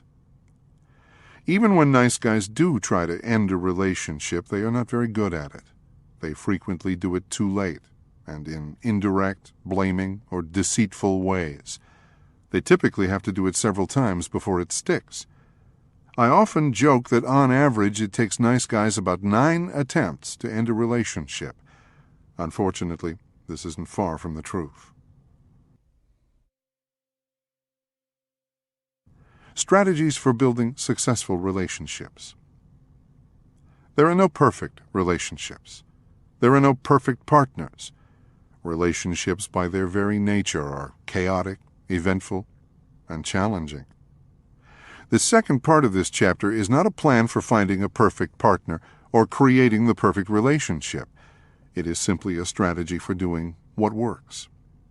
By adapting the points below and changing the way in which they live their lives, recovering nice guys will change the way they have relationships. Nice guys can approve of themselves, put themselves first, reveal themselves to safe people, eliminate covered contracts, take responsibility for their own needs, surrender, dwell in reality, express their feelings, develop integrity, set boundaries, embrace their masculinity. Previous chapters have included illustrations of what can happen to relationships when nice guys begin to make these life changes. Let's examine a little more closely how applying a couple of these life strategies can help recovering nice guys get the love they want. A warning. If you are in a relationship, the program of recovery from the nice guy syndrome presented in this book will seriously affect you and your partner. One of two things will happen. 1. Your present relationship will begin to grow and evolve in exciting and unpredictable ways. 2. Your present relationship will be sent to a long overdue grave. Learning to approve of themselves helps nice guys get the love they want. The essence of recovery from the nice guy syndrome is the conscious decision to live one's life just as one desires. I frequently encourage recovering nice guys to be just who they are without reservation. I support them in deciding what is right for them and being that with all of their energy for the whole world to see. The people who like them just as they are will hang around. The people who don't won't. This is the only way to have a healthy relationship. No one really wants to believe that they have to be false or hide who they really are to get someone to love them or stay with them. Yet this is a common dynamic in the intimate relationships nice guys create. George is a good example of what can happen when a recovering nice guy decides to start pleasing himself and stop pleasing his partner. Throughout his relationship with his wife Susan, George's primary goal was to make her happy. Over a period of 5 years, George gave up hunting and fishing, 2 of his passions, quit hanging out with his friends, turned the control of his finances over to Susan, and supported her in quitting her job because she was unhappy at work. These changes occurred gradually. All were an attempt on George's part to please Susan. Nevertheless, Susan was rarely happy. By the time George joined a No More Mr. Nice Guy group, he felt helpless and resentful and was ready to leave his wife. George saw Susan as the cause of the frustration he was feeling. George spent the first few weeks in our group complaining about his wife. Eventually, the group members began to confront George on his victim role and challenged him to do something different instead of blaming Susan. It took a few more months, but George began to change. The most significant change was a conscious decision to quit trying to make Susan happy. He realized that his attempts to please her weren't working and were causing him to feel resentful. George began by setting aside 1 weekend a month to go hunting or fishing. When Susan tried several different methods to manipulate him or guilt him out of his decision, he held fast. Next, instead of handing his paycheck over to Susan to control, he began giving himself an allowance to spend how he wanted. This, too, drew resistance from his wife. Perhaps the most frightening step was when George set up a budget and told Susan that if she wanted more control over the income, she would have to go back to working full-time. Ironically, 2 things began to happen. George felt less like a victim and actually started having more positive feelings toward Susan. Second, Susan began taking charge of her own life and became less dependent on George. After about a year in the group, George shared how much more content he was and how much his marriage had improved. He gave credit to the group members who supported him in finding the courage to start pleasing himself and stop trying to make Susan happy. Breaking Free, Activity 33. List some of the ways you try to please your partner. What changes would you make if you did not have to worry about making her happy? Setting boundaries helps nice guys get the love they want. The subject of boundaries was presented in Chapter 5. Nowhere is the issue of boundary setting more important for nice guys than in their most intimate relationships. By setting healthy boundaries with their partners, nice guys create situations in which both they and their partner can feel safe to be vulnerable and experience true intimacy. I show nice guys, often with their partners watching, how to step up to their line and set boundaries. On more than one occasion, I have had the partner of a nice guy applaud during the demonstration. The nice guy will turn slack-jawed and say, "You mean you want me to stand up to you, dear?" "Of course I do," she will respond. "I don't want to be married to someone I can walk all over." Then I warn him. Your wife is telling you the truth. She doesn't feel safe knowing she can push you around. She wants to know that you will stand up to her.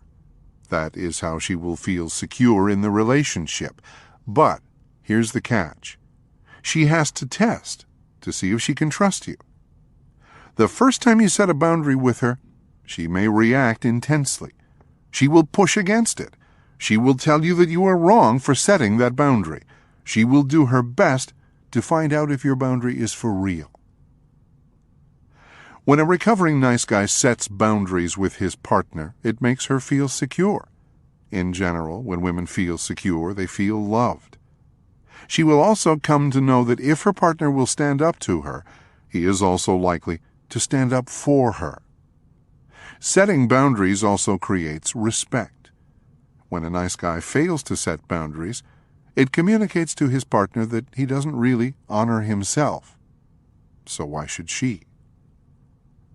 To help nice guys decide if they need to set a boundary with a particular behavior, I have them apply the second date rule.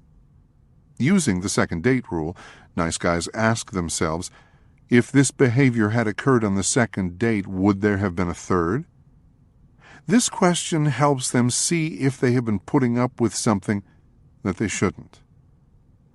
When trying to decide how to deal with a behavior they have deemed unacceptable, I encourage nice guys to apply the healthy male rule. Following this rule of thumb, they simply ask themselves, how would a healthy male handle this situation? For some reason, just asking this question connects them with their intuitive wisdom and helps them access the power they need to respond appropriately. Once the nice guy knows he can set a boundary anytime he needs to, he can let people move toward him, get close, have feelings, be sexual, and so on. He can let these things happen because he is confident that at any point, if he begins to feel uncomfortable, he can say stop, no, or slow down, or can remove himself. He can do whatever he needs to do to take care of himself. Breaking Free, Activity 34. Are there any areas in your personal relationships in which you avoid setting appropriate boundaries? Do you tolerate intolerable behavior? Avoid dealing with a situation because it might cause conflict? Not ask for what you want? Sacrifice yourself to keep the peace? If you applied the second date rule or the healthy male rule to these situations, how might you change your behavior? Additional strategies for happy, healthy relationships. In addition to the program of recovery presented in previous chapters of No More Mr. Nice Guy, there are a few additional strategies that will help nice guys get the love they want. These include focusing on the relationship, not their partner. Not reinforcing undesirable behaviors. Doing something different. Focusing on their relationship, not their partner, helps nice guys get the love they want. Wounded people are attracted to wounded people. When nice guys enter a relationship, they frequently choose partners who look more dysfunctional than they do. This creates a dangerous illusion that one of them is sicker than the other. This is a distortion, because healthy people are not attracted to unhealthy people and vice versa. I frequently tell couples that if you have one obviously wounded person in a relationship, you always have two, no exception.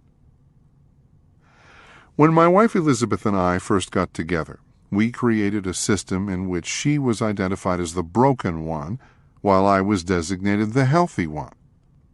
These scripts worked well for both of us until she started going to counseling. One day, she came home from a therapy session and announced that she had discovered that I was just as messed up as she was.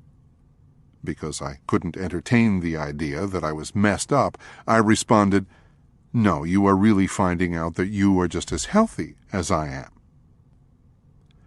The relationship system we had created together allowed both of us to play familiar yet dysfunctional roles.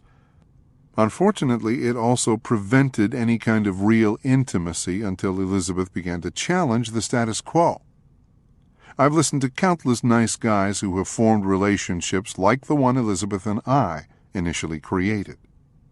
These men have the belief that they are victims to their sick partner's dysfunction. This illusion keeps everyone involved stuck in repetitive, ineffective patterns. By focusing on their relationship instead of their partner, recovering nice guys are able to use their partner to get in touch with their childhood experiences of abandonment, neglect, abuse, and smothering. They can use this information to better understand why they have created the kind of relationship system they have. This process enables them to make changes that allow them to get what they want in their intimate relationships. Instead of saying, "If she would just," the recovering nice guy has to ask, "Why did I need to co-create this relationship? How does this relationship let me play familiar roles? How does this relationship let me meet unconscious needs? Why did I invite this person into my life?" When the recovering nice guy begins asking these kinds of questions, he can begin to see his significant other as a partner in healing. This not only shifts how he views his partner, but also allows him to address childhood issues that prevent him from having a truly intimate relationship. In the beginning of this chapter, we met Carl, whose wife, Danita, seemed as hard to please as his cold, critical mother. Carl never knew when his mom might get angry, criticize, or shame him. In adulthood, Carl co-created a similar dynamic with Danita. When she got angry, Carl would use all of his childhood survival mechanisms, like avoidance and withdrawal, to try to cope. Carl would accuse Danita of being angry all the time and would walk on eggshells to avoid upsetting her. Carl would tell himself, "I don't deserve this." He would then retreat and create escape scenarios in his head. The relationship began to shift when Carl came to see Danita as a gift whom he invited into his life to help him clean out his old issues around his fear of angry and critical people. As Carl made this shift, several things began to happen. He began to have grief for what he went through as a child. He began standing up to Danita rather than avoiding and withdrawing. As he came to see Danita's anger as a result of her own childhood wounding, Danita began to look less and less angry to him. As his view of his wife began to shift, Carl began to feel more loving toward Danita, and their relationship began to show marked improvement. Breaking Free, Activity 35. The next time you find yourself feeling frustrated, resentful, or rageful at your partner, ask yourself these questions. Why have I invited this person into my life? What do I need to learn from this situation? How would my view of this situation change if I saw it as a gift? Not reinforcing undesirable behaviors helps nice guys get the love they want. A couple of years ago, we bought a Weimaraner puppy. We decided that if we were going to have a big dog in the house, we should take him to obedience school. One of the first lessons we learned was that we were the ones who needed obedience training. Most dogs that behave badly, we found out, have been conditioned to do so by ignorant or inconsistent owners. In many ways, humans aren't much different from pets. People often behave the way they have been trained to behave. For example, if a person gives his dog a treat when he pisses on the carpet, the dog will keep pissing on the carpet. The same is true for humans. If the nice guy reinforces his partner's undesirable behaviors, she will keep behaving in undesirable ways. Here is the irony for nice guys. Nice guys like the idea of a smooth and problem-free relationship. Typically, if their partner is unhappy, depressed, angry, or having a problem, they will jump right in and try and fix it or make it better. They believe that by doing so, they will make the problem go away, and everything will quickly get back to normal. Unfortunately, this is like giving a dog a treat for pissing on the carpet. Every time a nice guy responds to or pays attention to a behavior he would like to eliminate, he is actually reinforcing that very behavior. This reinforcement increases the likelihood that that behavior will occur again. For example, Joe's wife frequently came home from work in a silent rage over some problem she experienced with a coworker. It bothered Joe when his wife was in this mood. In an attempt to relieve his anxiety, he would ask his wife what was wrong. After a little coaxing, she would spend the next couple of hours venting to Joe about how mistreated she was at work. Joe would listen and offer helpful suggestions, hoping that by doing so, she would get over her mood. In his attempt for short-term anxiety relief, Joe had actually helped create a long-term problem. Every time he asked his wife what was wrong, listened for hours, and offered advice, he was actually reinforcing a behavior pattern he found undesirable. In dog obedience school, we learned that if you want an undesirable behavior to go away, you stop paying attention to it. The same is true in relationships. Like many nice guys, Joe felt like a victim to his wife's behavior.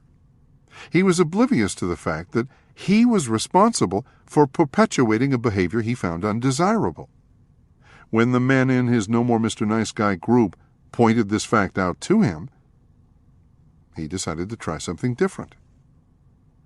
The next time his wife came home in a silent, withdrawn mood, he didn't say anything. He ate dinner in silence and then went out to the garage. Even though he felt intense anxiety, he resisted his impulses to try to fix his wife. As he lay awake in bed that night, the deafening silence kept him awake for hours. The next morning, the silence continued. Joe was afraid this behavior might go on forever. In an attempt to relieve his anxiety, he tried making a little small talk. His wife responded with one-word answers and left for work. That evening, it seemed as if a miracle had occurred. Joe's wife came home from work in a good mood and asked Joe if he wanted to go for a walk. While walking, she told him how she had resolved the previous day's problem. Joe revealed to his wife how uncomfortable it had made him to not try to fix her problem the previous evening. She responded by telling Joe that she didn't want him to try to fix her problems, and that she liked it better that he had given her some space to work it out on her own. Doing something different when beginning a new relationship helps nice guys get the love they want. For nice guys who see a relationship come to an end, or for the ones who are presently single, I encourage them to take a different approach when beginning new relationships. Relationships are messy, and there is no way to eliminate the bumps and potholes, but we don't have to make them any more difficult than they already are. This is one area where I strongly encourage nice guys to do something different. That is, enter relationships with a healthy agenda rather than an unconscious, dysfunctional one. Doing something different means choosing a different kind of partner. A fixer-upper may be a fun challenge when it comes to restoring a car, but it's a terrible way to choose a partner. Nice guys have a tendency, due to their own insecurities, to pick partners who seem like they need a little polishing. Because they don't know why a healthy or independent person would want them, they settle for a diamond in the rough. They tend to pick partners who have had troubled childhoods, are sexual abuse survivors, have had a string of bad relationships, are depressed, are having money problems, are overweight, or are struggling single moms. Then they go to work operating from a covered contract, fixing, caretaking, and pleasing, all with the hope that she will turn out to be a polished gem. Unfortunately, this strategy rarely works. When recovering nice guys create relationships with people who don't need fixing, they improve their odds of finding the love they want. This doesn't mean searching for the perfect partner, just one who is already taking responsibility for her own life. Over time, the members of my No More Mr. Nice Guy groups have come up with a number of traits to consciously look for when creating new relationships. These traits include, in no particular order, passion, integrity, happiness, intelligence, sexual assertiveness, financial responsibility, commitment to personal growth. Nice guys who are already in a relationship may find it unsettling if their current partner doesn't fare well by this list, especially if it is the nice guy doing the evaluating. That doesn't mean they need to jump out of the relationship and go looking for greener pastures. Instead, I encourage these men to first begin addressing their own behaviors and look at why they needed to create the kind of relationship they have with their present partner. Finding a new partner won't be the solution if the nice guy still needs the same kind of relationship. I have found that when recovering nice guys begin dealing with their own dysfunctional patterns, their relationships also begin changing. At times, these changes cause them to reevaluate their desire to get out. Sometimes they confirm it is time for a change. Nice guys have a strong tendency to try to do everything right. This list isn't meant as a magic formula. There are no perfect people and no perfect relationships. But by consciously looking for the traits listed above in a prospective partner, nice guys can save themselves a lot of grief and improve their chances of actually finding what they are looking for. Doing something different also means refraining from being sexual in new relationships. Nice guys must give themselves a chance to accurately evaluate the traits listed above by staying out of bed with a person until they really get to know her. Once the sex begins in relationships, the learning stops. Sex creates such a powerful bond that it is difficult to accurately evaluate the appropriateness of a new relationship.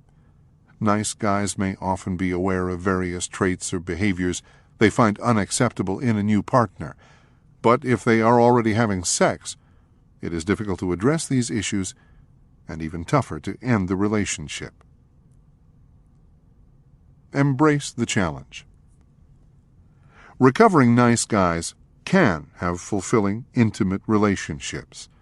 Life is a challenge, and so are relationships. As they implement the recovery strategies presented in this book, recovering nice guys put themselves in the position to embrace these challenges and get the love they want. Chapter 8. Get the sex you want. Success strategies for satisfying sex. Take everything written about nice guys in this book. Their shame, their sacrifice of self, their approval seeking. They're doing the opposite of what works. Their indirectness, their caretaking, their covert contracts, their controlling behavior, their fear, their dishonesty, their difficulty receiving, their dysfunctional relationships, their loss of masculine energy. Now, put them all in a great big container, shake them up, open the lid, look inside, and you'll have a pretty good view of how nice guys do sex. For nice guys, sex is where all of their abandonment experiences, toxic shame, and dysfunctional survival mechanisms are focused and magnified.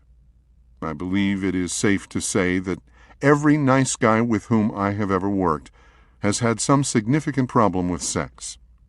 These problems are manifested in many ways, but the most common are not getting enough. This is by far the most common sexual complaint of nice guys. The focus of this problem is frequently directed at a seemingly sexually inhibited or unavailable partner, or the unavailability of women in general. Having to settle for less than satisfying sex. Nice guys often settle for bad sex, believing that it is better than no sex at all. Again, the blame is often focused on the nice guy's partner. Sexual dysfunction. This usually takes the form of an inability to get or maintain an erection or premature ejaculation.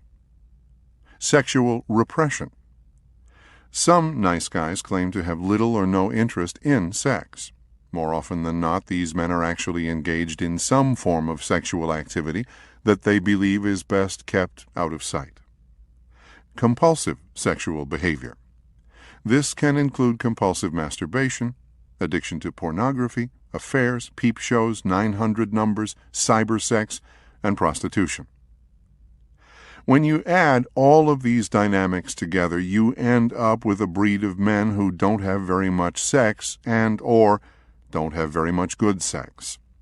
Even though most nice guys have a tendency to focus on factors outside of themselves as the cause of this problem, the opposite is closer to the truth. It is nice guys themselves who are masters at making sure that their sex lives are less than satisfying. Shame and fear. The difficulty nice guys have with sex can be directly linked to two issues: shame and fear. All nice guys have shame and fear about being sexual and about being sexual beings. In my experience, this is probably the most difficult concept for nice guys to understand and accept about themselves. This is so important, I will say it again. All nice guys have shame and fear about being sexual and about being sexual beings. If you could peel back a nice guy's brain and find the part of the unconscious mind that controls sex, here is what you would find. Memories of childhood experiences that made him feel like he was bad. The pain of not getting his needs met in a timely, healthy manner. The effects of growing up with sexually wounded parents. The sexual distortions and illusions of a really screwed-up society. The absence of accurate sexual information when it was needed. The sexual guilt and shame associated with centuries of religious influence. The effects of covert sexual bonds created by his mother. The trauma of sexual violations. The memories of early sexual experiences wrapped in secrecy. The distorted and unrealistic images of bodies and sex in pornography. The shame of hidden compulsive behaviors. The memories of previous sexual failures or rejections. Every time a nice guy has a sexual feeling or is in a sexual situation, he must negotiate through all of this unconscious baggage. Nice guys find numerous creative ways to avoid or distract themselves from their sexual shame and fear. Unfortunately, these avoidance and distraction mechanisms prevent nice guys from having much of anything that resembles a good sex life. These avoidance and distraction mechanisms include avoiding sexual situations and sexual opportunities, trying to be a good lover, hiding compulsive sexual behaviors, repressing their life energy, settling for bad sex. Avoidance of sexual situations and sexual opportunities prevents nice guys from getting the sex they want. As odd as it may sound, nice guys find many creative ways to avoid sex. I have coined the term vagophobia to describe this propensity. Vagophobia is a syndrome where the penis tries to stay out of vaginas or gets out quickly once it is in. While this survival mechanism may help protect the nice guy from having to experience his shame and fear, it also guarantees he won't have very much sex. Alan could be the vagophobia poster child. Alan began therapy due to a problematic habit of entering into sexualized relationships outside of his marriage. Some of these trysts became overtly sexual, yet none were ever consummated with intercourse. The problem came to a head after he began a relationship with one of his wife's girlfriends, and his wife found an incriminating note in his coat pocket. In therapy, Alan revealed that he liked the attention of women. In social situations, he always felt more comfortable connecting with women. Over time, it became apparent that, due to childhood conditioning, a monogamous bond with his mother, the decision to be different from his father, and the effects of fundamentalist religious teachings, Alan found creative ways to get the attention of women while avoiding putting his penis in their vaginas. I refer to this common nice guy behavior as flirting without fucking.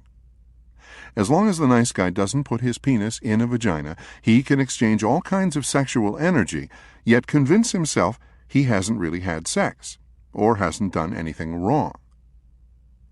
On one occasion, Alan shared an example with his No More Mr. Nice Guy group of this behavior. Alan had been on a business trip, traveling with a coworker, a young woman whom Alan found very attractive. During the trip, they flirted and exchanged sexual innuendos. One evening they sat in the bar and talked about their lives. The evening ended with some slow dancing. The next evening, after drinks, the woman invited Alan to join her in the hot tub. She showed up in a revealing string bikini. While in the hot tub, she sat on Alan's lap, and they kissed passionately. Even though he was very aroused, he turned down her offer to go up to her room because he didn't want to jeopardize their working relationship. This story is consistent with Alan's lifelong avoidance of vaginas. Alan had a couple of girlfriends in high school, but whenever the girls got serious and wanted to move beyond petting, Alan felt smothered and broke up. Alan portrayed his wife as being sexually withdrawn. One factor that contributed to this situation was that Alan would never directly initiate sex.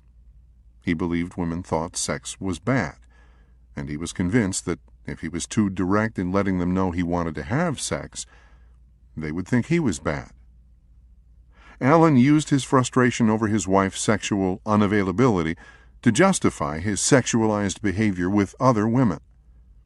Interestingly enough, Alan had a consistent knack of only flirting with women that weren't very likely to be available to consummate a relationship with him. On the rare occasion that he guessed wrong, Alan would find some good reason to not follow through with what he had started. Trying to be a good lover prevents nice guys from getting the sex they want. It is not unusual for nice guys to pride themselves on being good lovers.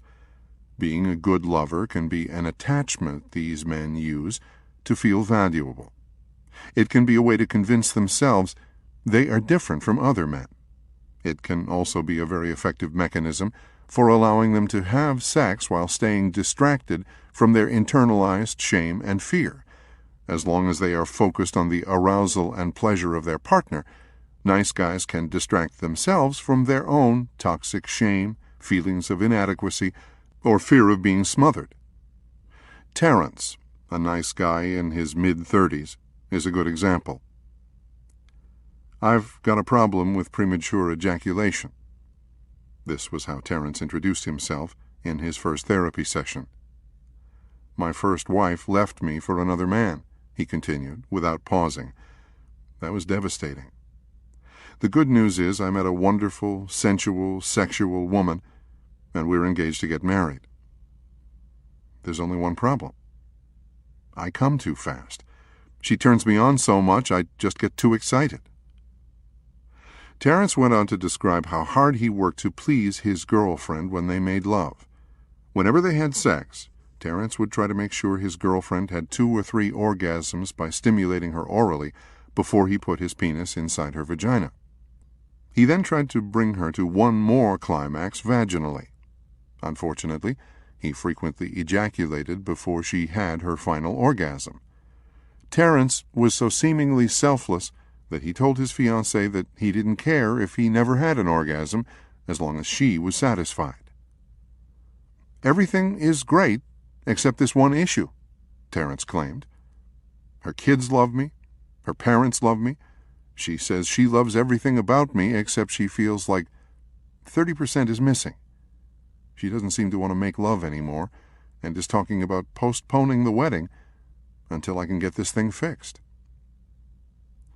Most of the time, nice guys like Terence are totally unaware of how much they are missing by trying to be great lovers. When nice guys set out to be great lovers, they are actually creating a recipe for boring sex. Sex that focuses on trying to please the other guarantees a routine, do-what-worked-last-time kind of experience.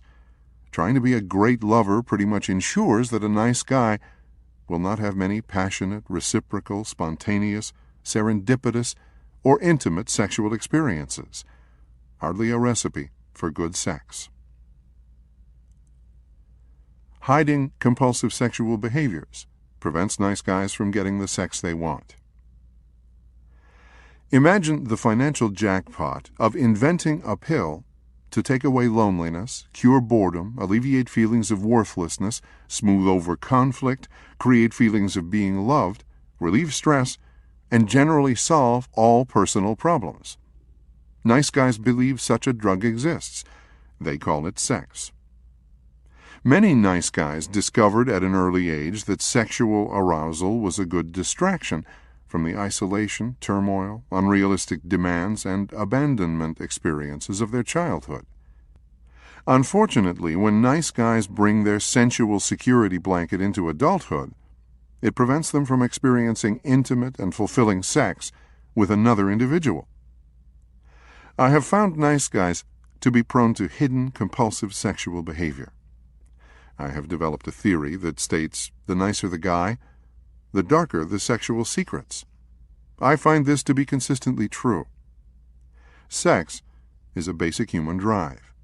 Because most nice guys believe they are bad for being sexual, or believe that other people will think they are bad, sexual impulses have to be kept hidden from view. The nice guy's sexuality doesn't go away, it just goes underground. Therefore, the more dependent a man is on external approval, the deeper he is going to have to hide his sexual behavior. Lyle, a computer programmer in his mid-40s, provides a poignant example of this connection. Everybody liked Lyle. He was one of those guys who didn't seem to have any rough edges. A devout Christian, Lyle taught Sunday school and was always willing to help anyone in need. Lyle's life seemed perfect. There was only one hitch. He was secretly addicted to pornography. Growing up in an evangelical Christian home, he first discovered this drug when he was 9. A loner as a child, Lyle would spend hours in his tree fort looking at pictures of naked women. With his pornography, he never felt alone. 15 years into his marriage, Lyle's habit remained a well-kept secret. Over the years, his compulsive behavior expanded to renting adult videos, visiting peep shows and strip bars, and calling 900 numbers. Most recently, his obsession had found flight in cyberspace. Frequenting sex chat rooms, he carried on a number of sexual relationships with faceless surfers on the internet. Periodically during their marriage, Lyle's wife would confront him over their lackluster sex life.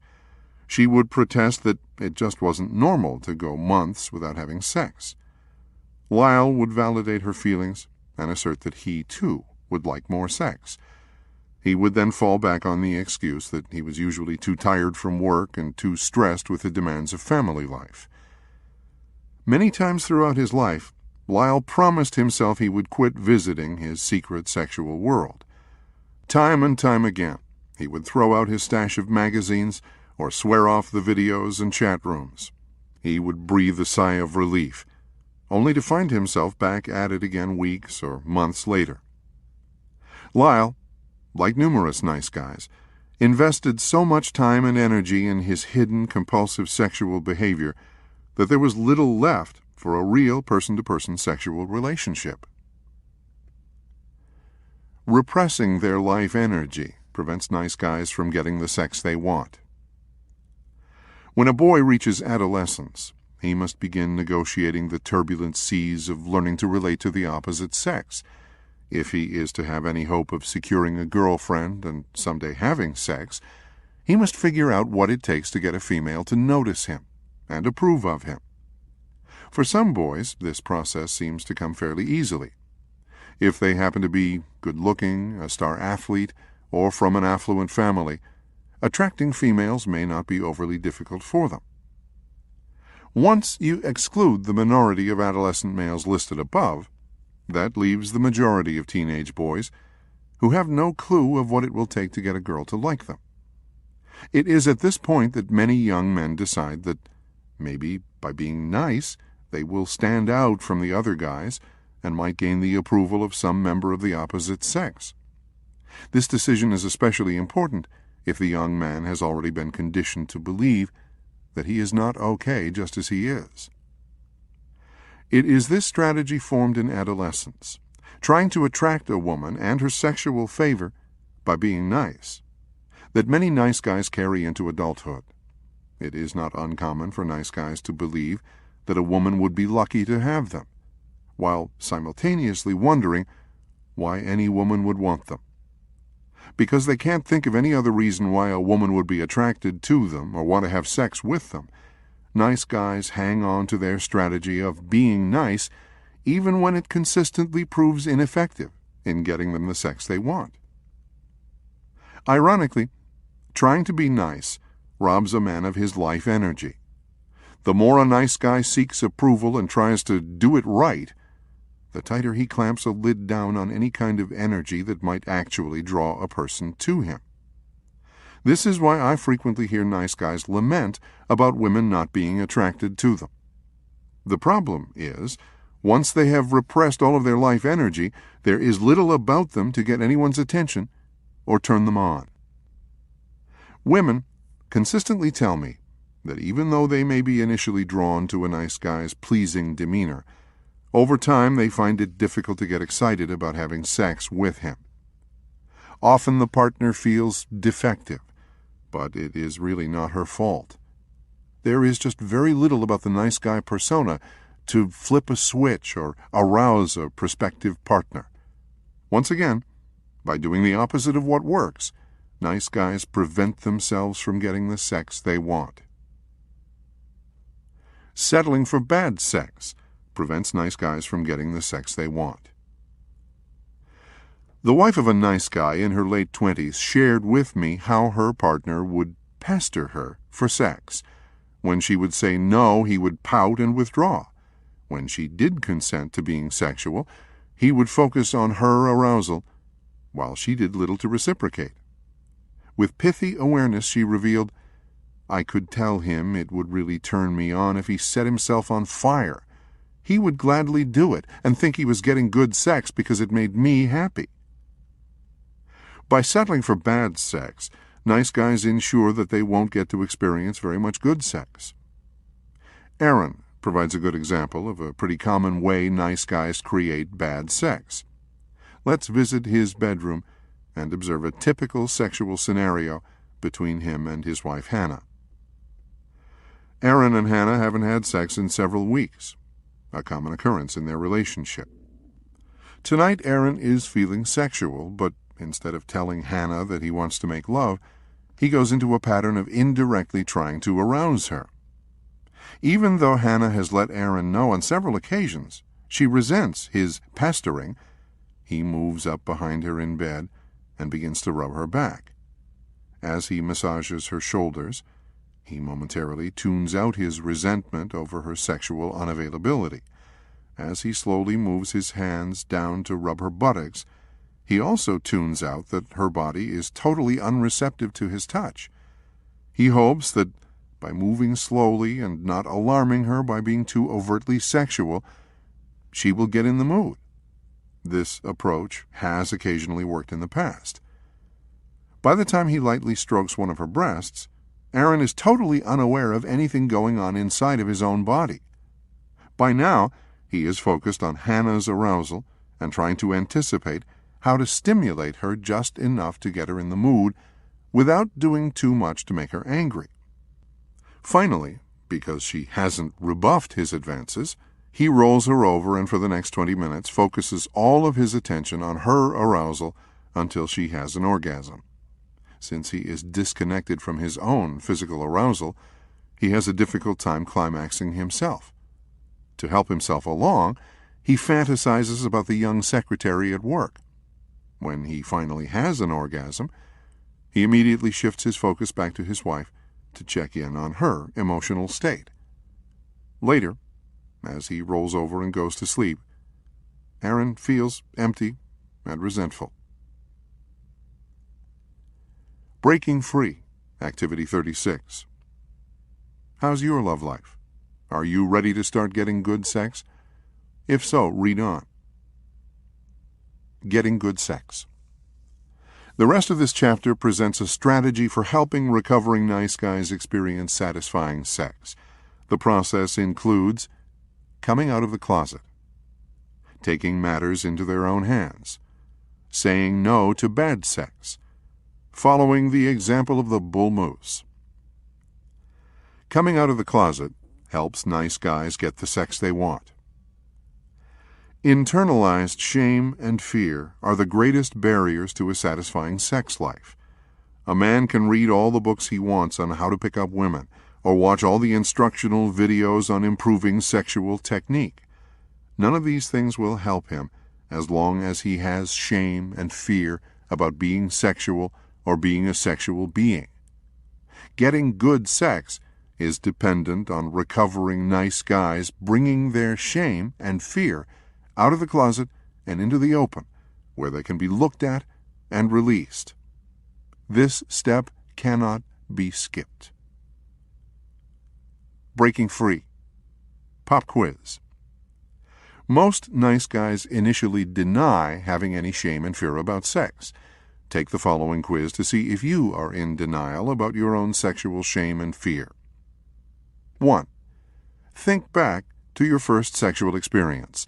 Was it A, a joyous experience which you could share with family and friends?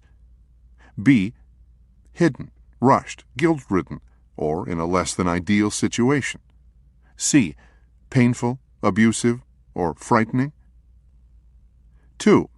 When it comes to masturbation, A, do you and your partner talk openly and comfortably about the subject? B, would there be a crisis if your partner caught you doing it? C, do you do it compulsively or in secret? 3. When it comes to your sexual experiences, thoughts, or impulses, A, you are comfortable revealing everything about yourself to your partner. B, you have secrets that you have never shared with anyone. C, some aspect of your sexuality has caused a crisis in an intimate relationship. D, at some time in your life you have tried to eliminate or limit some problematic sexual behavior. If you answered anything but A on any of the questions, you have sexual shame and fear. Read on.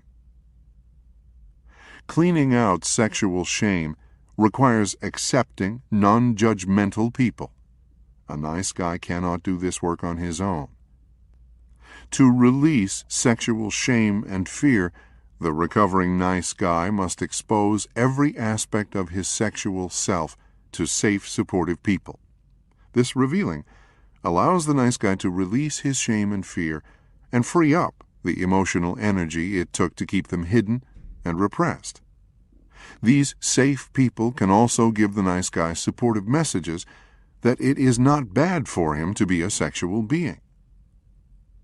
Lyle, introduced earlier in the chapter, is a good example of how recovering nice guys can bring their sexual shame and fear out of the closet. Lyle was a good Christian husband and father who struggled with compulsive sexual behavior. Everything came crashing down for Lyle when his wife found a phone bill and called some of the strange numbers. She was bewildered and devastated. Never in her wildest dreams, or nightmares, did she think that Lyle might be involved in anything like pornography or phone sex. Little did she know she had just discovered the tip of the iceberg. Confronted with the evidence, Lyle initially feigned surprise and denied any knowledge of its origin. Finally, he broke down and told all.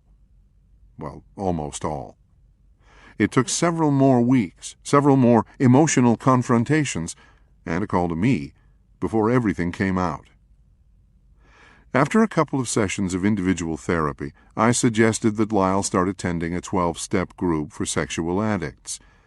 This idea initially terrified Lyle, but he knew he would have to do something radically different if he wanted to free himself of his compulsion and experience true sexual intimacy. To his surprise, revealing his long-kept secrets in the presence of other recovering sex addicts wasn't as difficult as he feared. In time, he began to look forward to the opportunity to talk about himself with safe people. Every time he revealed some secret thought or act, he felt a sense of relief, as if a weight had been lifted from his shoulders. As Lyle revealed his fear and shame to safe people, he found that he was less interested in his hidden compulsive behaviors.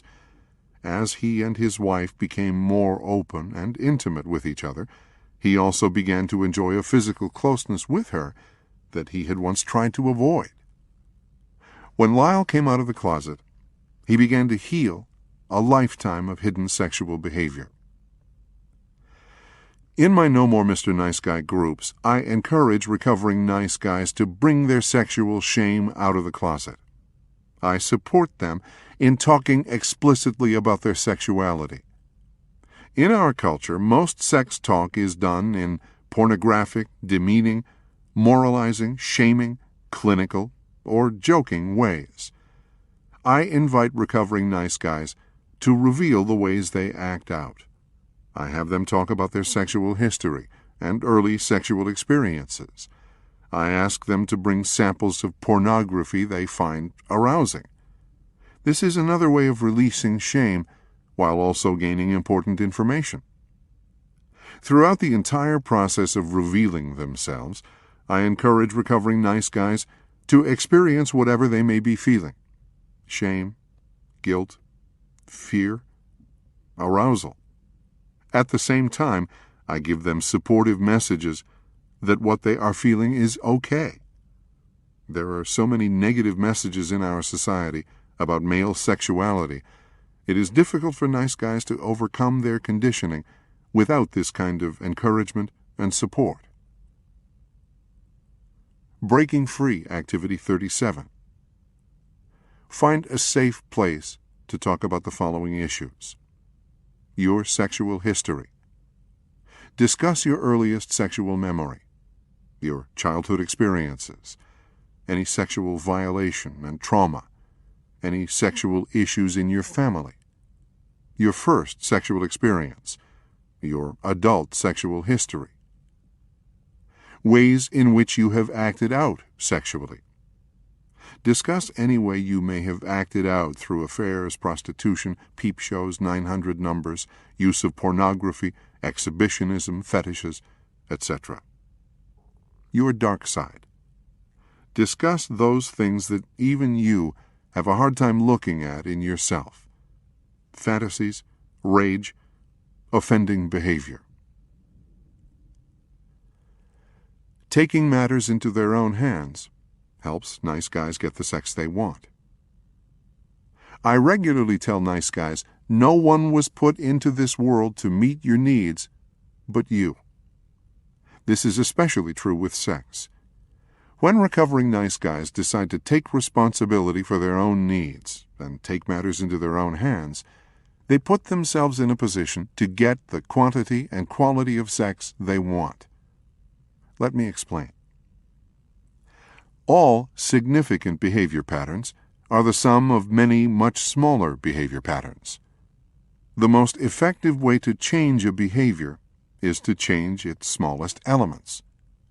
For example, if a nice guy is not getting as much sex as he wants, or isn't getting the kind of sex he wants, the only way to change this behavior pattern is to change its smallest components. Rather than going out and trying to have more sex, it is more effective to change the little things that create the overall pattern of not getting much sex. Change the little things, and the big picture changes as a result. Before nice guys can have exciting, passionate, and fulfilling sexual experiences with other people, they must learn how to have the same with themselves. By taking matters into their own hands, by practicing healthy masturbation, recovering nice guys can change the most basic dynamics that shape the bigger picture of how they do sex. Consider the logic. Until a nice guy can be sexual with himself without shame, he won't be able to be sexual with another person without shame. Until a nice guy is comfortable giving pleasure to himself, he won't be able to receive pleasure from someone else.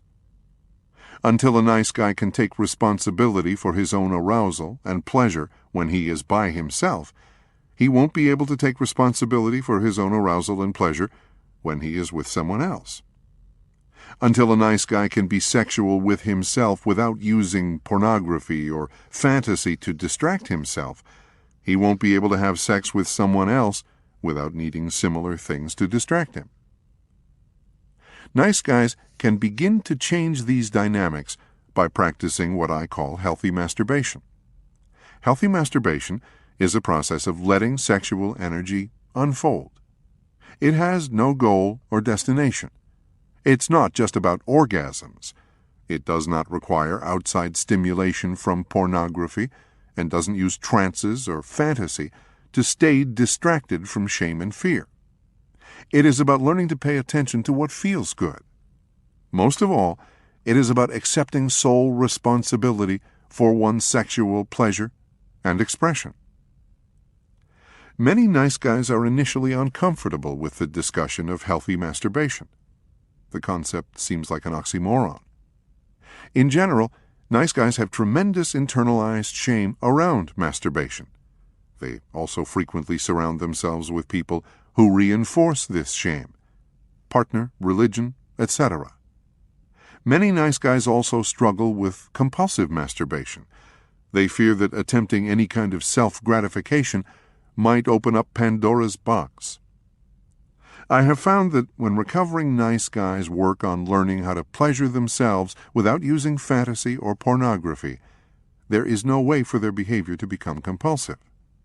I have also found that when they share the experience with other non-judgmental men, their shame diminishes rapidly. A note about pornography. I am not opposed to pornography legally or morally, but I think it is bad for men for several reasons.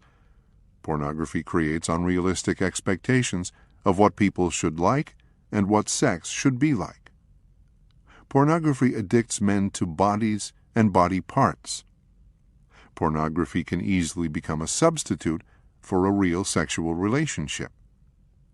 Pornography creates a trance in which men can be sexual while staying distracted from their shame and fear.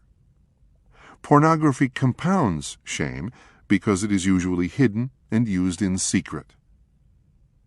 I tell nice guys, if you are going to use pornography, do it openly.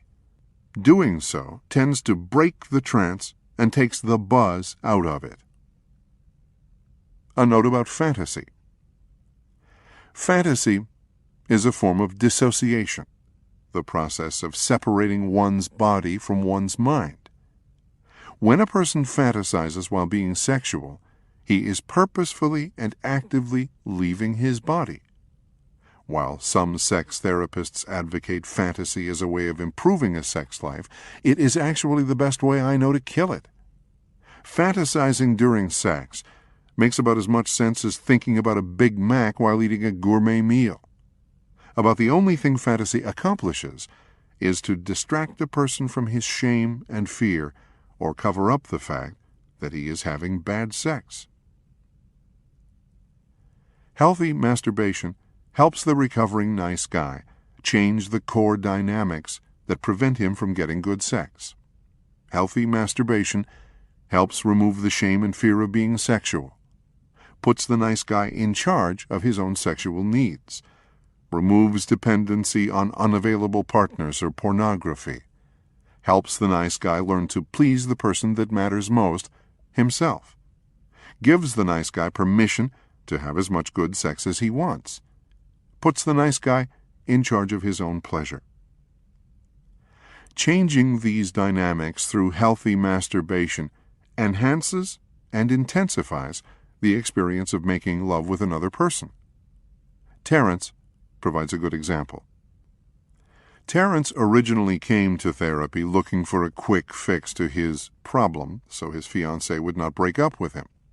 In the first several sessions, I focused on the subject of him making his needs a priority.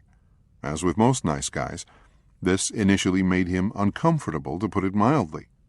Terence was terrified that if he wasn't a great lover and didn't keep his girlfriend happy, she would leave him like his ex-wife did.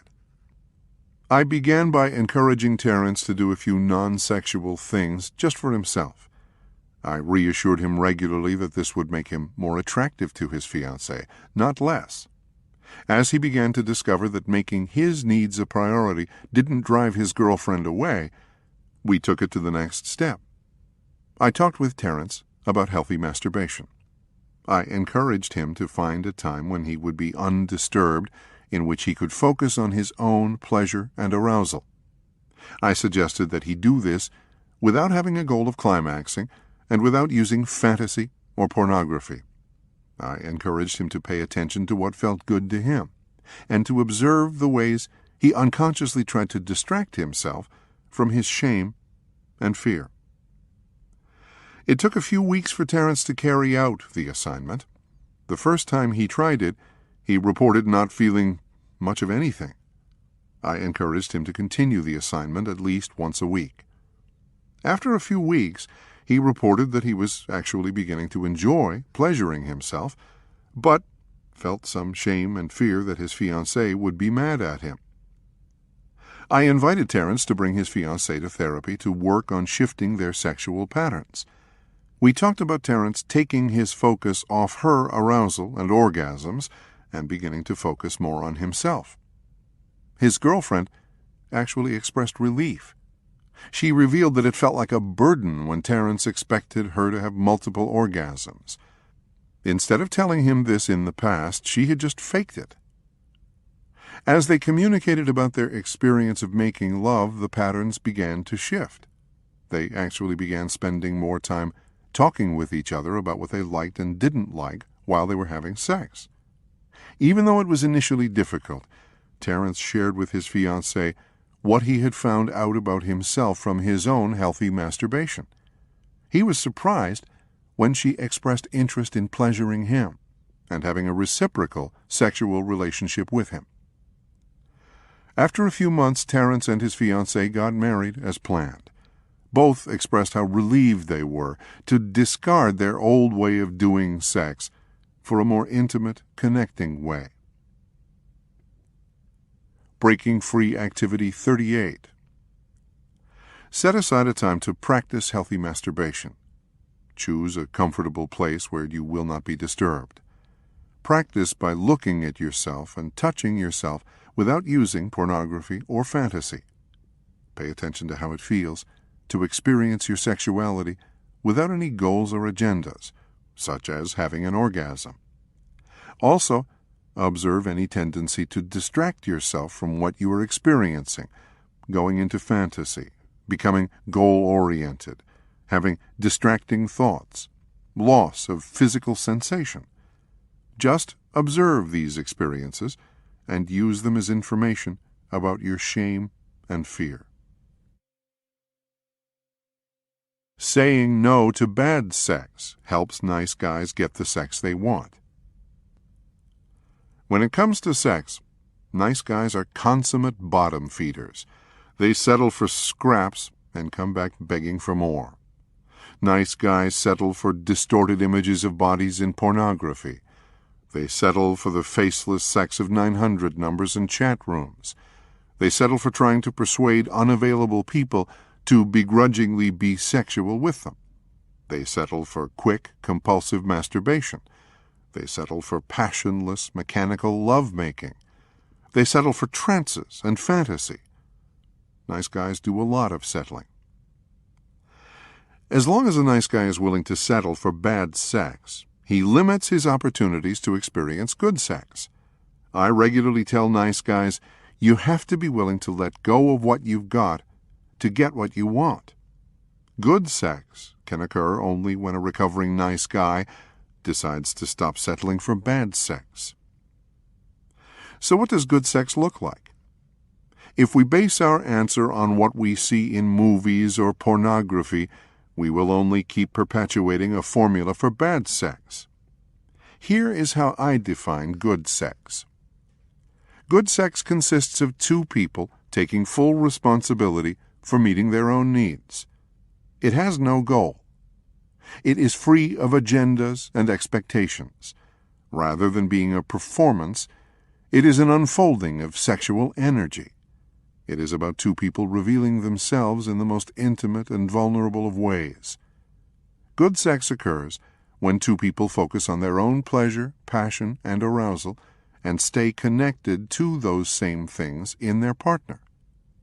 All of these dynamics allow good sex to unfold in unpredictable, spontaneous, and memorable ways.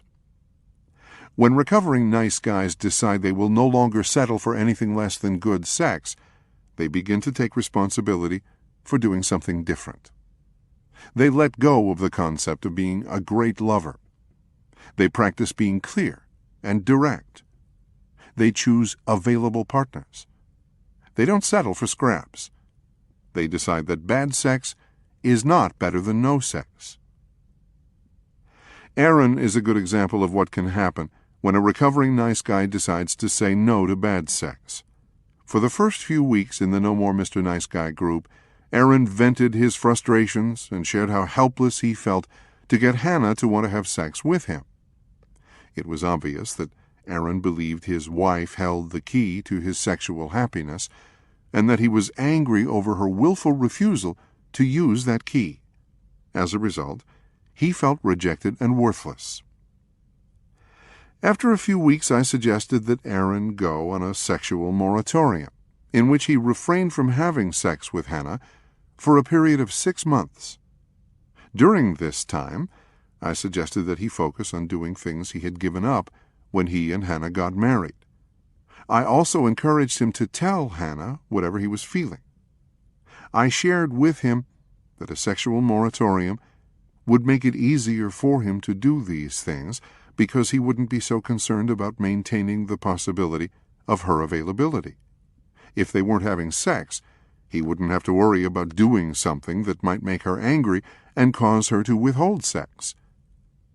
At first, Aaron was bewildered as to how this plan could get Hannah to want to have more sex with him. I told him the goal was not to get her to have more sex, but for him to reclaim his key and stop feeling like a victim. Even though he was initially hesitant, he acknowledged that he wasn't having much sex anyway. With the support of the men in the group, Aaron decided to go home that night and tell his wife what he planned to do. The next week, Aaron shared with the group what he had told his wife. He reported that she was initially angry, but over the course of the week had acted more loving toward him than she had in months. Over the next 6 months, Aaron shared his experiences with the group. On several occasions, He reported doing things for himself that previously would have created tremendous anxiety. He went out with some guy friends he hadn't seen in a couple of years. He began to share his feelings with his wife. On more than one occasion, this included telling her when he was angry at her. He even let her know on a couple of occasions when he wasn't in the mood to listen to her talk about her problems. He also found that he became more honest, revealing things to her that he had previously kept to himself. Aaron also reported that his wife had made some sexual advances toward him. She revealed to him that since he was not pursuing her, she felt freer to move toward him. She also expressed that she liked being able to have sexual energy with Aaron, without it always having to end up in intercourse. After 6 months, Aaron reported feeling less resentful and much closer to his wife. He also discovered how to get his needs met and express his feelings more directly instead of through sex. Most importantly, when he and Hannah did start having sex again, he felt much more connected to his wife. Breaking Free, Activity 39. Consider going on a sexual moratorium. Consciously refrain from sex for a predetermined period of time. No matter what your sexual situation is, it can be a powerful learning experience. Most guys initially resist the idea, but once they make the decision to do it, they find it to be a very positive experience. A sexual moratorium can have many benefits. Helps break dysfunctional cycles. Eliminates pursuing and distancing. Releases resentment. Allows the nice guy to see that he can live without sex. Helps the nice guy realize that no one else but him holds the key to his sexual experience. Helps the nice guy see how he settles for bad sex. Eliminates fear that the nice guy's partner can withhold sex or approval. Helps the nice guy pay attention to the meaning of sexual impulses. Whenever the nice guy feels the impulse to be sexual, he can automatically ask himself, "Why am I feeling sexual?" Helps break addictive patterns by eliminating compulsive masturbation, pornography, and other addictive behaviors. Helps the nice guy begin to address feelings he has been avoiding with sex. Before beginning a sexual moratorium, discuss it with your partner. It helps to set a specific time. I suggest 3 to 6 months. It can be done. Decide on the parameters of the moratorium. Once you have begun, pay attention to slips and sabotaging behaviors from both you and your partner. Remember, it is a learning experience. You don't have to do it perfectly. Following the example of the bull moose helps nice guys get the sex they want. In nature, the alpha male and the bull moose don't sit around trying to figure out what will make the girls like them. They are just themselves, fierce, strong, competitive, and sexually proud.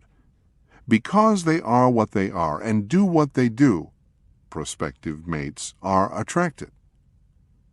As in nature, the greatest aphrodisiac is self-confidence. As recovering nice guys become comfortable just being themselves, they begin to look more attractive. Self-respect, courage, and integrity look good on a man. As recovering nice guys chart their own path and put themselves first, people respond. I've listened to recovering nice guys tell of selfishly putting their needs first, and then being surprised when a seemingly unavailable partner expresses a desire to be sexual.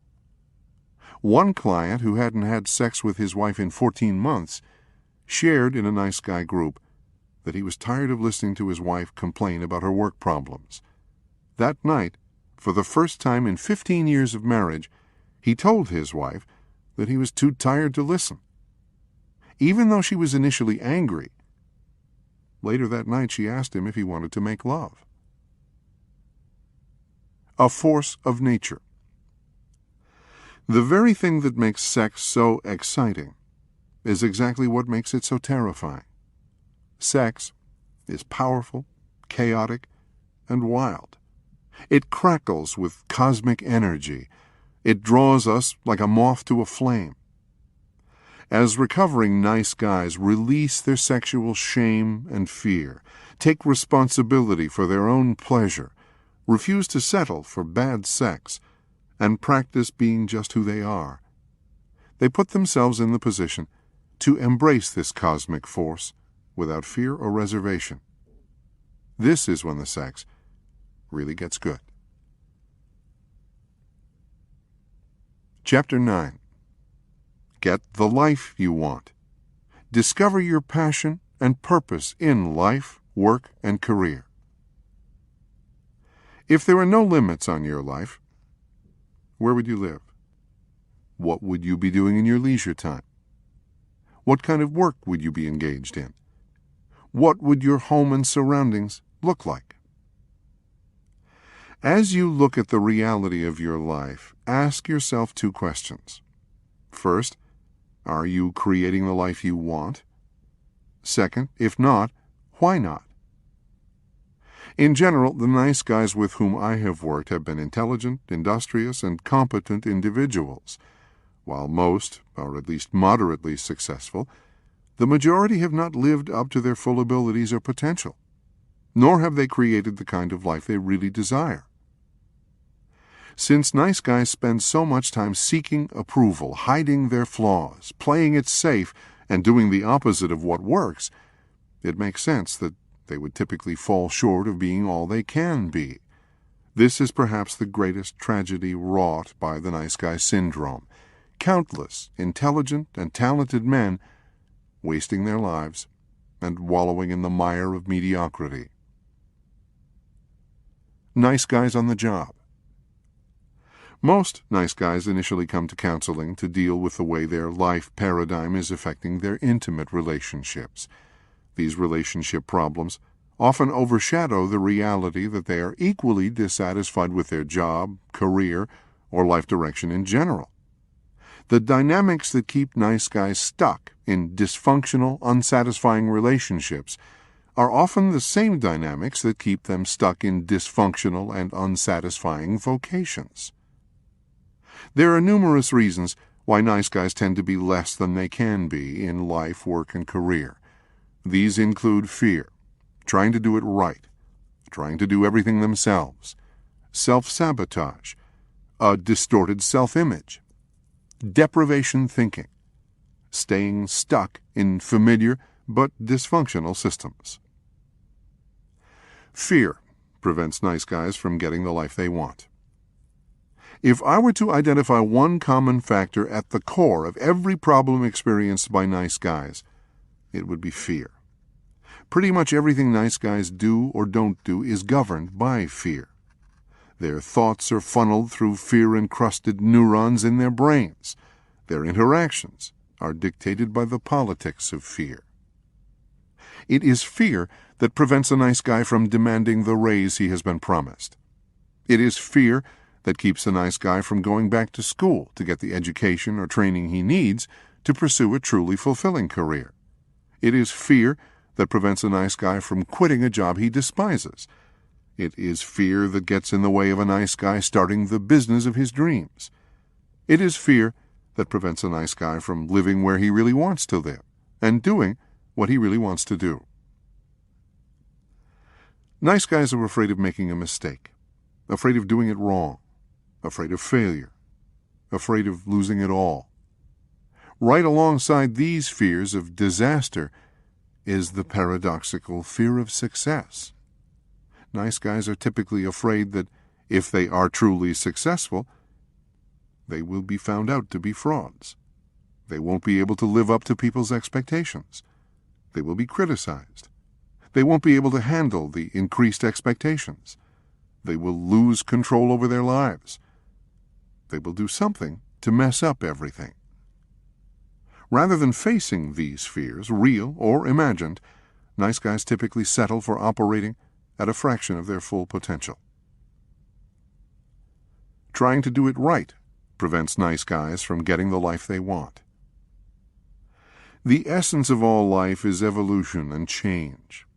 In order for this process to occur naturally and completely in an individual, a person has to be willing to let go of control. Letting go allows the beautiful serendipitous chaos of creation to resonate through oneself. The result is a dynamic, fulfilling life. Nice guys are obsessed with trying to keep their lives smooth and uneventful. They do this by trying to do it right and following the rules. Unfortunately, this life strategy is the most effective way to put a lid on any creative life energy. This lid kills their passion and prevents nice guys from living up to their full potential. Trying to do it right robs nice guys of their creativity and productivity.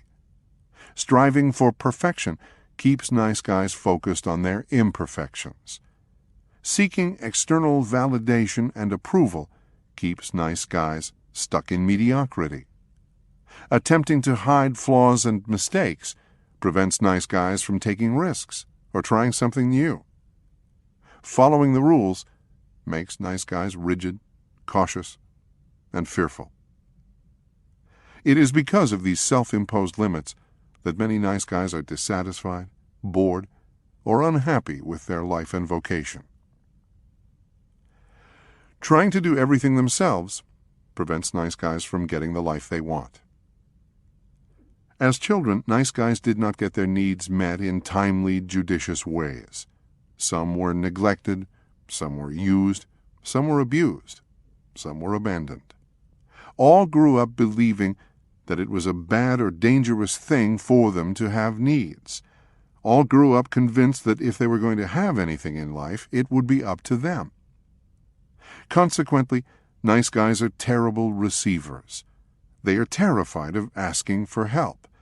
They are completely miserable when others try to give to them. They have difficulty delegating to others. Because they believe they have to do it all themselves, nice guys rarely live up to their full potential. Nobody can be good at everything or succeed all on their own. Nice guys believe they should be able to. They might be jacks of all trades, but they are typically masters of none. This childhood conditioning ensures that they will never be all they can be in any area of life. Self-sabotage prevents nice guys from getting the life they want. Because of their fear of success, nice guys are masters of self-sabotage. They undermine their success by wasting time, making excuses, not finishing projects, caretaking other people, having too many projects going at once, getting caught up in chaotic relationships, procrastinating, not setting boundaries. Nice guys are typically good at appearing competent, but to be really great, to really rise to the top, invites too much unwanted attention and scrutiny. The bright lights of success threaten to illuminate their self-perceived cracks and flaws. Consequently, nice guys find many creative ways to make sure they are never too successful. If they don't start something, they won't fail. If they don't finish something, they won't be criticized. If they have too much going on at once, they won't have to do any one thing well. If they have enough good excuses, people won't expect too much of them. A distorted self-image prevents nice guys from getting the life they want. Because their needs were not met in a timely, judicious fashion in childhood, nice guys developed a distorted view of themselves. With a naive, immature logic, they came to the conclusion that if their needs were not important, neither were they. This is the basis of their toxic shame. At their core, all nice guys believe they are not important or good enough. If a nice guy was called on to take care of a critical, needy, or dependent parent, he received a double dose of toxic shame. A child believes he should be able to please a critical parent, fix the problems of a depressed parent, and meet the needs of a smothering parent. Unfortunately, he can't. As a result of their inability to fix, please, or take care of one or more parents, many nice guys developed a deep-seated sense of inadequacy. They believed they should be able to do the job. Nevertheless, they never could seem to do it right or good enough. Mom was still depressed. Dad was still critical. This internalized sense of inadequacy and defectiveness is carried into adulthood. Some nice guys compensate by trying to do everything right. They hope that by doing so, no one will ever find out how inadequate they are. Other nice guys just give up before they try. This feeling of inadequacy prevents nice guys from making themselves visible, taking chances, or trying something new. It keeps them in the same old rut, never seeing how talented and intelligent they really are. Everyone around them can see these things, but their distorted childhood lenses won't let them accurately see their true potential and ability. The result of this distorted self-image is an emotional and cognitive glass ceiling. This invisible lid prevents nice guys from being all they can be. If they do try to rise above it, they bump their heads and tumble down to more familiar territory. Deprivation thinking prevents nice guys from getting the life they want. Not having their needs adequately met in childhood created a belief for nice guys that there wasn't enough of what they needed to go around. This deprivation experience became the lens through which they viewed the world. This paradigm of scarcity and deprivation makes nice guys manipulative and controlling. It causes them to believe they better hang on to what they've got and not take too many chances. It leads them to resent other people who seem to have what they lack. Because of their deprivation thinking, nice guys think small. They don't believe they deserve to have good things. They find all kinds of ways to make sure their view of the world is never challenged. They settle for scraps and think it is all they deserve. They create all kinds of rationalizations to explain why they will never have what they really desire. Because of their self-fulfilling beliefs, nice guys rarely live up to their potential or get what they really want in life. Staying stuck in dysfunctional but familiar systems prevents nice guys from getting the life they want. As stated in previous chapters, two major factors prevent nice guys from getting what they want in love.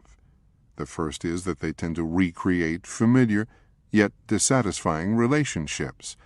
They find partners who will help them create the same dysfunctional kinds of relationships they experienced as children. These men then frequently see themselves as being victims to the dysfunction of their partners.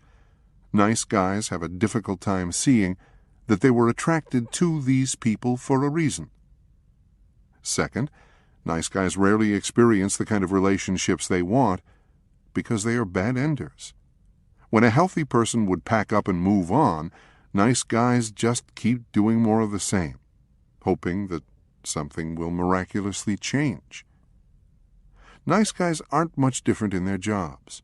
They are attracted to careers and work situations that allow them to recreate the dysfunctional roles, relationships, and rules of their childhood. They often see themselves as helpless victims to these situations. Rarely do they see why they need these systems to be the way they are, and that they have the choice to leave.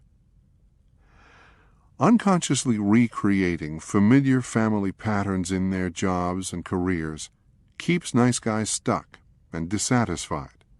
While they are perpetuating the dysfunction of their childhood, they rarely do what they really want or rise to the top of their chosen vocation. Realizing your passion and potential. I frequently tell the men in my No More Mr. Nice Guy groups that my goal is for every one of them to leave the group a millionaire. This statement really has very little to do with money or material wealth. It is about discovering passion and living up to potential. As stated above, the nice guys I counsel are generally intelligent, talented men. As these men work on recovering from the nice guy syndrome, they begin to accept themselves just as they are.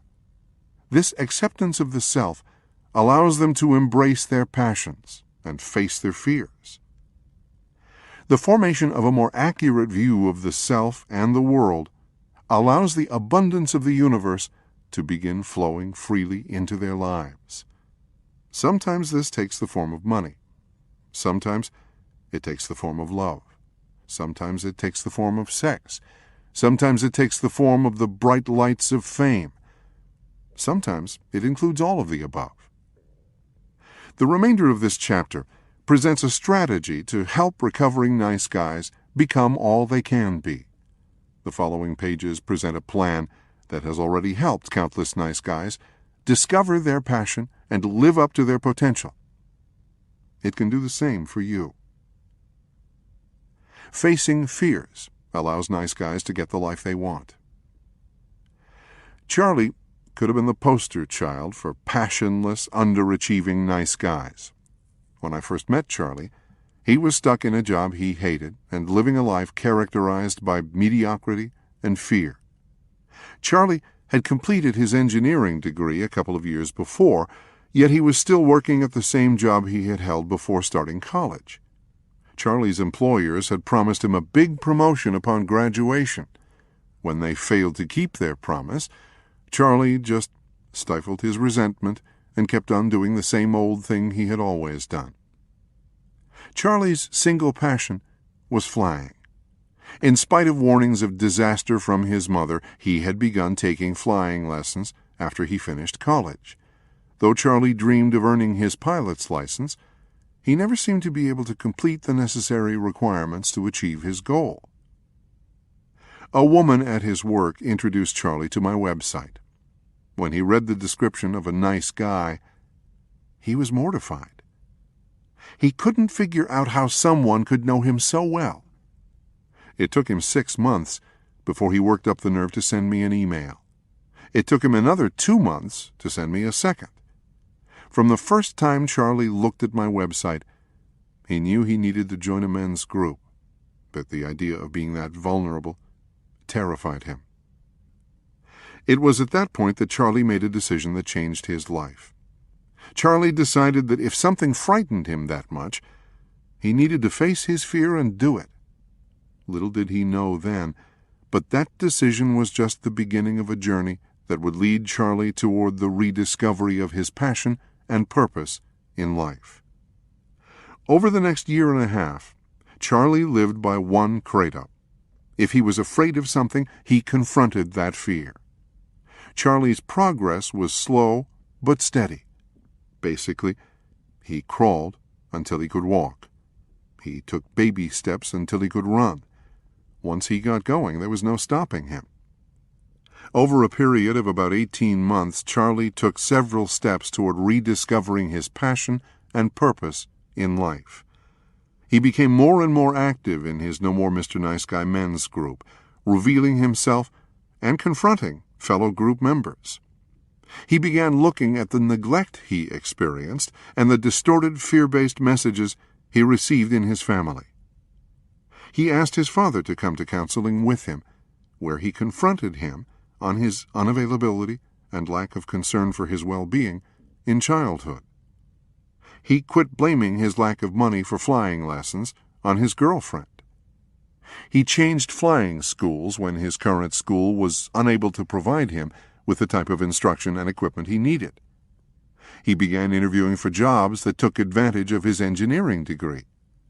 He began confronting his feelings of inadequacy, family messages about playing it safe, and distorted beliefs about his qualifications as an engineer. He confronted his girlfriend, whom he was initially terrified of, about her lack of participation in household responsibilities. He took his solo flight and got his pilot's license.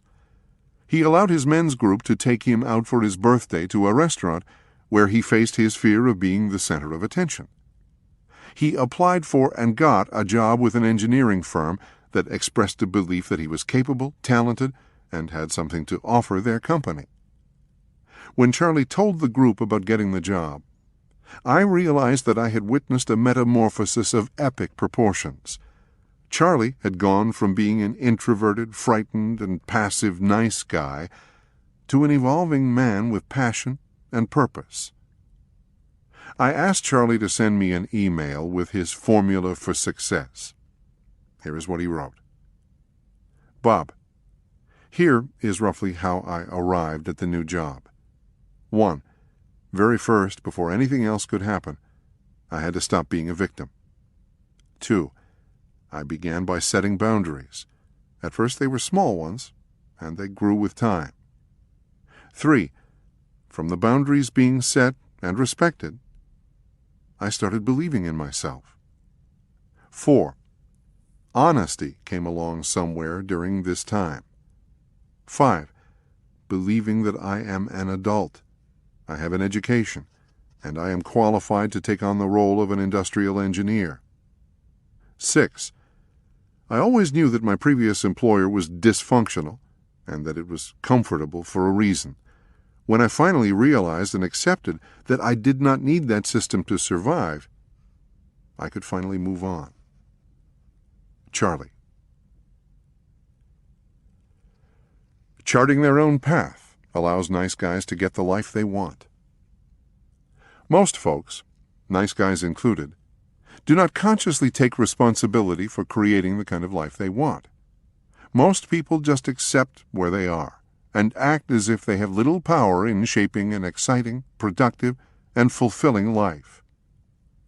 When I talk with nice guys about taking charge of their lives, most have a difficult time wrapping their brain around the concept. It just doesn't fit their paradigm that they can make choices and act to make these choices a reality. I encourage nice guys to visualize creating a life where they do what they love and get paid for it. Most of them have difficulty with this concept. They act as if I am asking them to believe a fairy tale.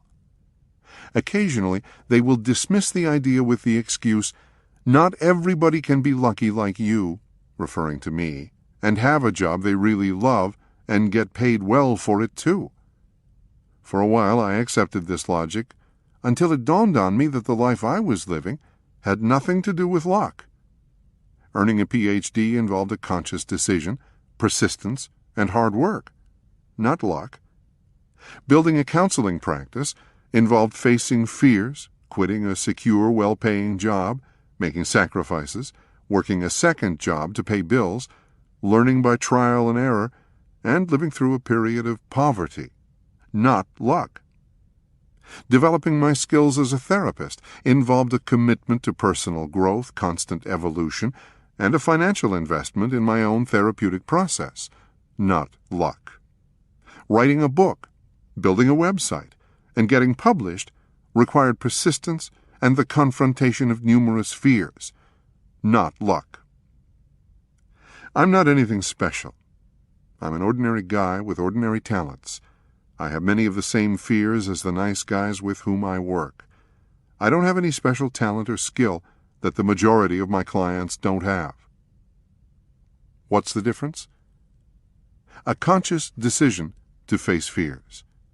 A conscious decision to not settle for mediocrity. A conscious decision to make my own rules. Think about the people you respect or look up to. Most probably started with nothing, but still found ways to create interesting, productive, and passionate lives. These people charted their own paths and made their own rules. What makes them different? Most are just ordinary people who took charge of their lives. Here's the good news. If they can do it, so can you. One of my favorite affirmations is, "What one man can do, another man can do." Think about it. If others have taken charge and created lives worth emulating, so can you. The only thing stopping you from having the kind of life you really want is you. It is time to start charting your own path, making your own rules, and making your dreams a reality. Breaking Free, Activity 40.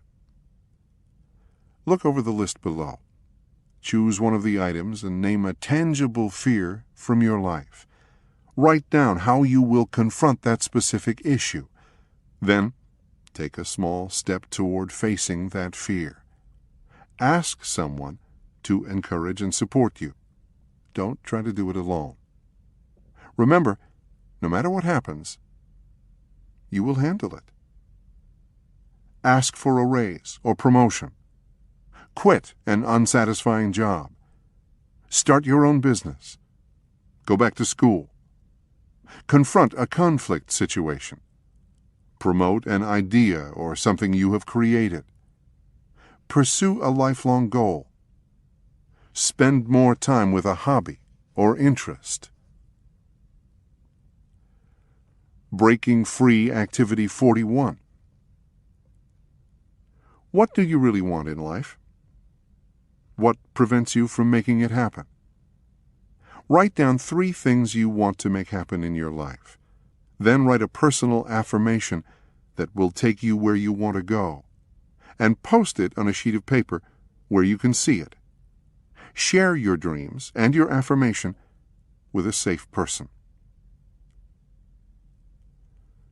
Letting go of trying to do it right allows nice guys to get the life they want. This book began as a few chapters I planned to write to give to the men in my first No More Mr. Nice Guy group. Initially, when there was no agenda or goal, my writing was a spontaneous recording of my growing insight into the nice guy syndrome. Before long, clients and family members began suggesting that I write a book. It seemed like a logical extension of what I was already doing, so the idea made perfect sense. It was at that time that something began to change. Rather than being just a few insights and illustrations written for the benefit of a handful of clients, my effort became directed at producing something that would be deserving of publication and widespread distribution. I began hearing people suggest things like bestseller, Oprah, and get rich. What was once an effortless labor of love began to falter under the weight of expectation. In order to live up to the lofty standards people were suggesting, my book had better be good. Not just good, perfect. With that agenda, I labored for 6 years to complete No More Mr. Nice Guy. The most common question I was asked by friends and family during this time was, "When are you going to finish your book?" Over the years, the manuscript went through at least 3 major revisions, as well as extensive editing. Numerous factors contributed to the length of time it took to finish the book. But the number one reason was that I thought it had to be perfect. I thought the book had to be perfect to be published. I thought it had to be perfect for anyone to buy it. I thought it had to be perfect for it to help anyone. Unfortunately, this gross misperception had a number of detrimental consequences. I believed I had to write everything I knew about the nice guy syndrome. The original manuscript of this book was probably 4 times its present length. I believed I had to be an eloquent writer. I believed the text had to be flawless. I went to therapy to find out why I couldn't finish my book.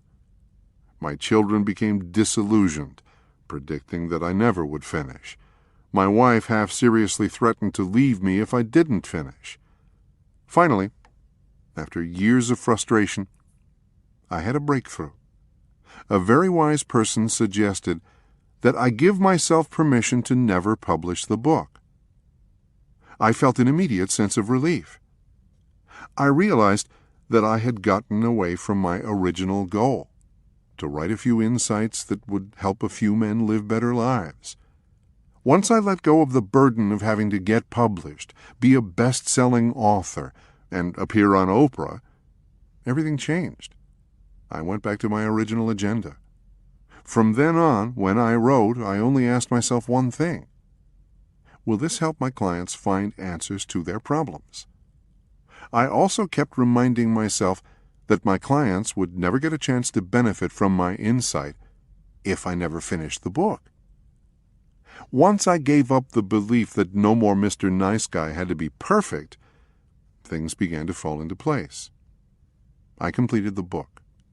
Clients reported that it was changing their lives. Therapists began to request copies for their clients. Radio talk show hosts and newspaper and magazine writers began contacting me for interviews. I hired an agent. Publishers began pursuing me. Trying to do it right only sucked the life out of No More Mr. Nice Guy. Letting go, and letting it just be good enough, set me free to embrace my passion and create something of lasting value. This same principle applies to every area of the recovering nice guy's life. Breaking Free, Activity 42. How does your perfectionism or need to do it right get in the way of realizing your passion and potential? Pick one thing that you have always wanted to do. Write a book. Turn your hobby into a business. Move. Go back to school. Fully embrace a talent. Now ask yourself the question, if you knew ahead of time that this endeavor would be a success, would you hesitate to do it? Would this knowledge set you free from the belief that you have to do it perfectly? Would this knowledge motivate you to get started or complete what you have already begun? What risks would you be willing to take if you knew ahead of time that there was no way for you to fail? What are you waiting for? Let go of the need to do it perfectly and just do it. Learning to ask for help allows nice guys to get the life they want. A major reason nice guys frequently fail to live up to their potential is that they believe they have to do everything themselves. Phil is a good example. Phil's goal in life was to be rich. He seemed to have a lot of things going for him. He was good-looking, intelligent, outgoing, and funny. Yet Phil always seemed to fall way short of achieving his lofty goals and dreams. A number of things got in the way. Taking shortcuts, procrastination, and insecurities about whether he deserved to get what he really wanted. Perhaps Phil's greatest roadblock was his difficulty asking people for help. Phil had a number of faulty core beliefs about people helping him. He didn't believe he deserved to get what he wanted. He didn't believe his needs were important to other people. He believed the surest way not to get his needs met was to ask in clear and direct ways. One day, in his No More Mr. Nice Guy men's group, Phil was lamenting about the lack of sex in his relationship with his wife. I asked Phil if he asked his wife to have sex with him. He said no. I asked him if he believed his wife wanted to have sex with him. To this he also replied in the negative. I told Phil that I thought his lack of sex was symptomatic of a bigger problem in his life, him not thinking his needs were important and not believing that other people wanted to help him meet his needs. I suggested that changing his beliefs about his sexual needs might be the place to begin changing core beliefs that prevented him from having other things he wanted in life. The next week, Phil was grinning from ear to ear. My wife and I had sex, he beamed. The group shared in his enthusiasm. They wanted to know how it happened. I asked, was Phil's simple reply. I questioned Phil how his wife felt about having sex with him. She was fine about it, he replied. She said she likes having sex with me, but that I hadn't asked in a long time, so she didn't think I was interested. A week later, Phil told the group he was dreading asking his father-in-law to borrow money to get the old single-pane windows replaced on his house. Some of the group members began asking questions about the cost. Some shared that they had done that kind of project before. I suggested that Phil ask the group to help him. It was like pulling teeth, but Phil asked the men if they could help him replace his windows. The members of the group responded unanimously that they would be glad to. About a month later, the men got together at Phil's house and had the equivalent of an old-fashioned barn raising. These two experiences had a tremendous impact on Phil. He began to see that his needs were important, that people wanted to help him meet his needs, and that the surest way of getting people to help was to ask. Phil began to build on this new paradigm. Within a few weeks, he shared a plan with the group to start his own business. A friend of the family had offered to help him get started in his own landscaping business. This prospect especially excited him because the seasonal work would allow him to teach snowboarding during the winter, a lifelong dream. An old friend offered to be his financial backer. His wife volunteered to look for a job that paid health insurance benefits. Men in the group offered to help him write a business plan and set up his bookkeeping. As long as Phil tried to do everything himself, he struggled to get what he wanted. Once he started asking for help and letting people be there for him, his life began to turn around. He is now headed in the direction of creating the kind of life and vocation he has always dreamed of. Breaking Free, Activity 43. Do you believe your needs are important? Do you believe other people want to help you meet your needs? On a sheet of paper, make a list of helpers you have in your life right now. These can be friends and family members. They can be professionals, such as doctors, lawyers, therapists, and CPAs. After making the list, answer the following questions. What kind of helpers do you still need? How can you use these helpers more effectively? How do you prevent these people from helping you? Start looking for opportunities to ask these people for help.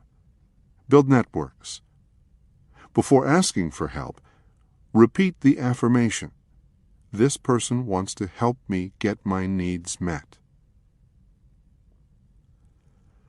Identifying self-sabotaging behaviors allows nice guys to get the life they want. As mentioned earlier in the chapter, nice guys find numerous creative ways to sabotage their success in life. They waste time, they procrastinate, they start things but don't finish, they spend too much time fixing other people's problems, they distract themselves with trivial pursuits, they create chaos, they make excuses. Sal is a good example of this. Sal was raised by a passive father and a schizophrenic mother. Neither parent was available to pay attention to him or meet his needs. At a young age, he had to take responsibility for the welfare of his younger brother. Sal had virtually no options as a child. When he felt frightened or overwhelmed, he would just hunker down and trudge ahead with dogged determination. As an adult, Sal ran a body shop for his uncle. His uncle was a cheap, short-sighted, marginally involved business owner. It was Sal's job to create a profitable business with the limited resources and dissatisfied employees his uncle provided. Sal actually operated on the assumption that this feat could be successfully accomplished. Every week, when Sal came to men's group, his first order of business was to pop a couple of Tylenol to quiet the stress headache created by trying to negotiate an impossible situation at work. On one occasion, I asked Sal if he wanted to explore options for his work situation. "What's the use?" he replied. "There's nothing that can be done." For about 15 minutes, group members asked questions and proposed options. Sal looked like a man undergoing a root canal with no anesthetic. "Could you talk with your uncle and let him know how difficult your job is with the resources he gives you?" "I've tried that. He doesn't care." "Could you offer profit sharing to motivate your employees?" "My uncle is too cheap. He would never go for it." "Could you hire an assistant to help with the workload?" "We tried that once and it didn't work out." "Could you get out of management and go back to painting cars?" "I would make more money, but it is too toxic." "Could you get out of the auto body business and do something else?" Like what? I've got a mortgage, a wife, and 2 kids. How am I supposed to start over now? What is your passion, your dream job? This time, Sal paused for a moment before answering. I've always wanted to teach martial arts. There is no way that it could ever happen, though. I'd have to work evenings and weekends. My wife just wouldn't go for that, and I'd be away from the kids too much. With each question asked and each option proposed, Sal grew noticeably tenser. His eyes reflected a terror, as if he was being interrogated by Gestapo agents with cattle prods and ice picks.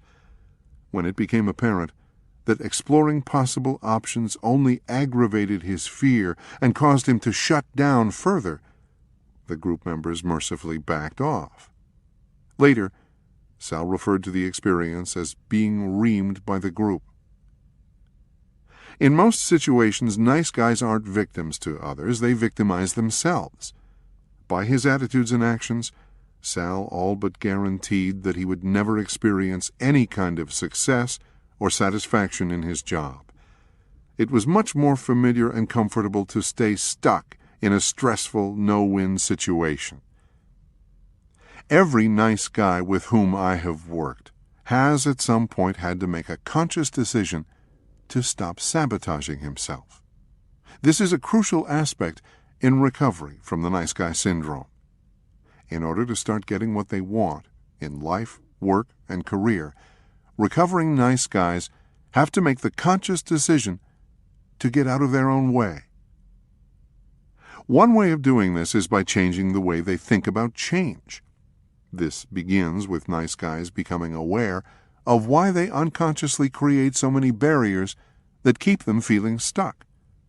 A mortgage, a wife, a lack of a degree, debt, children, are all just excuses. Making significant life changes doesn't require chucking all these things. It means seeing them for what they really are, excuses, and taking small steps in the direction one wants to be going.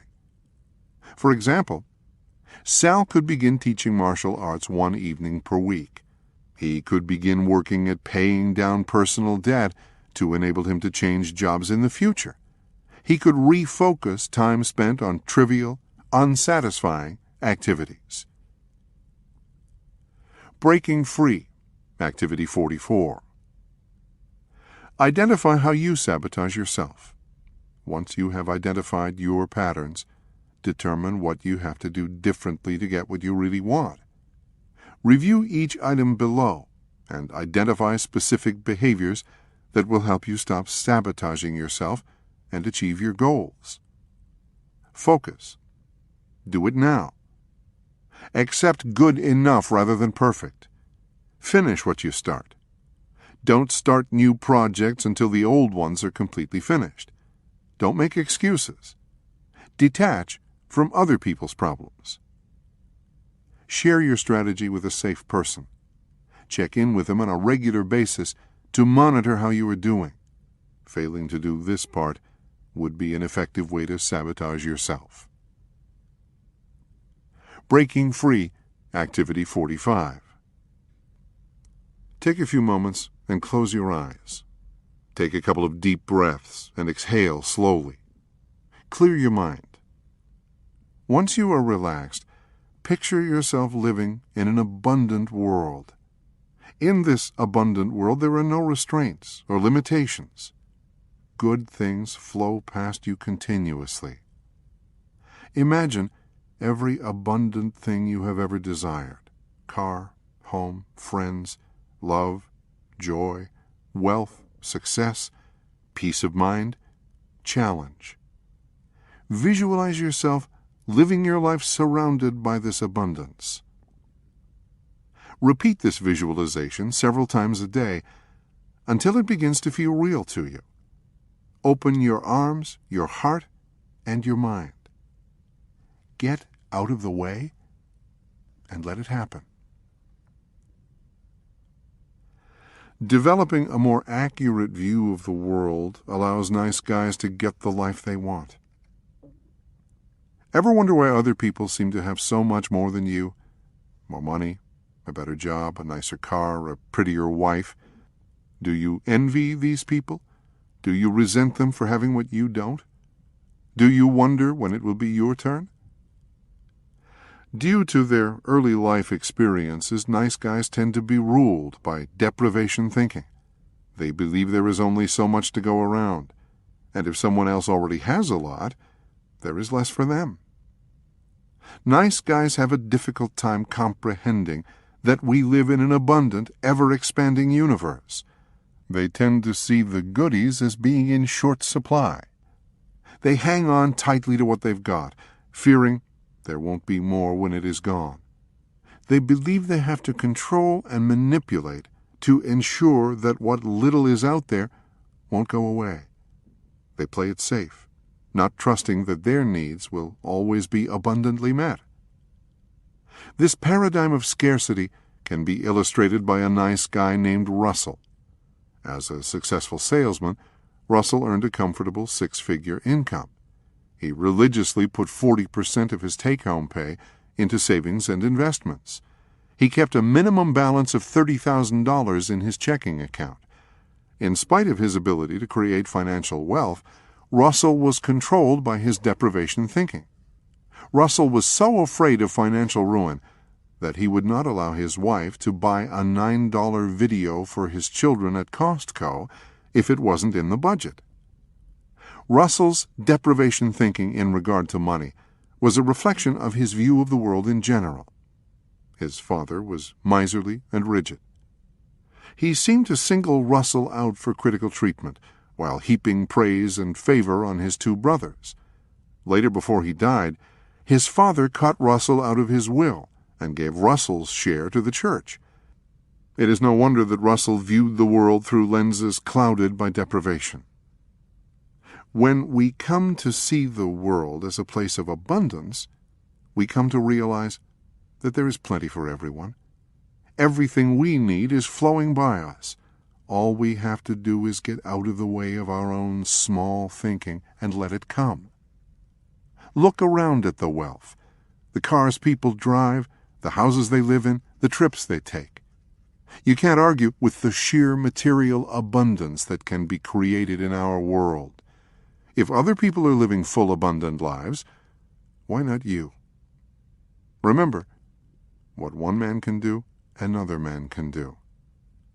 If one man can make $1 million, why can't you?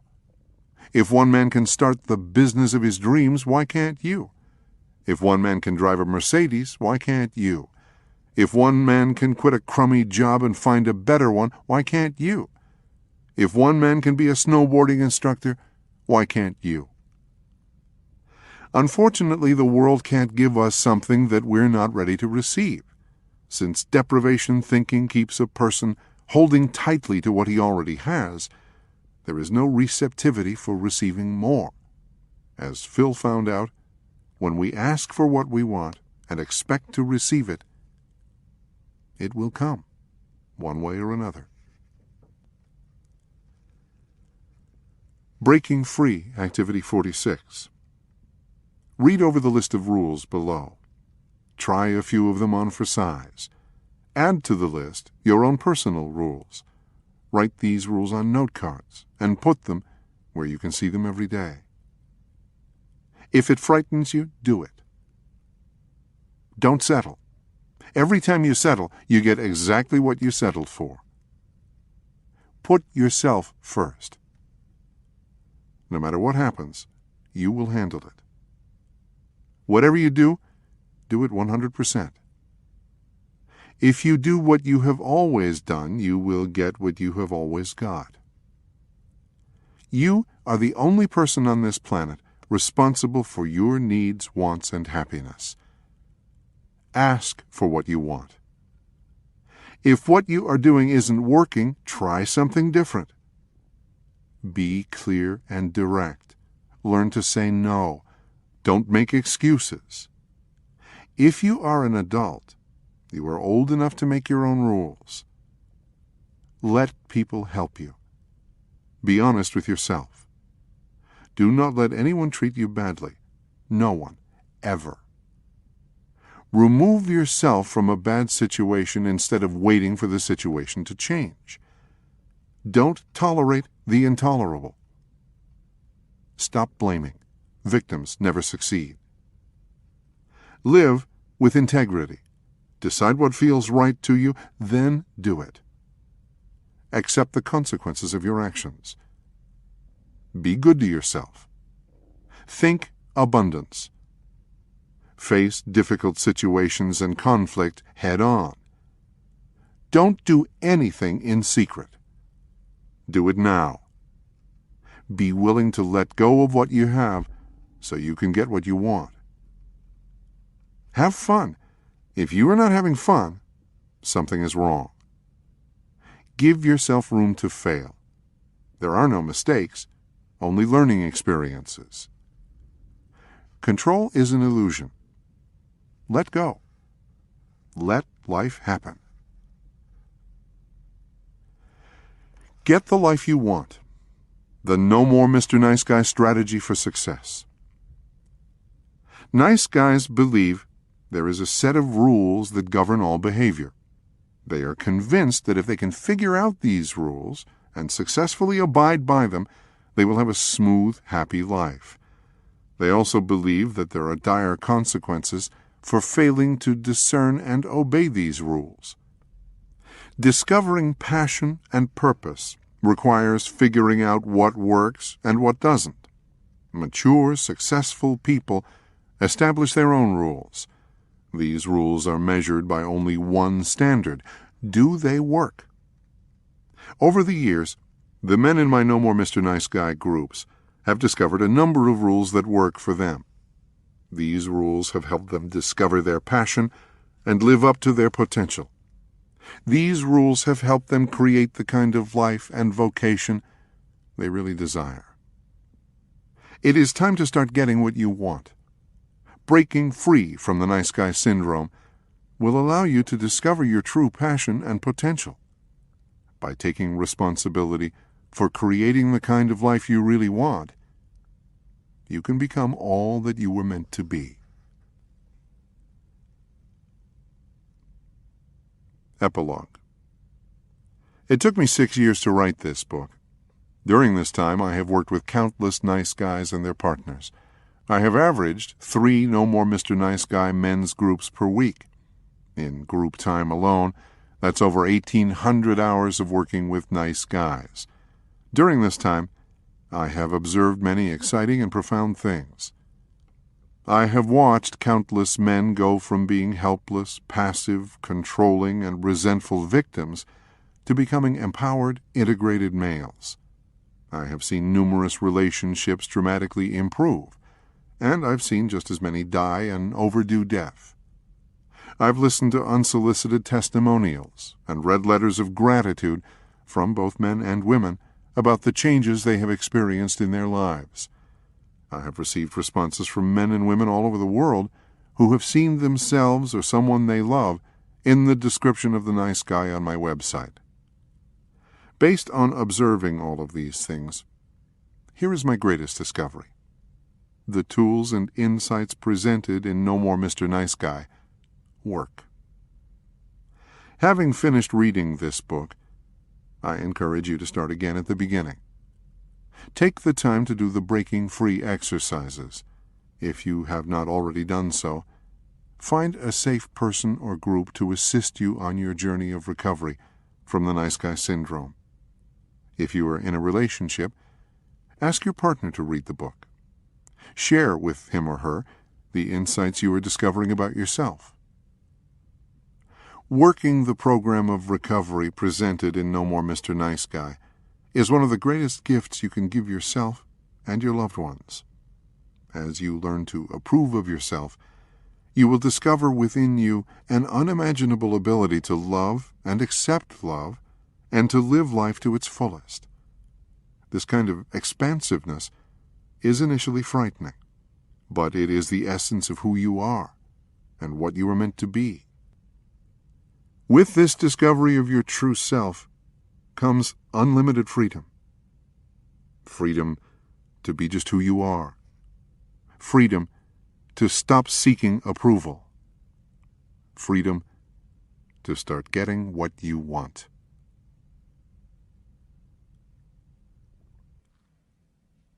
The end. You've been listening to No More Mr. Nice Guy, a proven guide for getting what you want in love, life, and sex by Dr. Robert A. Glover, narrated by Robert O'Keefe.